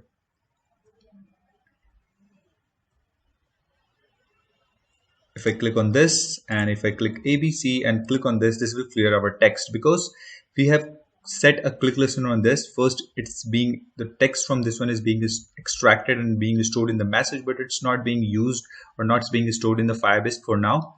At last, we are actually clearing the fields. So this one part is working fine. After this, we have to store this in the database. For that, we need a database reference. So we have already created one Firebase database and we have initialized it over here. Actually, we got the instance for this one. After this, we have to just get reference dot child, and inside this we are going to create a new child, that is chats. We are done with the users. If I move back to the Firebase, here you can see this, we have only one node, that is of users.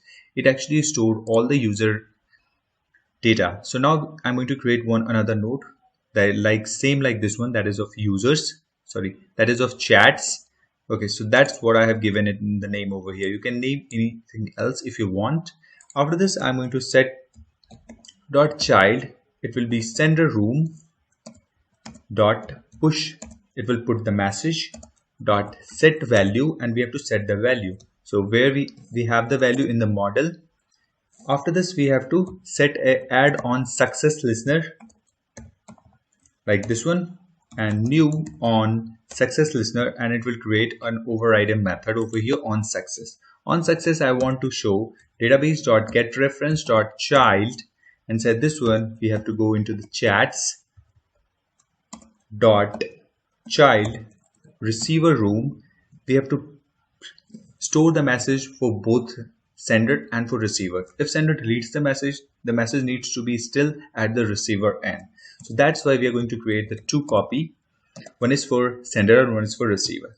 Dot set value, and we have to pass model again. Dot add on success listener and new on success listener, and say this one we don't need to perform any operation. It's showing an error. Just click on this and click on this, and you can also show a toast message. That message is sent successfully. So what we did is, first, if a sender send a message, then it needs to be stored into a separate node for sender, and that same message needs to be stored at the receiver end also, so that we can uniquely identify which message is being sent and which message is received. So I'm going to restart the application and move back to the Firebase. So installation is done. Here you can see this, our app is open. If I move back into this one and click on ABCD, and I'm going to just click on hey, how are you, and question mark, and click on send, and here you can see this new node is created, chats. If I open this, here we see this, we have two nodes, and if I expand it, and here you can see this, there are two times hey, how are you is stored. One is for the sender and one is for the receiver. That's why we are going to identify that which one is sender and which one is receiver. Okay, so this is the ID at the both end. Okay, these IDs are different. Here you can see this, one is for sender and one is for receiver. Okay, so now you understand that what exactly is going on over here. So now we have actually stored our message in this one.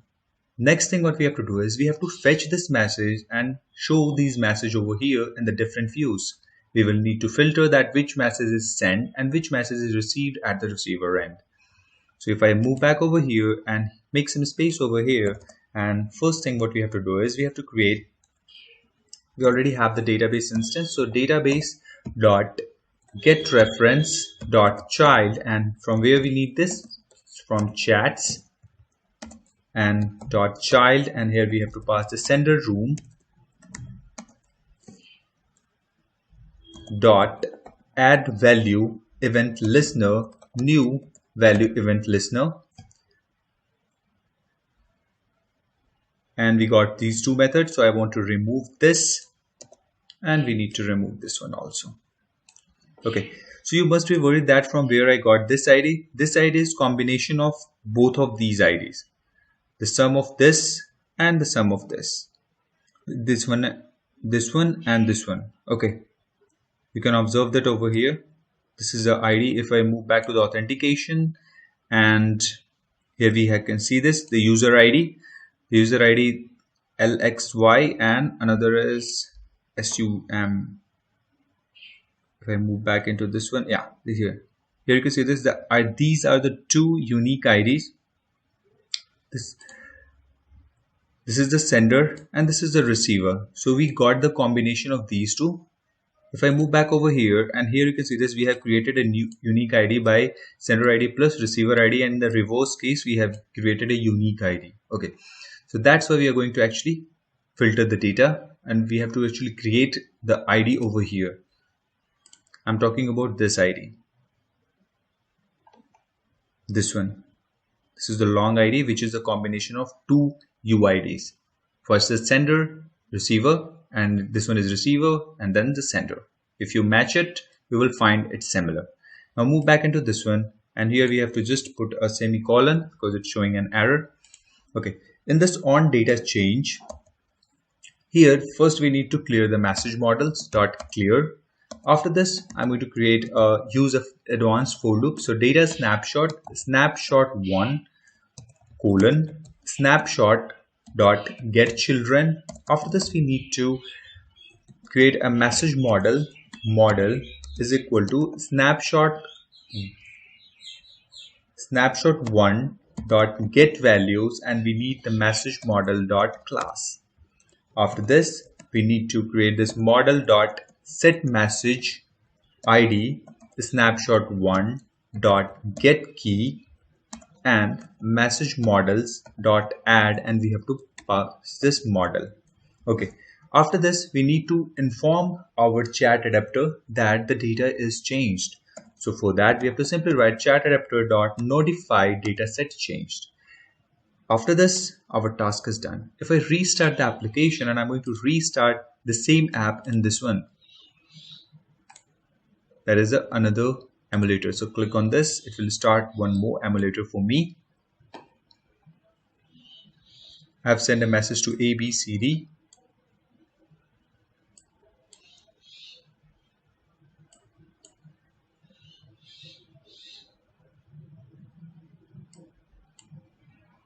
Okay, so we need to log in abcd@gmail.com and the password will be 123456.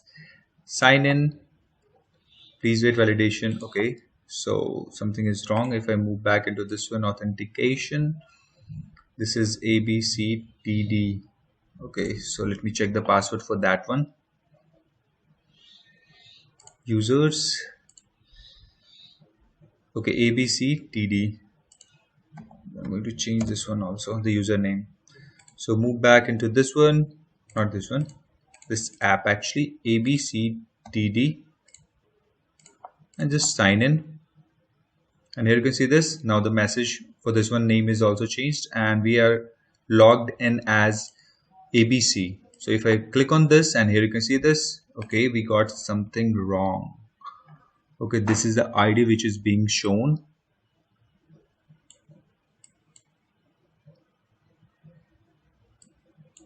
Okay, wait for a minute.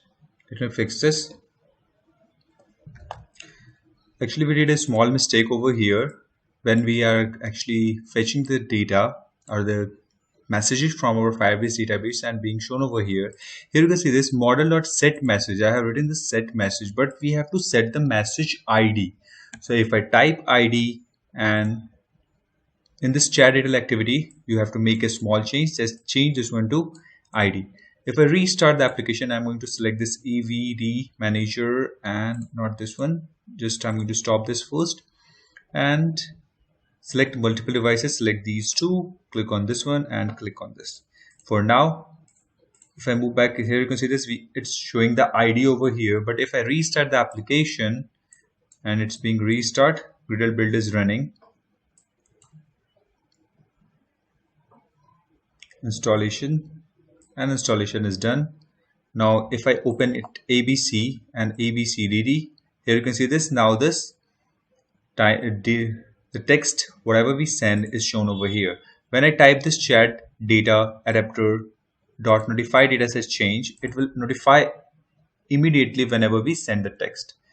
Yes, if I type yes and click on send, here you can see this yes, and yes is received. So here you can see this. Now the text is being set whenever we send the message, and the sender side, it will be on the right side in the green light green box, and this is the receiver field. Okay, so here you can see this one is working fine. Next thing what I want is when I long press on this, it will show a delete pop-up and it will ask me to delete the text. If I click on yes, then only it will delete the text. For that, we have to move into this one, that is the chat adapter, and here we have to move inside this one, that is onBind view holder, and here make some space. Here we have to type holder dot item view dot set on click listener, set on long click listener. Inside this one we have to pass new view on click listener, and here it will show a message like this, return false by default. So we're going to leave it and make some space over here. Here first thing what I have to do is I have to show a alert dialog box. So new alert dialog, and I'm going to build it. So builder, and I'm going to pass the context inside this one dot set title. I'm going to set a title delete, After this, I'm going to set a message, set message, which will be shown to the user. Are you sure you want to delete this message? Like this one. After this, we have to set positive button, and set this one we have to type yes, and it will be new dialog interface dot on click listener, and here we want to delete this one. Okay, and we also have to set a negative button, so dot set negative button, and set this one we will name this one no, and whenever a user click on this new dialog interface, and here just I want to dismiss the dialog dot dismiss whenever user click on this. So before we code anything inside this one, let's check if this pop-up is visible or not. That is a dialog. So if I move back into this one, and now Gradle build is running, installation is done, and it will open our app. So if I move back into this one and click on this, and if I long press on this,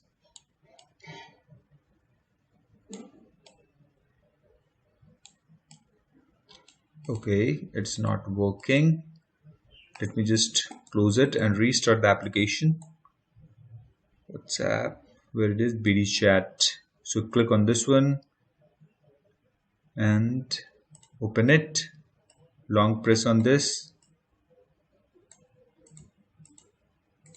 Okay, we are having some sort of issue. Okay, let me check this. Just to minimize it.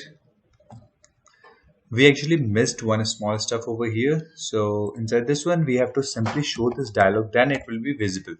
So if I restart the application and move back into this one, and here what I'm going to do is I'm going to just click on this and long press on this, and here you can see this delete. Are you sure you want to delete this? If I click on yes, nothing. If I click on yes, it will enter into this one and it will delete this message. If this message is deleted, then it needs to be hidden from here. But at yes click event, we haven't done anything. If I long press on this, if I click on no, I'm going to dismiss this dialog. So I click on no and this dialog will be dismissed. Now I'm going to code inside this one. Whenever this one is clicked on selected yes, then I want to delete the particular message.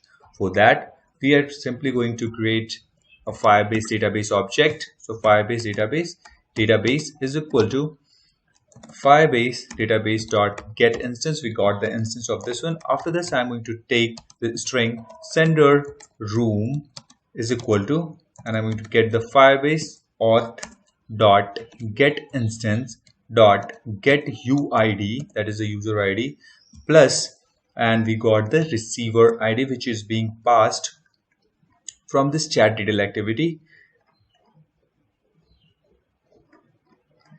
In the chat detail activity, we are passing the receiver ID over here when we creating the chat adapter.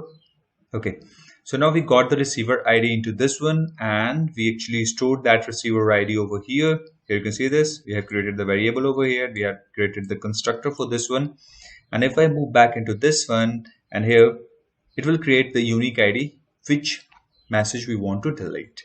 Okay, after this, I'm just going to create. Sorry, we got the instance of database. So database dot get reference dot it. The message is under child, that is chats, and chats dot child, and it will be under sender room dot child. Inside this one, I'm going to pass this message model dot get message ID and dot set value to null, like this one. Now the delete operation is done. If I click on yes this time, this will delete the message. So if I move back, I'm going to start it in the multiple devices. Just open it, and this one also. It will click on this. Okay, so Gradle build is running and installation is done on the both devices. Move back into this one, long press this, click on S, and here you can see this. Now this one is removed. If I move back into this one, here we have this edge. Okay, so I'm going to collapse these all and just open the chats, open these and these. Okay, so at the both end, at one end we have 4 and at one end we have 5, because we have deleted message from one end, from the sender end, but we haven't deleted at the receiver end. So if I delete this one, long press this and click on yes, it will, here you can see this one is red, now it will be removed.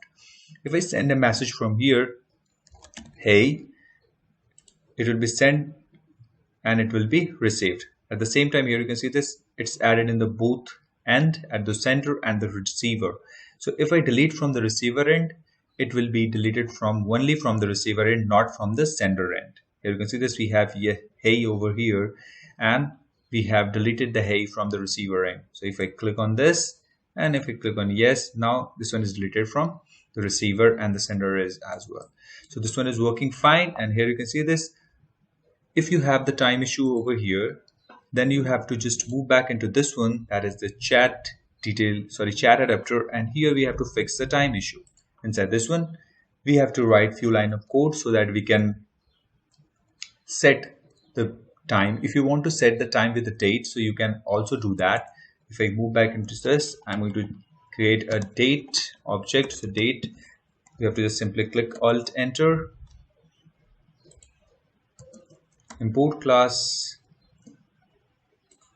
just click on this, Alt Enter, not like this, it's date, not data. Date is equal to new date, and so this one we have to pass the message models dot get timestamp. I'm going to get the timestamp, the message model. If I enter into this one, timestamp, okay, we have the getter and setters for that, a get timestamp. If I move back into this one, and we have message models over here on the top. Yeah, we have this message models. This is an array list actually, that's why it's not, we can't able to fetch from it.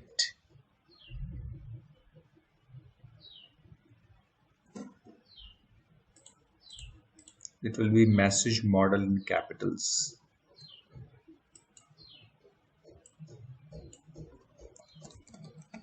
Message model dot, okay, message model dot get,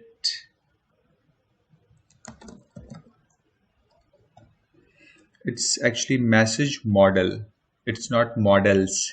So I'm going to remove this yes over here, and dot get timestamp dot get, you got the timestamp. Yeah, that's it. After this, I'm going to create and convert into a, with the help of simple date format, this one, and it will be simple date format is equal to new simple date format. Inside this one, we have to pass the pattern, what type of, what type you want the date or time. If you want it in the 24-hour format, or if you want it in AM and PM format, if you want the date when this message is sent and when this one is received. So I'm going to first set this to 24-hour format, so hour and second also. After this, I'm going to just pass this string, and I'm going to create str date, and it's equal to simple date format and dot format, and we have to pass the date like this one. Finally, we have to set into this one. Let me just open that. That is fragment, not fragment, layout, sample sender. If I open this, and here, or not this one, into this layout, we have this sender, and inside this one we have two text views. One is for time. Yeah, here you can see the sender time. So we are going to set that into this one. So if I close this, if I move back over here, and we have to simply copy and paste it. This one is sender message, so I am going to change this one to sender time. So sender time dot set message. If I restart the application at the both end, if I open the application,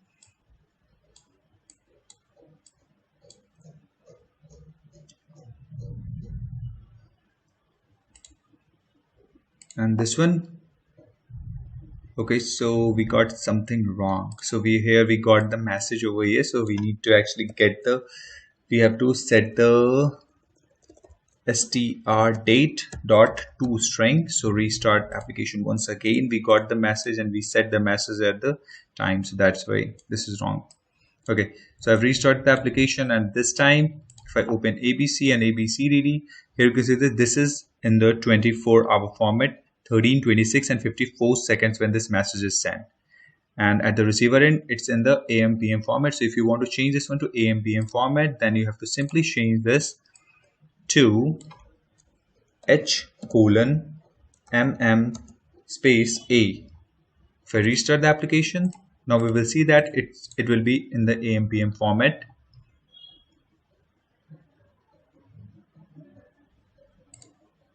Here you can see this 1:26 p.m. and here it's 1:16 p.m., 12:56 p.m. Here you can see this. This one is being set. Okay, so this 12:56 is by default time which I have set in these hard coded. Okay, that's why it's showing this time. But this time is the original time which we are going to set right now. So what I'm going to do is, next thing, if you want to set the date also, so for that you have to simply write like this one. So we have to write like this, like y dash month dash and day. If I restart the application,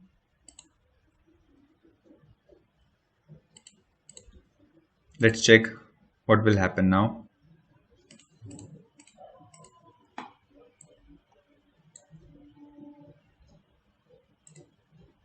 This time you can also see the date, that is 15/6/2021, and time is also over here. So if you want only time, then you can just delete this much part and just keep it. So the date showing over here is the hard coded text. Here you can see this for everyone, this 12:56 is visible. So I'm going to set the same text for the receiver also. So I'm going to just copy this much part and move back into this one and paste it over here, and here we have to change the sender to receiver view holder like this one, and just change this one to receiver time, and this one is good. And now everything is good. Now restart the application and move back into this one, and let's check if this one is working or not. So if I click on this, okay, we haven't chatted with this user, so just back and click on this, and here you can see this 1:56. And if I click on ABC, now the time is different. If I type hi, send it, 1:44 it's being sent, and at 1:44 p.m. it's being received. So now this one is working. So everything we have done, we have set the delete on this one, long press on this, and it will ask for the user to delete, yes and no. We have set how this one is, how to send the text from one user to another user, and at the same time the synchronization is also being done, and how to store those data in the Firebase database. And I have also shown you how to set the real time date and how we have extracted this time from the timestamp. Okay, so if I move back into this one, here you can see this from message model, we have actually extracted the timestamp which is being stored with the message. So if I click on this, here we have this timestamp. With the help of this timestamp, we are converting this timestamp to date and time date, and we are going to format this into a particular format, that is of AM and PM format. Then we have converted that and stored it as a string, and finally we have passed it as a, we have actually set that in the sender time. Okay, so it's already in the string format, that's why this method is not required. You can also delete it, it will work totally fine because we have already stored this variable in the string format. Okay, so now everything is working. That's it for this video, guys. In the next video, I'm going to show you how to work on this group chat. Here you can see this, we have this group chat. If I click on this, for now only toast message is visible, but in the next video I'm going to add a new activity for the group chat, and we are going to perform the chat operation on that one. So that's it for this. Just subscribe, like and share with your friends. Hello everyone, welcome to my YouTube channel. In previous video, I have shown you how to send a message from one user to another user. If I open ABC and if I open this one, and here you can see this, the message sent from here is received on the left side, and the message sent from this user, which is on the right side, and in this one it's in the left side. So I've shown you how to do this, and I've also shown you how to perform this operation, that is delete, and how to save these data in the Firebase database, and how this one is actually functional. So if you haven't watched my previous video, just go to description there. I put the link from my previous video, or you can simply do one thing, just click on the suggestion on the right side of the screen. Okay, so in this video we are going to work on the group chat, and here we also implemented the time. Here you can see this, when the text is sent, the time is also mentioned over here. Okay, so in this video we are going to work on this one, that is group chat. If I click on this, it will only show a toast on this one. Okay, so what I'm going to implement in this video, let me just show you quickly.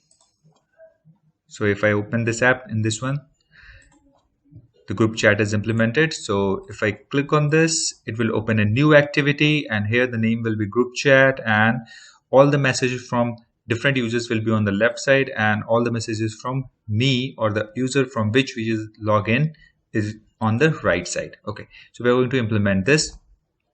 So first I'm going to close these both, and first thing what we have to do is we have to add one activity in our project. So we are working on BD chat, and here I'm going to just collapse this and collapse this one. So right click on this, click on new, and select the activity and click on empty activity.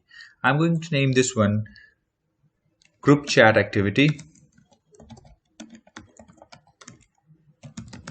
and click on finish. This will create a new activity. It will take few seconds because Gradle build is running.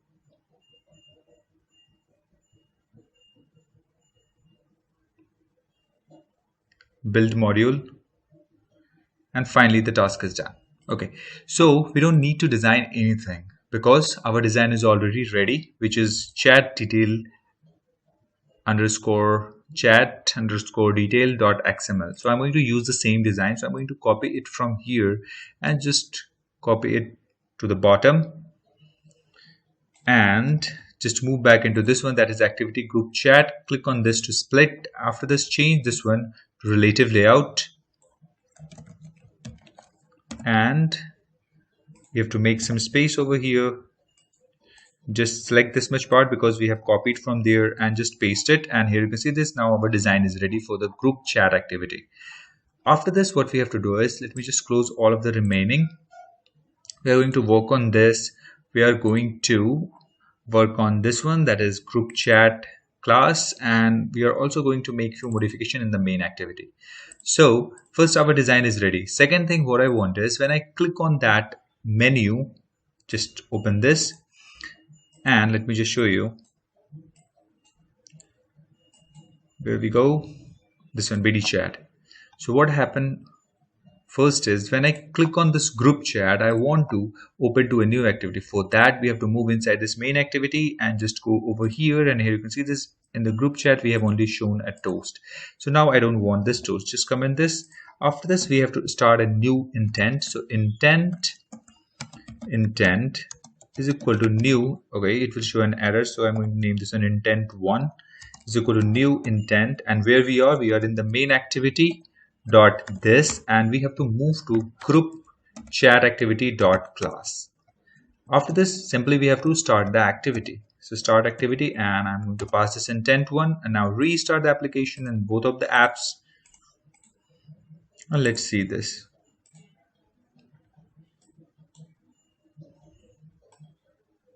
Gradle build is running. It will take few seconds.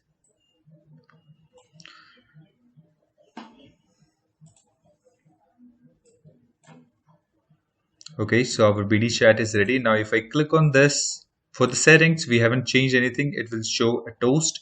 If I click on this one, that is group chat, we will move to a new stuff, that is new activity, that is group chat activity. And here you can see this, we have one extra toolbar which we don't need, and we also have to make this one functional. Okay, so we are going to perform these operation, and we are going to add the chats and how these are performed. Okay, so first I'm going to remove the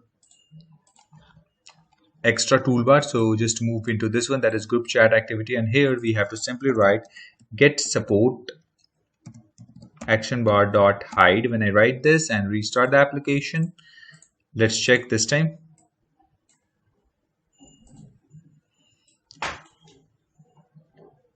And now here you can see this. Now not in this one, and if you go to the group chat, and here you can see this, now the extra toolbar is hidden. Now this one is working fine.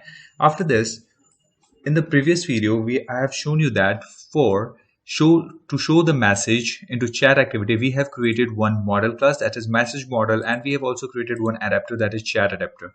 So I'm going to use the same chat adapter and same message model in this one also, because we don't need to make any changes. If you need something else in the message model, like you want to show some extra activity with each of the sender and receiver message, then you have to actually create a new UI, and you also have to change this adapter and create a new message model. But I'm going to use these two to actually decrease our time. Okay, so I'm going to use these two. Okay, so we are going to directly work on this one. So I'm going to just create first we are going to create one activity group chat binding. So activity chat detail binding, not this one, activity group chat binding, yeah, and binding. After this, I'm going to bind this one over here, so make some space. Binding is equal to activity group chat binding dot inflate, and inside this one we have to write get layout inflator. After this, in the set content view, we have to simply write binding dot get root, and now the task is done. After this, first thing, I'm going to implement this back button over here, which we have in our app, that is BD chat. And if I go inside this back button, group chat, and if I go inside this one, here you can see this, when I click on this, nothing happens for now because we haven't implemented that.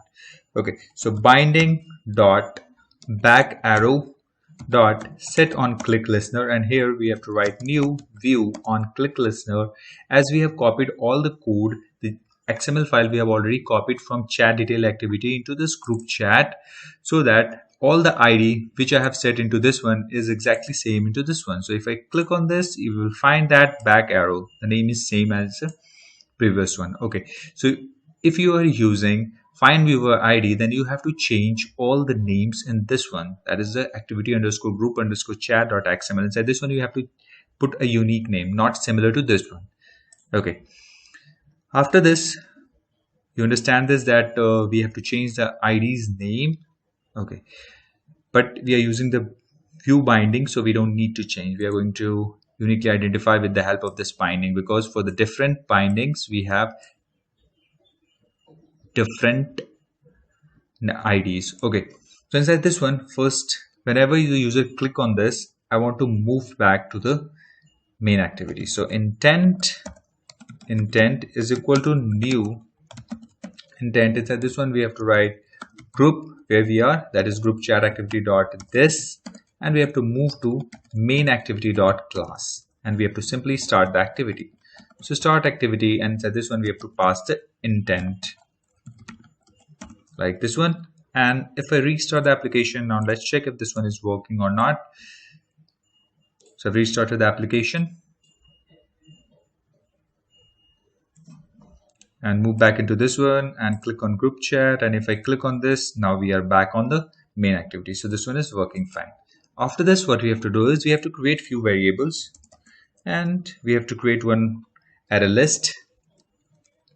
So first I'm going to get the instance of database, so I'm going to declare this as final. So Firebase database, and the name is database is equal to Firebase database dot get instance, like this one. After this, I'm going to create an array list. So final array list, and say this is the type of message model, because we are going to use the same message model. So message model, and this is message models is equal to new array list. Okay, if you have created a new message model to actually support the different types of messages and different more fields, then you have to put that name over here and you have to code according to that. But if you are following me exactly same, then you just need to write whatever I'm writing over here. That is, first I have get the instance of Firebase database, and secondly I have created a new array list. Inside this we are going to fetch the data from the Firebase, and we are going to show the same data inside the recycler view. Okay, now we got these stuff. Okay, finally we have to create a chat adapter. So final, and I'm going to create a chat adapter object. Chat adapter is equal to new chat adapter. Inside this one we have to pass message models and comma this, the context. After this we have to just bind it, binding dot chat recycler view dot set adapter, and inside this one we have to set the adapter. Okay, before we set the adapter we actually need to get the sender ID. So for that I'm going to create a one variable over here, that is final, and I'm going to store this one in the string. So sender underscore, not underscore, it's capital I and D. So Firebase database, not Firebase database, Firebase auth actually. With the help of Firebase auth we can get the current user. So get instance.get UID. When you type it, so it will actually extract the user ID with which user ID you logged in into that app. So now we have the ID into this one. After this we have to also set the name to this one. If I go back into the group chat, and here you can see this, its default username is visible, so I'm going to set the username over here. So I'm going to set this one. So binding dot username dot set text, and I'm going to set this one group chat. You can set anything as per your choice, but for now I'm going to set this to group chat. Okay, so now here chat adapter is ready. Now we have set the adapter in the recycler view. Now we have to create a layout manager object. So linear layout manager is equal to new linear layout manager. Inside this one we have to pass this. After this I'm going to type binding dot chat recycler view dot set layout manager. Inside this one we have to pass the layout manager. Now the layout manager is ready. Next thing what I have to do is I have to, whenever I click on this send button, I want to send the text, and I also want to store it in the Firebase database. So if I go to group chat, if I click on this, I want to send the text and clear the fields, which we have already did in the previous video. So this time it's a little bit different, not that much, but still its concept is same. So binding dot button name is send, as I have shown you. So set on click listener, new view on click listener. If you got confused from where I got this send, so if I press the Ctrl key and click on this, it will let me move to the activity underscore group underscore chat.xml, and if I click on this button, here you can see this, the button name is send. So go back over here on that send button, I set the click listener. Okay, inside this one, first thing I want to get the message. So final, I need the string, and the name is message, and I'm going to take this from the binding dot enter message dot get text dot to string. So now we have the text in the message variable. After this I'm going to create a final message model, and model is equal to new message model. Inside this one we have to pass two stuff. First is the sender ID, and the second one is message. So the sender ID, from where we got this sender ID, I have already fetched the sender ID from the Firebase auth.getInstance.getUID, and after this we have to set the timestamp. So model dot set timestamp, and I'm going to get this new date dot get time. Now we got the time. After this, now we have everything ready. Finally we have to clear the field, and we have to store this in the Firebase. So first I'm going to clear this. So binding dot enter message dot set text, I'm going to set null to this one. After this we have to create a database. We already have created a Firebase database instance, so I'm going to use that. So database dot get reference dot child, and I'm going to create a new child that will be group chat, And under this one, I'm going to push the message and I'm going to set the value, and the value will be model. After this, I'm going to set add on success click listener and set this one new on success click listener like this one. And if you want to send a message or send a toast over here like this one, that inside this one I'm going to write message sent. Now if I restart the application and if I open my Firebase database, okay, installation is done. If I open this, if I open a group chat, and let me just open my Firebase VD chat video on which we are working. If I go to the real-time database, okay, unable to load, I'm going to reload it. Okay, completely reload it.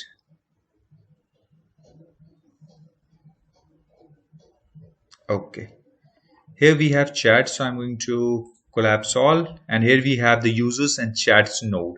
So I have restarted the application, and in the group chat I'm going to type hi, and if I click on this, here you can see this new group chat node is created, and one toast message is also visible over here. If I click on this, and hi is shown with the user ID and timestamp as well. So now message is being sent, so this one is working fine. Next thing what we have to do is we have to actually set these messages, and we need to actually show those messages in the group chat. For that we have to make some space over here, and I want to set that. So binding dot get reference, binding dot, not binding actually, we are going to use this database dot get reference dot child, and the child name is group chat. Under this we have stored all the values, so add value event listener, inside this one new value event listener, and now these two methods will be automatically overridden. After this, if you have this, then just remove this much part and this much. Now it's ready. Here first I want to get the message models clear. After this I'm going to use an advanced for loop to actually fetch and show the data. So data snapshot colon snapshot dot get children, and now open the curly braces, and here I'm going to take a message model is equal to data snapshot dot get value, and here we have to pass message model dot class. After this I'm going to set this message models dot add, and I'm going to add the model. Now finally we have to write adapter dot notify dataset change, and we have to put one semicolon over here, and all the task of creating the adapter we have already did. So with the help of chat adapter we actually set the view into that particular stuff. For every message we have set the view. So if I restart the application and move back into this one,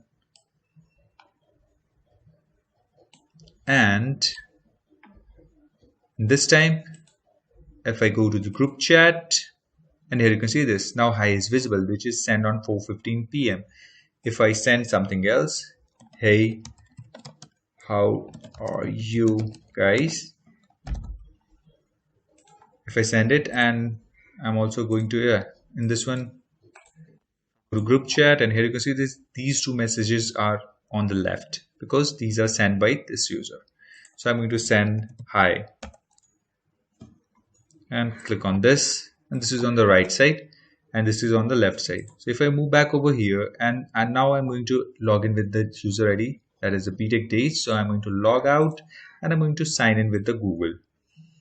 So in this case what will happen is all these messages will be on the left side for this user. That is, if I enter into this one, and here you can see this in the group chat, if I open the group chat, all the messages in the left, because btechdays had not typed anything. Sender will be 1 and the receiver, there are multiple messages received by the different user, but the sender will be always 1. Okay, so if I type something here, hey, I am btech days, and if I send it, here you can see this, I am btech days. If I log out, I'm going to log out and I'm going to log in as abc@gmail.com, and the password will be 123456 and sign in. Please wait. And if I move back to the group chat, and here we will see that, hey, I am btech days, and hey, this second hey is being sent from this user. Okay, so ABC has sent only hi, how are you guys? So here you can see this. Now you can uniquely identify that which message is being sent by which one. Okay, so now the group chat is functional. Here what we did is we get the reference, we got the child. If I move back into this one in the group chat, here you can see this, the child is group chat. After this, inside the group chat, with the help of this UID, we can actually differentiate between which user has sent the data and which is not sent by the current user.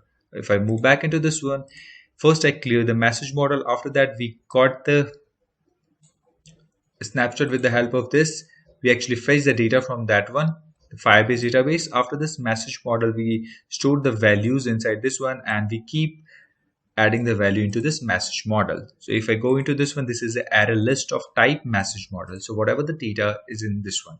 Okay, and the task to set the views for sender and receiver is already done in the chat adapter.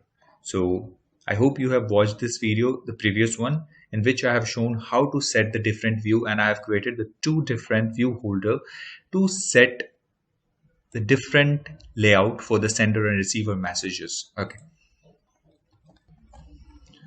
So the task for group chat is done, and here you can see this. Now we can perform the group chat, and the time is also correctly visible over here. Now the time has passed somehow.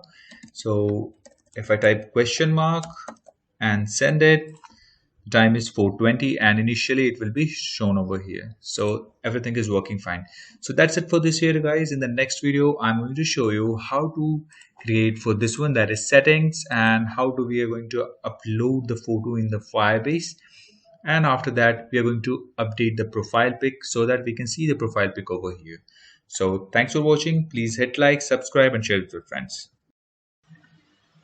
Hello everyone, welcome to my YouTube channel. In previous video, I have shown you how to design for this one, that is group chat. When I click on this, a new activity will open. So I have shown you how to perform this operation, and I have shown you how to design this activity, and I have shown you how to backend code for this, how we can send the message, and how the different message is being shown over here.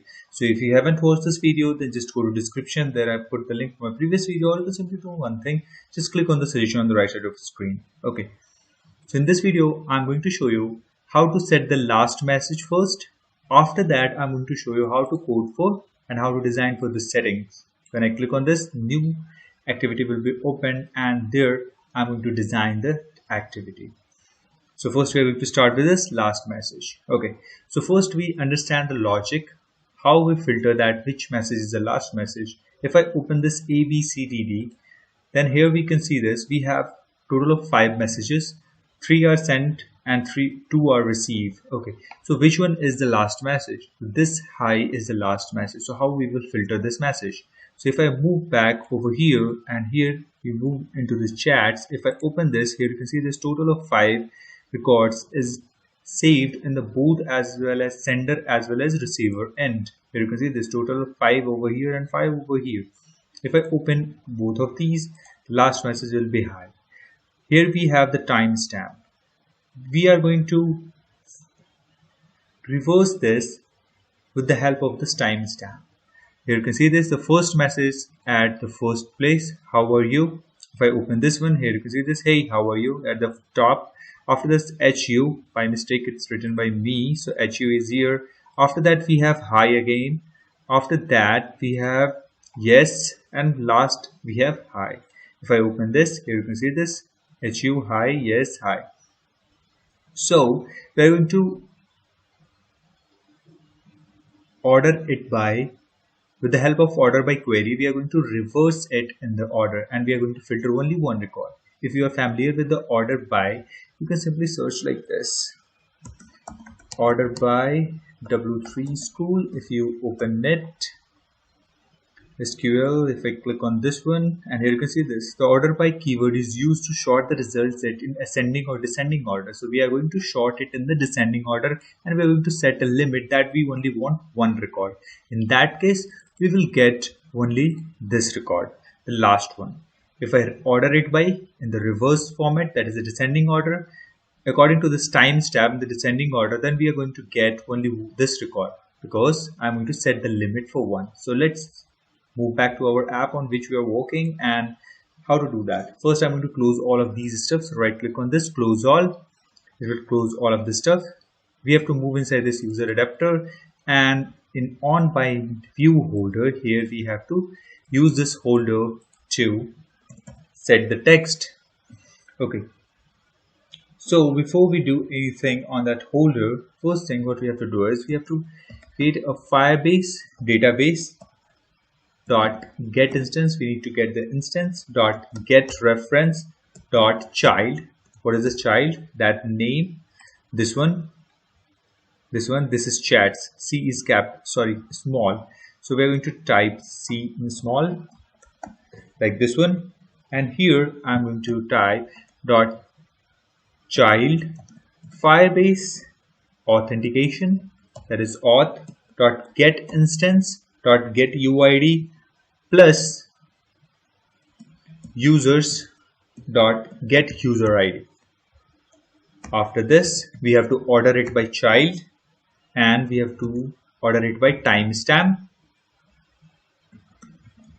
So make sure you type same stuff over here, whatever you have typed over here, this one, that is timestamp. So you have to type exactly same timestamp. Here you can see this.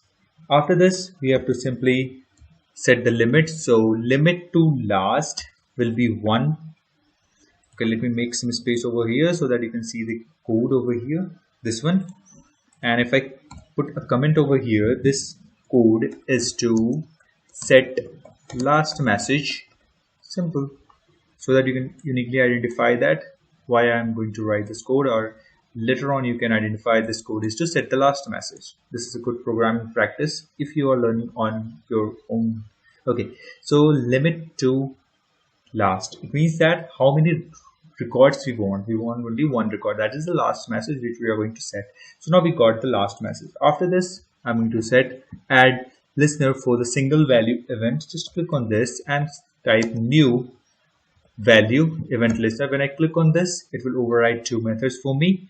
So I'm going to delete this much part because I don't need this. If you have this, then delete this, otherwise that's totally fine. Okay, after this we need to go inside this on dataset changed, and here we have to simply write if condition if, and we are going to use this snapshot.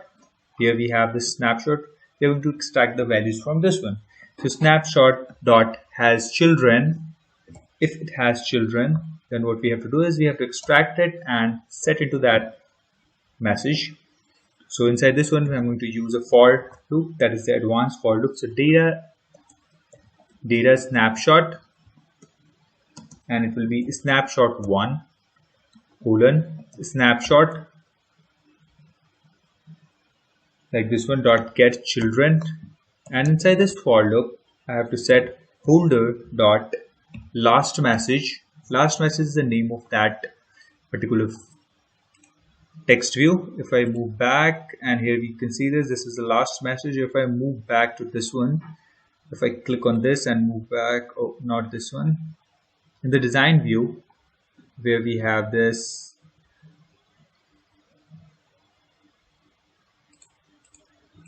sender, not this item something, samples show user, and if I go inside this one, we can see this, the ID for this one is last message. Okay, so we're going to set the message and the text on this particular text view. So last message dot set text, and inside this one we are going to set this text. So snapshot 1 dot child, and I'm going to extract the child, that is message.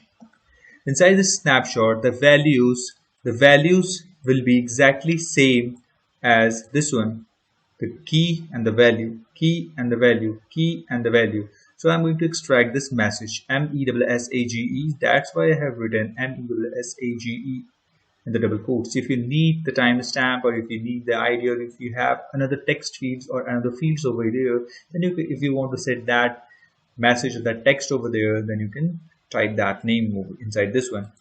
Okay, so message dot get value, and we have to convert finally this value to string. So now the task is done. If I restart the application, for now you can see this in our app we don't have anything. The last message label, that is default text, is visible over here. If I click on this, here we can see this. We already have the conversation, but still this one is showing last message. So I'm going to restart the application and move back this one. And let's check what will happen once this restart will finish. Okay, so installation is being done. So now installation is done.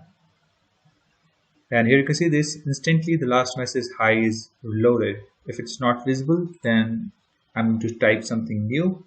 So I'm going to type this is btechdays and click on this one. This message will be sent, and I'm back over here and okay, we need to just turn it off and just click on this one, that is BD chat. And here you can see this is btechdays. Okay, so this one is working fine. Now the last message task is done. Next thing what we have to do is we have to code for this one. That is, if I click on the setting, and it needs to open a new activity, and we have to design that activity, and after that we are going to backend code for this. So first thing what we have to do is we have to actually add a new activity into our project. So I'm going to just click on this, and our task for this one, that is user adapter, is done. So I'm going to close this, move back over here, and here first I'm going to add a new activity. Click on this, right click on this one, com.example dot whatever the name you have given to your project. Right click on this, click on new, select activity, and select empty activity. Here we have to select create a new activity. So my activity name will be settings activity, and click on finish. This will create a new activity. So it will take few seconds. User build is running. Once everything is done, there will be the result automatically. Okay, so first thing what we want is whenever we click on this setting, we want to open this settings activity. So here you can see this. For now, when I click on this, only a toast message is being shown, setting is clicked. For that, what we have to do is we have to go inside this main activity, and inside this one, here you can see this r.id.settings. Here we have set only toast. So I'm going to comment this because I don't want to show the toast for now. So make some space, and here what we have to do is we have to actually create an intent, and we have to move from the main activity to the setting activity. So intent. If I type intent, it will show an error because we already have intent and with intent 1. So I'm going to type intent 2 is equal to new intent, and here I am going to type that main activity dot this. We are on the main activity, and we have to move to settings activity, and this is a class, so setting activity dot class, and simply we have to start the activity, and we have to pass intent to inside this one. If I restart the application and move back to our app, now the Gradle build is running. It will take few seconds.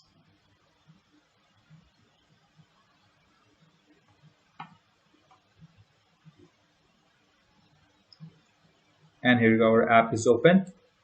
If I click on this one and click on settings, now we are in the settings activity. So here we haven't designed anything. This is in the dark green, so that's totally fine. So I'm going to close this and open it once again. That's the empty activity, that's why. Okay, so here we have the toolbar. We are going to hide this toolbar, and we're going to design the complete stuff.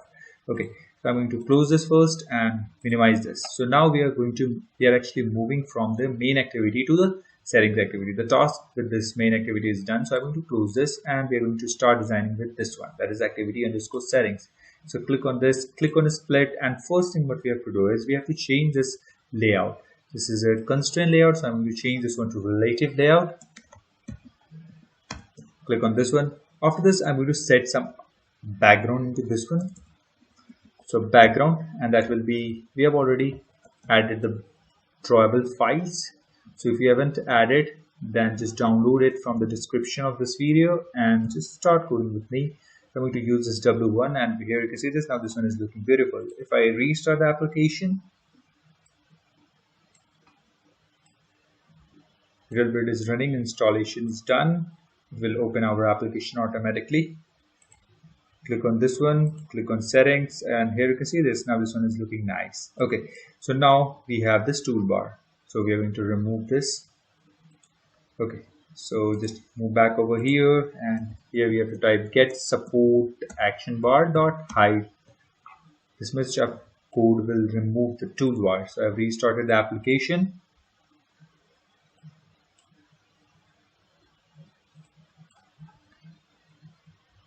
And I'm going to click on the settings, and here you can see this. Now the toolbar is hidden. So this one is looking nice. After this, we are going to put one back button over here. We are going to add one circular image view over here and one plus sign. Whenever we click on that, we are going to upload the image. So what exactly we are going to design, let me just show you. So if I open this WhatsApp, if I click on this and click on settings, here you can see this. We are going to design exactly this one. Okay, this is the image view, plus sign, username, about, this button, and we are going to add these drawables and these text fields. So let me just close this and let's start with the designing. So just minimize it and close this because we don't need this for now. So move back over here. So now we have added the drawable files. After this, we need to add one image view. So I'm going to add an image view that will be for the back arrow. Image view, and height and width will be 30 dp and height will be 30 dp. Width is 30 dp and height is also 30 dp. So I'm going to set some ID for now. So this will be back arrow, and after that I'm going to set the margin. So margin start, I'm going to set this one to 10 dp, and left margin left, and I'm going to set this one to 10 dp. After that I'm going to set the margin to top, and this will be of 10 dp, and I'm going to set the file, that is the image. So app colon src compact is equal to, and so this one we have to write drawable, and we have already added the all of the drawable files. So I'm going to use this left arrow white, click on this, and here you can see this. Now we have this drawable over here, this one. Now we have to simply put a slash over here to close this image view. Now the task for this one is done. We have already set the ID for this one. Okay, so whatever operation we want to perform on this one will be performed with the help of this ID, that is the back arrow. After this, I'm going to add a linear layout. Inside that, we are going to put the circular image view and one plus sign image inside that one. So I'm going to put a linear layout first. Linear layout, and I'm going to set the height and width, that will be wrap content and wrap content. After that, I'm going to set the ID for this one. So ID will be linear. After that, I'm going to set this layout below this back arrow. So I'm going to set this arrow. This is a relative layout, so we can set it below or right off and left off, something like this we can set. So I'm going to set it below the back arrow. Okay. After this, I'm going to set some margin, and we are going to set the orientation for this layout, linear layout, to vertical. So I'm going to start with the margin, start, and I'm going to set this one to 20 dp. I'm going to set the margin to left to 20 dp. After that, I'm going to set the margin to right to 20 dp. After that, I'm going to set margin to end, that will be 20 dp, and I'm going to set the gravity to center and orientation to vertical. Just close, not close like this one, just close like this. And in between this one, in the linear layout, we have to put other stuff like the image view. So we are going to put an image view. So this will be not the plain image, this will be the circular image view. So I'm going to try this circular image view, and we have already added the dependency for this one in the previous video. So it's mandatory to watch all my previous videos in order to understand this one. Okay. So The height and width will be this one for the 120 dp. I'm going to set this one because I need this much large image, 120 dp. Here you can see this. Now the outlet of this one is ready. So I'm going to set it in the proper position. You must have observed that we have set the linear layout below this one. So now this image view is below this one. Okay, so this one is looking nice. After this, I'm going to set the ID for this one. This will be the profile image, like this one. After that, I'm going to set some margin from start. That will be 10 dp. After that, I'm going to set some margin from left, 10 dp. After that, I'm going to set some margin from top of 10 dp. After that, I'm going to set source, that will be the image. So Android, not Android, yeah, okay, Android source, and I'm going to set aviator, this one. If I click on this, and here you can see this, now the image is set. Okay, so you can see this outer box. This is for the linear layout, not for the circular image. If I click on this, here you can see this layout, the internal blue layout is for circular image, and this one is looking nice. Okay, so we have to set some more stuff inside this one. I'm going to set the circle, okay, so border color and other stuff into this one. So I'm going to set this civic border color, and that will be #FF 6 times zeros, like this one. This will be black color. After that, I'm going to set the border width to 1 or 2 dp for now. Okay, here you can see this. Now this one is looking nice. Okay, so we did a small mistake. For the linear layout, we have to set the width to match parent. Okay, so if I change this one, okay, now you can see this one is in the center. Okay, after this, we have to add one more image view. That will be the plus symbol over this image on over here. When every user click on that, it will give the user permission to actually select one image and upload that as a profile pic.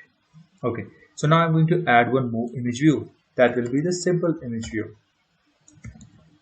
So image view, not this one, image view, and this will be the height and width will be 30 dp and 30 dp, like this one. After this, I'm going to set the ID. The ID will be plus simply. After this, I'm going to set the margin start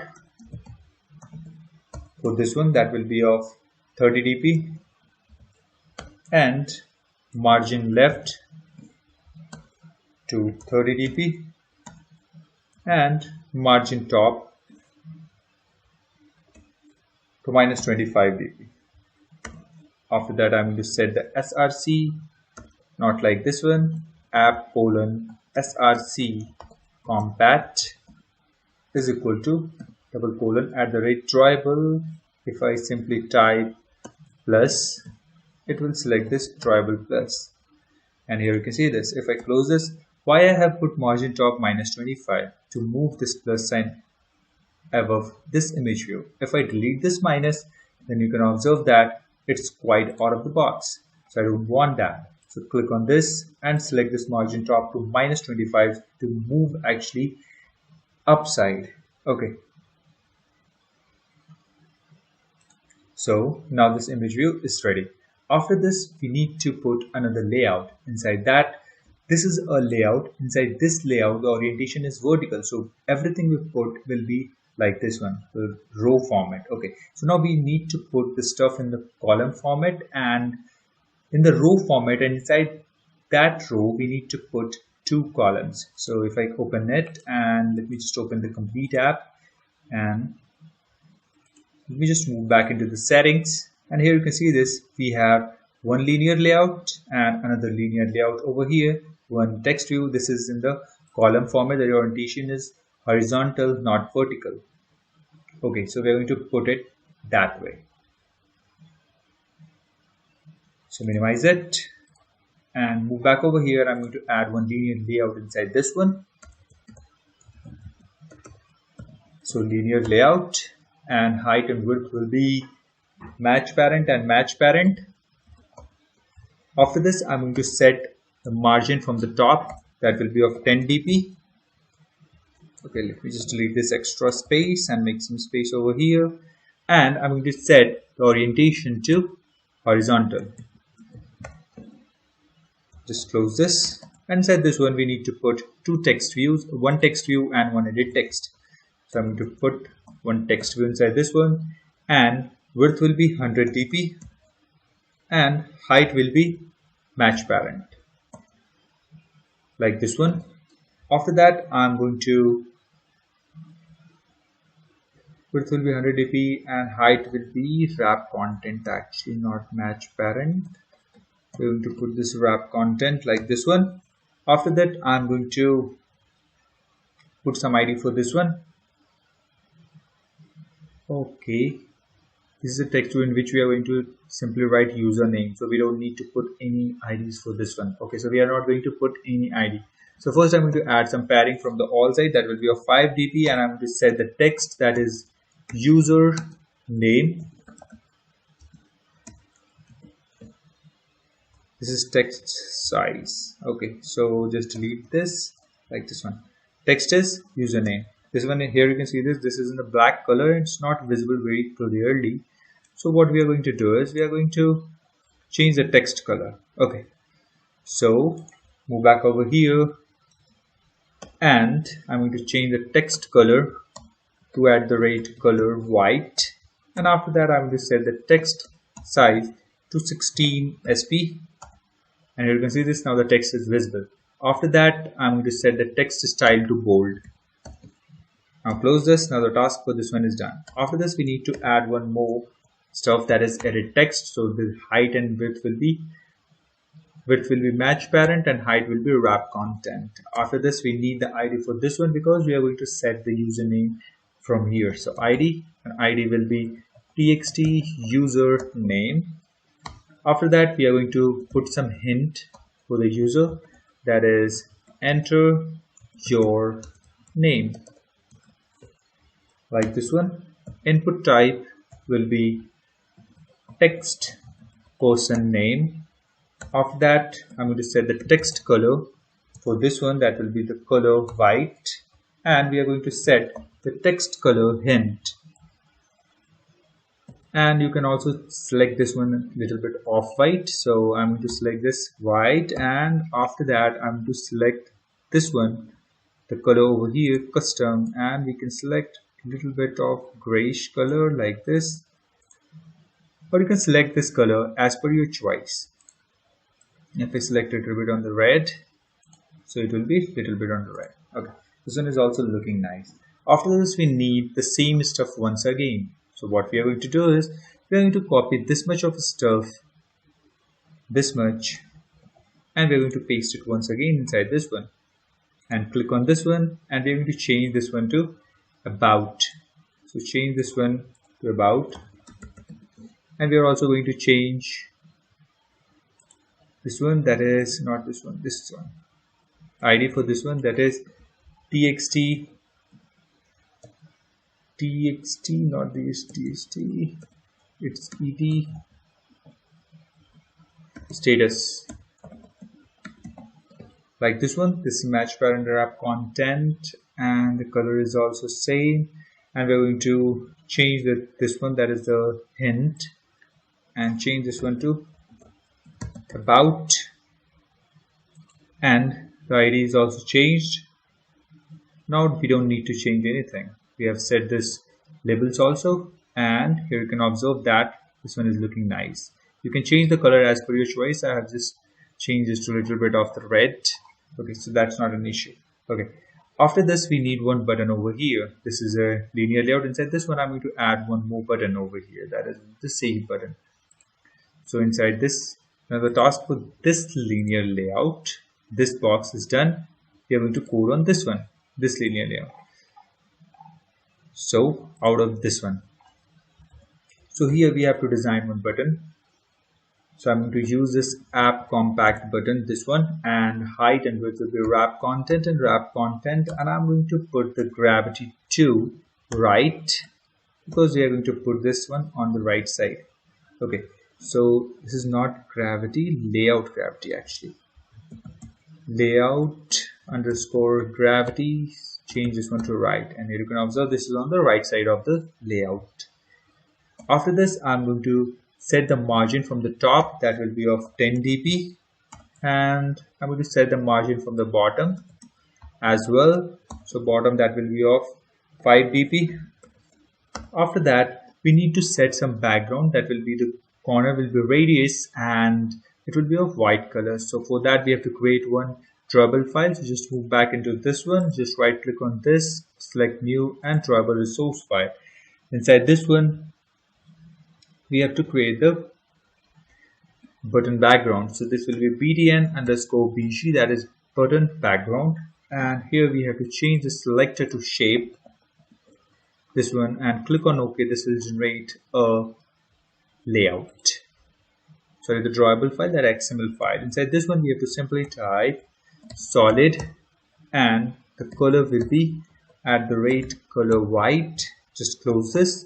After this, we have to set the corner radius, so corners and radius, and you have to set this according to your needs. So I'm going to set this one to 11 dp. Just close this and just save it. Now just close this, move back over here, and here we have to set the background for this one. So background will be at the rate drawable btn bg. Simply type this at the rate drawable bg. Here you can see this, now the corner is curved. Here you can observe this small stuff. Okay, you can increase it as per your choice by simply going into this one, btn bg. You can increase this radius to make that more curved. Okay, if I move back inside this one, after this we have to put some padding from the all sides. So I'm going to put a padding of 5 dp, and I'm going to set the text, that is save. After that, here you can see this every stuff over here, that is SAVE, everything is in caps, but I have written in small. S is only in caps, so I'm going to change this one to text all caps to false, like this one. Now here you can see this, now S is only capital. After this, I'm going to set the text color to at the rate color primary,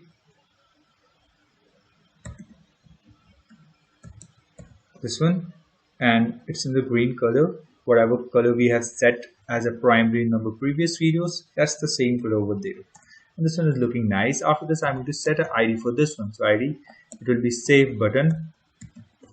Now just close this.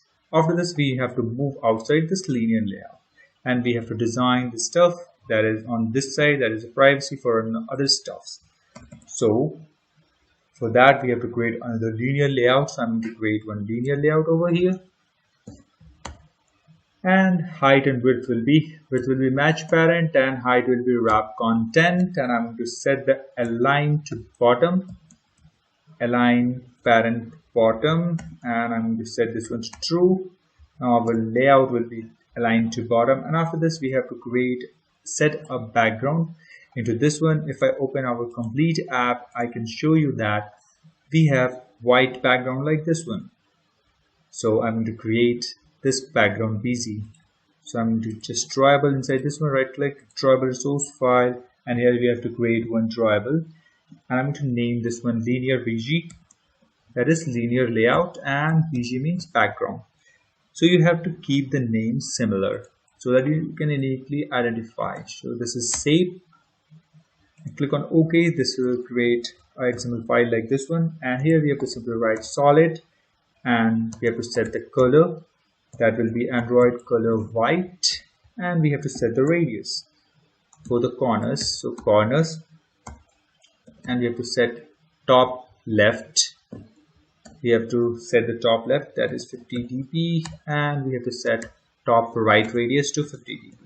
Okay, if I set radius, then every corner will be curved, but in our case we can observe we have only two curves, that is top left radius, this is top left, this is top right, so we have to set like this one. So if now this task is done, just save it and move back into this one. So here we have to set that background to this linear layout, so I'm going to set that over here. Simply we have to type the background, and here we have to type linear BG.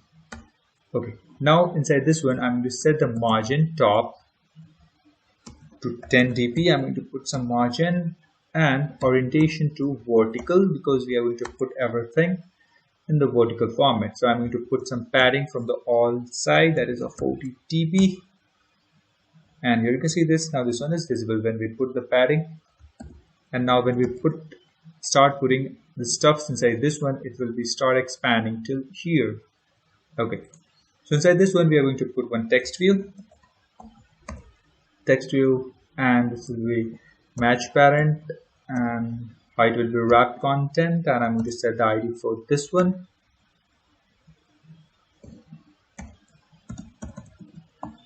Text view 2, and I'm going to set the margin start of 50 dp, margin left to 50 dp, drawable left to privacy. The first one is privacy. After that, I'm going to set the drawable padding 21 dp. After that, I'm going to set the padding from the all side, that is of 10 dp. Here you can see this, whenever I start adding the padding and other stuff, this one is being expanded. Here you can see this, when I hover over this one, the rectangle shape is visible because this is the size for this text view. After this padding, we have to set the text. So I'm going to set the text to privacy policy. After this, I'm going to set the text color to @color black. After that, I'm going to set the text size so that everything is visible. Text size, and I'm going to set this one to 18 sp and text style to bold. Now close this, and here you can see this. Now this privacy policy is visible and this one is looking nice. In the same way we have to do for the second one. So I'm going to copy this stuff and paste it once again, but it will show the error for the ID. So I'm going to change this one to 3. After this, we have to change the drawable file also. So I'm going to change this one to about. So we have added all of these images in the drawable file into this one. So you can uniquely change this. You can easily change this. Okay. So padding, you have to change this. You have to align this below this privacy icon. So for that, you have to simply add more padding to this one from the left side. Okay. So drawable padding is change this one from 21 to 26.5, or you can adjust it more according to your satisfaction. Okay, so this one is done, and this is okay. So change this one to about us. This is color black, ESP bold. Okay, so my battery is out. Okay, here you can see this. This is in the black color. So what we have to do is just click on this and select this one, that is about.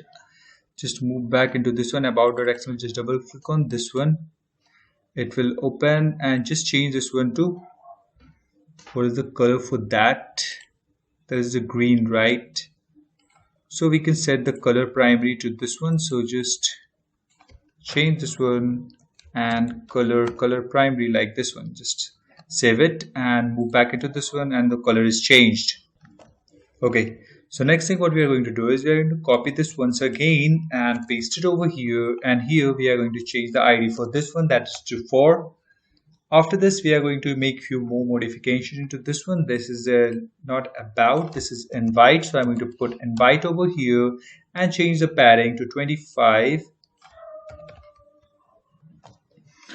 dp. After this, we have to change the text to invite a friend. Invite a friend like this one. After this, we need to paste it once again. So just make some space and paste it, and change this one to 5.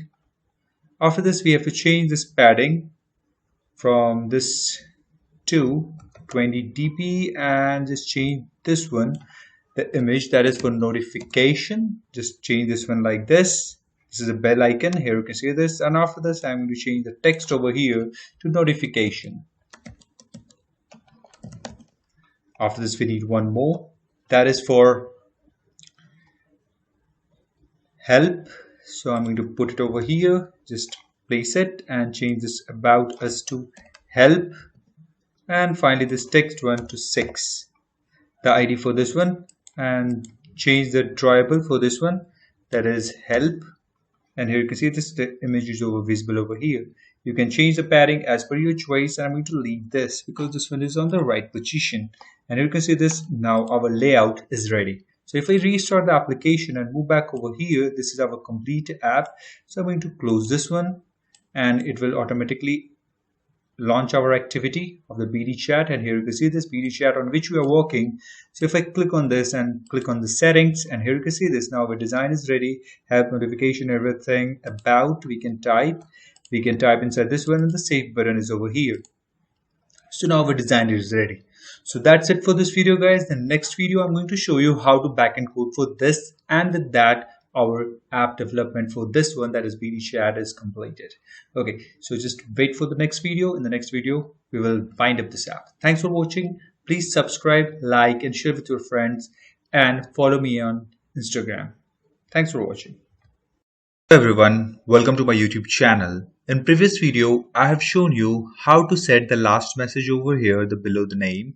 And here you can see this, it's showing the last message because we haven't had any conversation with this one, that is btechdays. And here this last message is shown whatever we had the conversation. So I have shown you how to set the last message, and I have also shown you how to design for the settings. So if you haven't watched that video, then just go to description. There I put the link from a previous video, or you can simply do one thing. Just click on the suggestion on the right side of the screen. In this video, I'm going to show you how to backend code for this. When we click on this one, it should open our gallery, and there we can select the images, and then we upload that image in our Firebase. After that, I'm going to show you how to actually update our profile and make this back button functional. These all stuff I'm going to show you in this video. So let's start with that. So I'm going to just close this, minimize it, and I'm going to close these all. So close all. I'm not going to work on any of these. Okay, after this, first thing what we have to do is we are going to work on the settings. So we will open settings activity, just double click on this, and here first we have to set the binding. So for that, make some space, and here we have to create activity settings binding, this one, and I'm going to name this one binding. And after that, we have to simply remove this one, and here we have to type binding is equal to activity settings binding dot inflate, and inside this one we have to simply pass the get layout inflator. After this, we have to set the send content view, and inside this one we have to pass the view binding dot get root, like this one. Now we have set the view. Okay, so before we do anything, we have to actually add one dependency in our project, that is for storage, Firebase storage, because what we are going to do is we are going to actually put an image somewhere, and we have to connect that, or we have to copy the path of that image and store it in our Firebase database. Suppose if you have a picture on your desktop and you want to connect that in your application, then what you will do, just copy the path of that picture from your system, and just store it wherever you want to use it. The same way we are going to do it. So first, in the storage, we don't have anything because we haven't created any storage for now, and we haven't added any dependency for this storage in our project. So we are going to do that. Okay, so what we are going to do is whenever the user click on that plus sign, this plus sign, let me just open my app on which we are working. So we are working on this one. So just click on this. What exactly will happen whenever user will click on this plus? It will open a local storage or the gallery where you can select a particular image. If you select one image, that image will be uploaded over here in this storage, and the path for that image will be copied and stored inside this particular users. Here you can see this, we have only 3 steps, but we are going to store that image URL from the storage and going to store over here. for that particular user. So we are going to perform this task. Okay, so let's start from here. First, move back to our project, and here you have to click on this one, tools, and select Firebase, and it will open a pop-up like this. Make sure your system is connected with the internet. After that, search for storage, cloud storage, click on this one. Get started with cloud storage, just click on this one. Add the cloud storage SDK, click on this, and here you can see this, it's adding a one dependency, that is com.google.firebase:firebase-storage. So apply changes or accept changes. Gradle build is running. It will take few seconds, completely depend on your internet speed. And it's almost done. Yeah, it's done, and here you can see this dependency is set up correctly. After this, now our dependency is added. After this, what we have to do is we have to move back to your Firebase console, where you must have logged in with your email ID. I'm just logged in. Select your project, and my project is PD chat video. Go to the storage, just click on this. Okay, so whenever you log in and go to console, you will find a view like this. Select your project, whatever the name you have given. So I'm going to click on this one, which I'm using in this app. Click on storage. When you click on this one for the first time, here you will see an interface like this, get started. Click on this.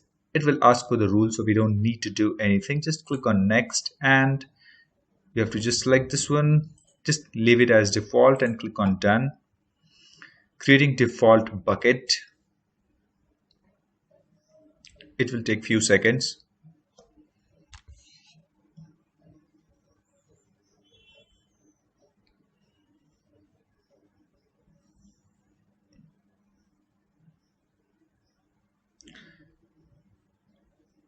Setting up security rules. Okay, so now it's done. Okay, here you can see this, there are no files here yet. So now our storage is ready. Now whenever you click on this, it will always open here. So what we're going to do is we're going to put one folder over here. Inside that one, we're going to put all the images. So I'm going to show you how to do those stuff. So now our storage is set up correctly. Dependency for this storage is also added in our project. If I collapse this one and move back to this one, build.gradle, here you can see this. For the storage, the dependency is added. Make sure this one is added. If not, then manually type it and click on sync now over here, so that this will add. Okay, so after this, first thing what we have to do is we have to make our back button functional. If you observe that when I click on this, nothing happens. So I'm going to make this one functional. After that, we are going to open the gallery whenever we click on this one. Okay, so make some space over here. And here what I have to do is just simply write binding dot, and our button name is back arrow dot set on click listener and new view on click listener, and it will automatically put some code for us. After this, we have to simply move to the main activity. So I'm going to create one intent is equal to new intent, and here we have to write settings, where we are settings activity dot this, and where we have to move the main activity dot class like this one, and we have to simply start the activity, and inside this one we have to pass the intent like this. If I restart the application, let's check if this one is working or not. So I've started the application. It will reinstall our application in our device. Okay, so Gradle build is running. Install, and it's done. Click on this one, click on settings, and when I click on this, yeah, we move back to main activity. So this one is working. After this, what I want is when I click on that plus symbol, we need to move to gallery. For that, make some space over here, and we have to simply write binding dot the symbol, the button, the image view name is plus dot set on click listener, new view on click listener. If you want to check for the where this one exactly exists, so just click on this one, and we move to the designing part. And here you can see this, for this plus symbol, the name, the ID for this one is plus, so we can directly set a click listener on this one. So here what I want is whenever user click on that, I want to open the activity, a new intent, which will open our gallery. Okay, so before we write anything over here, first we need to create an instance of Firebase auth storage and Firebase database also. So I'm going to create a Firebase auth, and I'm going to name this one auth, and after this Firebase database, that will be database, and Firebase storage, which we are going to use. If you type like this, and it will show an issue, just click on this one, import class, and here you can see this. Now this library is imported. Okay, so Firebase storage, and I'm going to name this one storage. Now we have to initialize these stuff over here. So I'm going to initialize the storage. Storage is equal to Firebase storage dot get instance. After that, we need the auth. So Firebase authentication dot get instance. Finally, we need a database. So database is equal to Firebase database dot get instance. Now we have the instance all of these. So now we can work on these. Okay, so first thing, we have to move inside this one, that plus. Whenever we click on this one, we have to start a new intent. Intent is equal to new intent, and we have to type intent dot set action for result actually. So set action intent dot action get content, because we are going to get some content and we are going to set the type, what type of content we want. So set type, and inside this one we need only images. So I'm going to put image over here, and it's of all type. It's maybe PNG, JPG, and anything. So I'm going to start a new activity, start activity for result.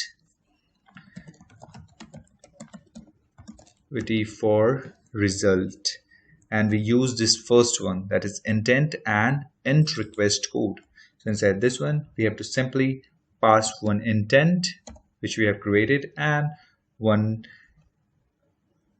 request code. So I'm going to pass this one 25. So you can pass anything, and outside of this one, what we have to do is we have to override one method, that is on activity result. And inside this one, what we have to do is we have to actually store that data in our Firebase storage, and we have to fetch that data. Okay, so let me just delete this much code. Let me just collapse this, and we don't need this much. If you have this one in your code, just delete it. Okay, after this, just make some space, and first we will check that if user has selected something or not. So we will check with the help of this data. So if data dot get data is not equal to null, it means that user has selected some image. In that case, we are going to store the image. So URI, and I'm going to name this one, just hit Alt Enter to import the class, and it will be one file. So yes file dot data dot get data, and binding dot profile image dot set image URL or URI, and inside this one we have to pass the URI. So this profile image is the name for this image view. If I click on this, here you can see this profile image is the ID for this. So we're going to set instantly the image to that image view. After this, we are going to store that in the Firebase storage. For that, we need a final type of reference. So storage reference.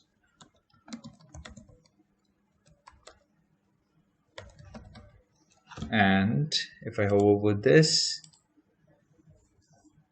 okay, so we have misspelled it. Alt Enter, it will import the class storage reference, and we have to type reference is equal to storage dot get reference dot child, and we are going to create one folder, that is profile image or profile pic. I'm going to name this one. This will be the name which will appear over here, the folder name over here. So if you want to put some another name, then just make sure you change the name over here. So we got the reference for the storage, and the name we are going to put as profile pic for that folder, and we are going to put the image. So child, so Firebase auth dot get instance dot get URI. So we already got everything. So now we have this instance with the storage reference. Okay. Next thing what we have to do is we have to put the file. So reference dot put files, and so this one we have to pass the URI. So yes file dot add on success listener new on success listener. When you hit enter on this one, it will automatically put some code for us which will simplify our task. So on success, what we want to do is we want to actually get the reference URL and store in our the Firebase. So for that, we have to type simply this one. So reference dot get downloadable URL dot add on success listener, and set this one new on success listener, and here we have to store that under the user. So database dot get reference dot child is users. In our case, if I move back into this one and if I move back to the real-time database, and here we have users under which with that under this ID we need to store the image. Okay, so the path, the downloadable path for that storage we need to store over here. So move back over here. So get child dot child, and we have to get the ID for which user actually logged in. So we will get that from Firebase auth dot get instance dot get UID, and under this we are going to put the image. So child, and we are going to put the name for that, that is profile pic, E is capital for the pic. After this we have to just set value and URI dot to string. Okay, so what exactly is going on over here? So if I move back into this one, here we have this users. Under this, whatever, whenever the user, suppose one user is logging, it has some UID. This is the UID, unique ID, with which we can actually identify a particular user, which one is logged in. Under that name, we can put a new user profile pic. So here this name will be profile pic, and one URL will be shown over here. In for now, you can check over here that we have only one profile pic, like this one, the same way. When we sign in with Google, in that case we have the profile pic, but in this one we don't have uploaded any profile pic for now.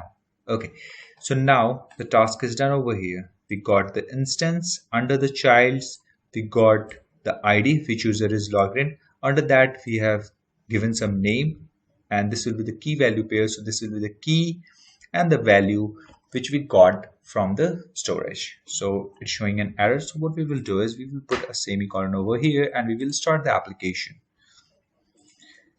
It will reinstall our application, and we move back over here.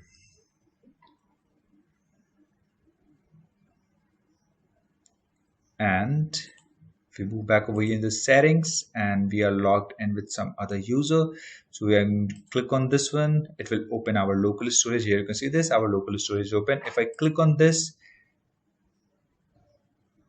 this will actually move back to our app.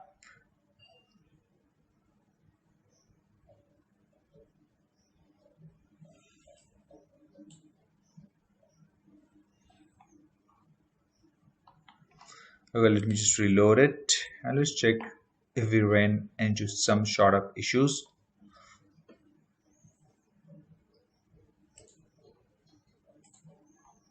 And here we go. Okay, so I guess it's crashed. Let me just check it. Okay, so we have some issue over here. Attempt to access custom after it has been closed. State data exception. Just minimize it. Okay, it's not an issue. Sometimes it happens. I have just closed the app and restarted the application, and when I click on this and when I select this, and here if I move back into this one, and here you can see this, now the profile pic is updated over here. Here you can see this. new image is uploaded. So this one is working. So we have coded perfectly fine. Just close the application and restart it. It will be functional. Okay. After this, here you can see this. It's added the Firebase, this downloadable link. If I move back into the storage, we will see that we have one folder with the name which we have given, that is profile_pic. If I click on this, here we have one image. If I click on this one, we have some file location and access token. We actually get the ID, that is storage location, and we actually put that in our real-time database so that we can access that image over here. Okay, so still our task is not done. If I close the application and if I open our app and if we go into the settings, we observe that we don't have image. Why this happens? Because we already have the link in our storage, Firebase storage, that is real-time storage, but the image is not visible over here. This is why, because we have stored the image, but we haven't fetched that image and show it in our profile image view. So how to do that? For that, just move back into this one and just move back over here. And here I'm going to add a few more line of codes. For that, first thing what we have to do is we have to get the reference for the database. So I'm going to get the reference database dot get reference dot child, and the child is users, U is capital, dot child Firebase auth dot get instance dot get UID dot add listener for single value event. Inside this one we have to type new value event listener, and it will automatically add few codes. So just remove this one as we did earlier. Just remove this one also. After this, what we have to do is just go inside this one, and here we have to create a users variable, that is users instance of that one. So users, with the help of a snapshot dot get value, and inside this one we are going to get the users dot class like this one. After this, we have to use Picasso to actually fetch the image from our Firebase storage, Firebase database, and show it in our image view. So Picasso, we have already added the dependency for this one in our previous video, so I will suggest you to watch all my previous videos. So dot load users dot get profile pic. With the help of this, with the getter and setters, we can actually get the profile pic from there.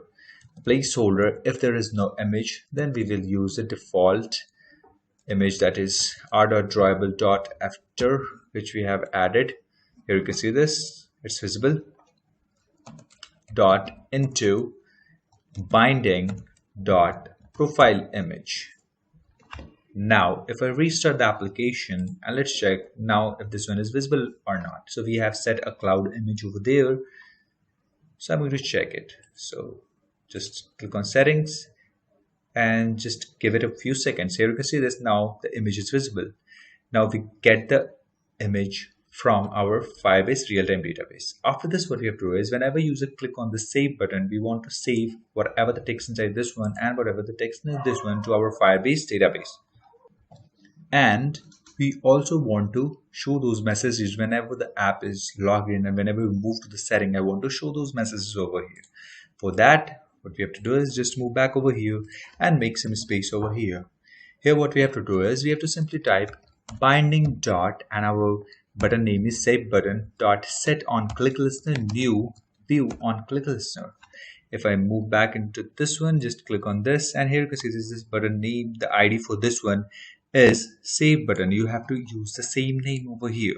Inside this one, we need to first, whenever user click on that, first we want to extract the username, the about, the username and about from these two text fields or text view, and we are going to keep it in two variables. So first I'm going to take two variable, that is of status, and we are going to get it by binding dot et status dot get text dot toString.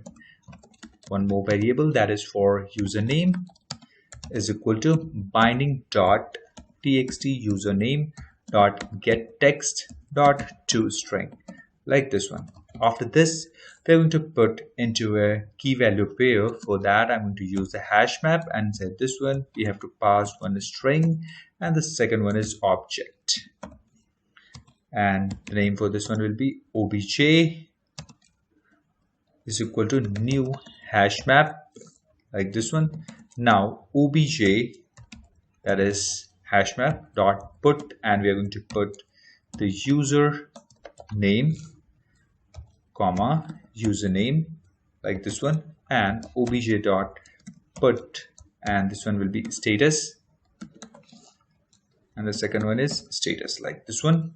After this, we have to get a database dot get reference dot child, under the child users dot child, and we need to get the Firebase authentication dot get instance dot get UID dot update children, like this one. Inside this one we have to pass the obj.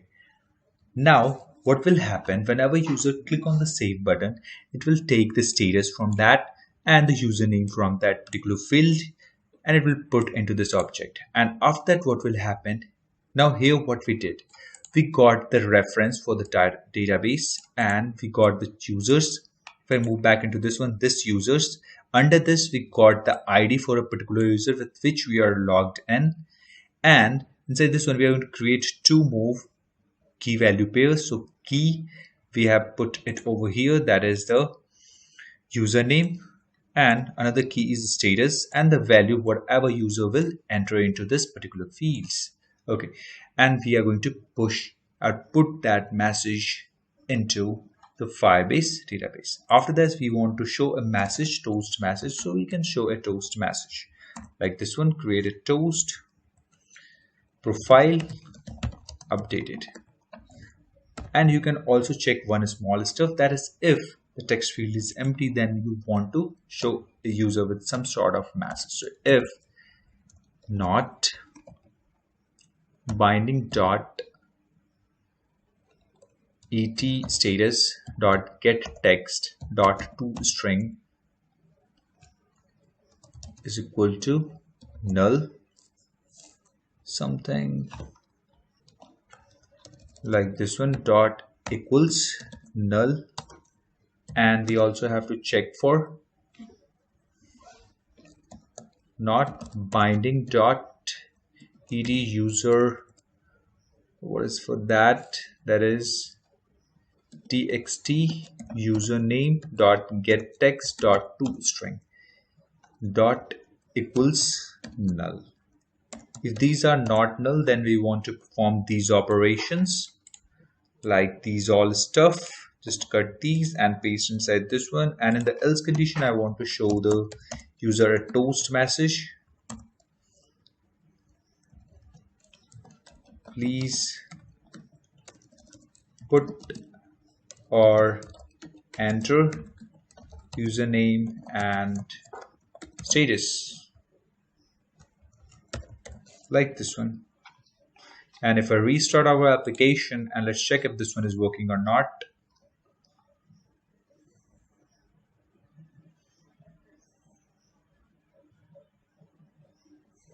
So we have restarted the application. If I move back into this one, and let me just open this one also so that we can see all of the stuff simultaneously. So I'm going to put the username over here. The username is ABC, so I'm going to put ABCD, and about I am a developer. And if I click on save, here you can see this status is over here and the username is updated. If this one is empty, and if I click on this, please enter username and status. If I click on this, here you can see this one is looking nice. In the same way, if I close the application and move back into this one and PD status, and if I move back into this one settings, here you can observe that we have the profile pic, but we don't have the username and about which we have set over here. Here you can see this, it's in our database, but we don't have it in our app.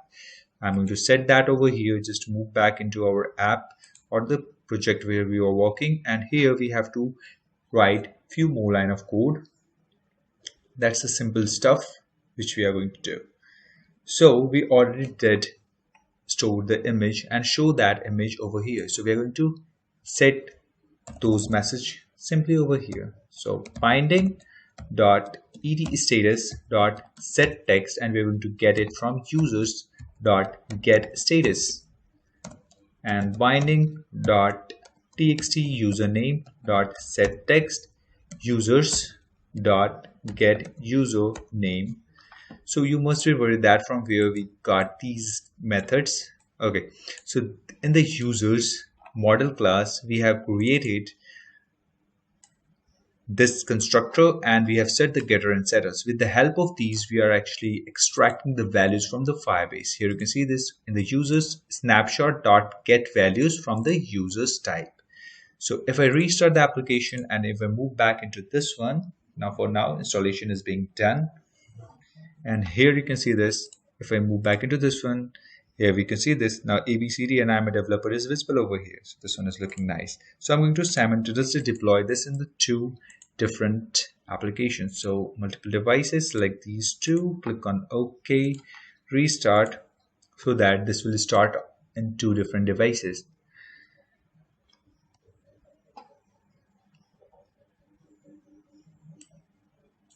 Here we go. So in this one, we are logged in with a different user, that is ABC. Here you can see this. Now the image, whatever we set for us, here you can see this is cloud ABCD is visible over here. If I change this one to PQR and save it, here you can see this, the name is instantly changed to PQR and the image is also changed over here.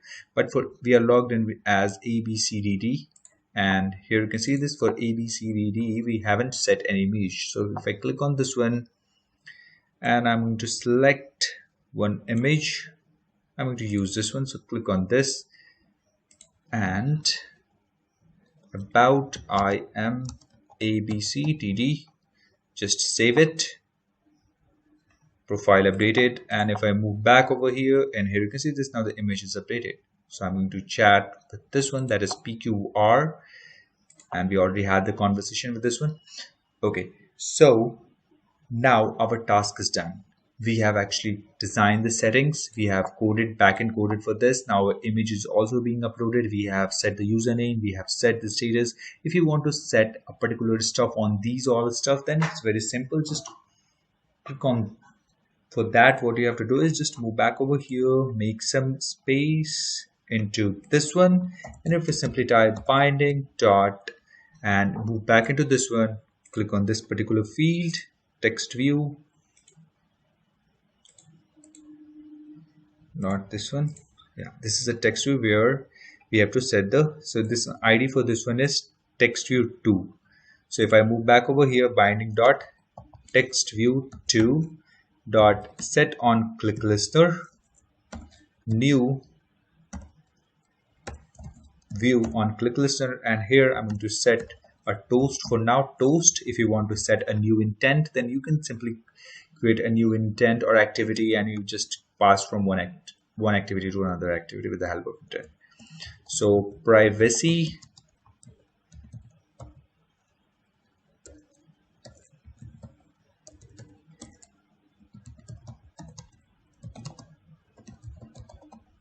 like this one, and if I restart on the both application, if I move back over here, okay, so installation is being done. Click on this one, and if I click on this, here you can see the privacy policy is clicked. So in this way you can actually set a click listener on this one. So we are done with everything. First, I have shown you how to sign up and sign in with Firebase database. I have also shown you how to actually set or create our Firebase database and connect that with our app and set the rules. After that, I have shown you how to add the view pager in our app, and I have also shown you how to fetch the users available in our device and set a circular image view custom design for each user over here, how to filter ourselves and extract ourselves from our own chat, and I've shown you how to actually have a conversation between different users, and also in the group chat. Here you can see this. We can have a conversation in the group chat. The same message is shown over here. And finally, I've shown you how to design for the settings and how to post or upload the image and set username and about. So that's it. Our project is completed. If you want any additional feature in this one, then please comment and let me know so that I came up with a new series of WhatsApp with advanced feature. So thanks for watching. Please subscribe, share, like, and keep supporting us. Thanks for watching.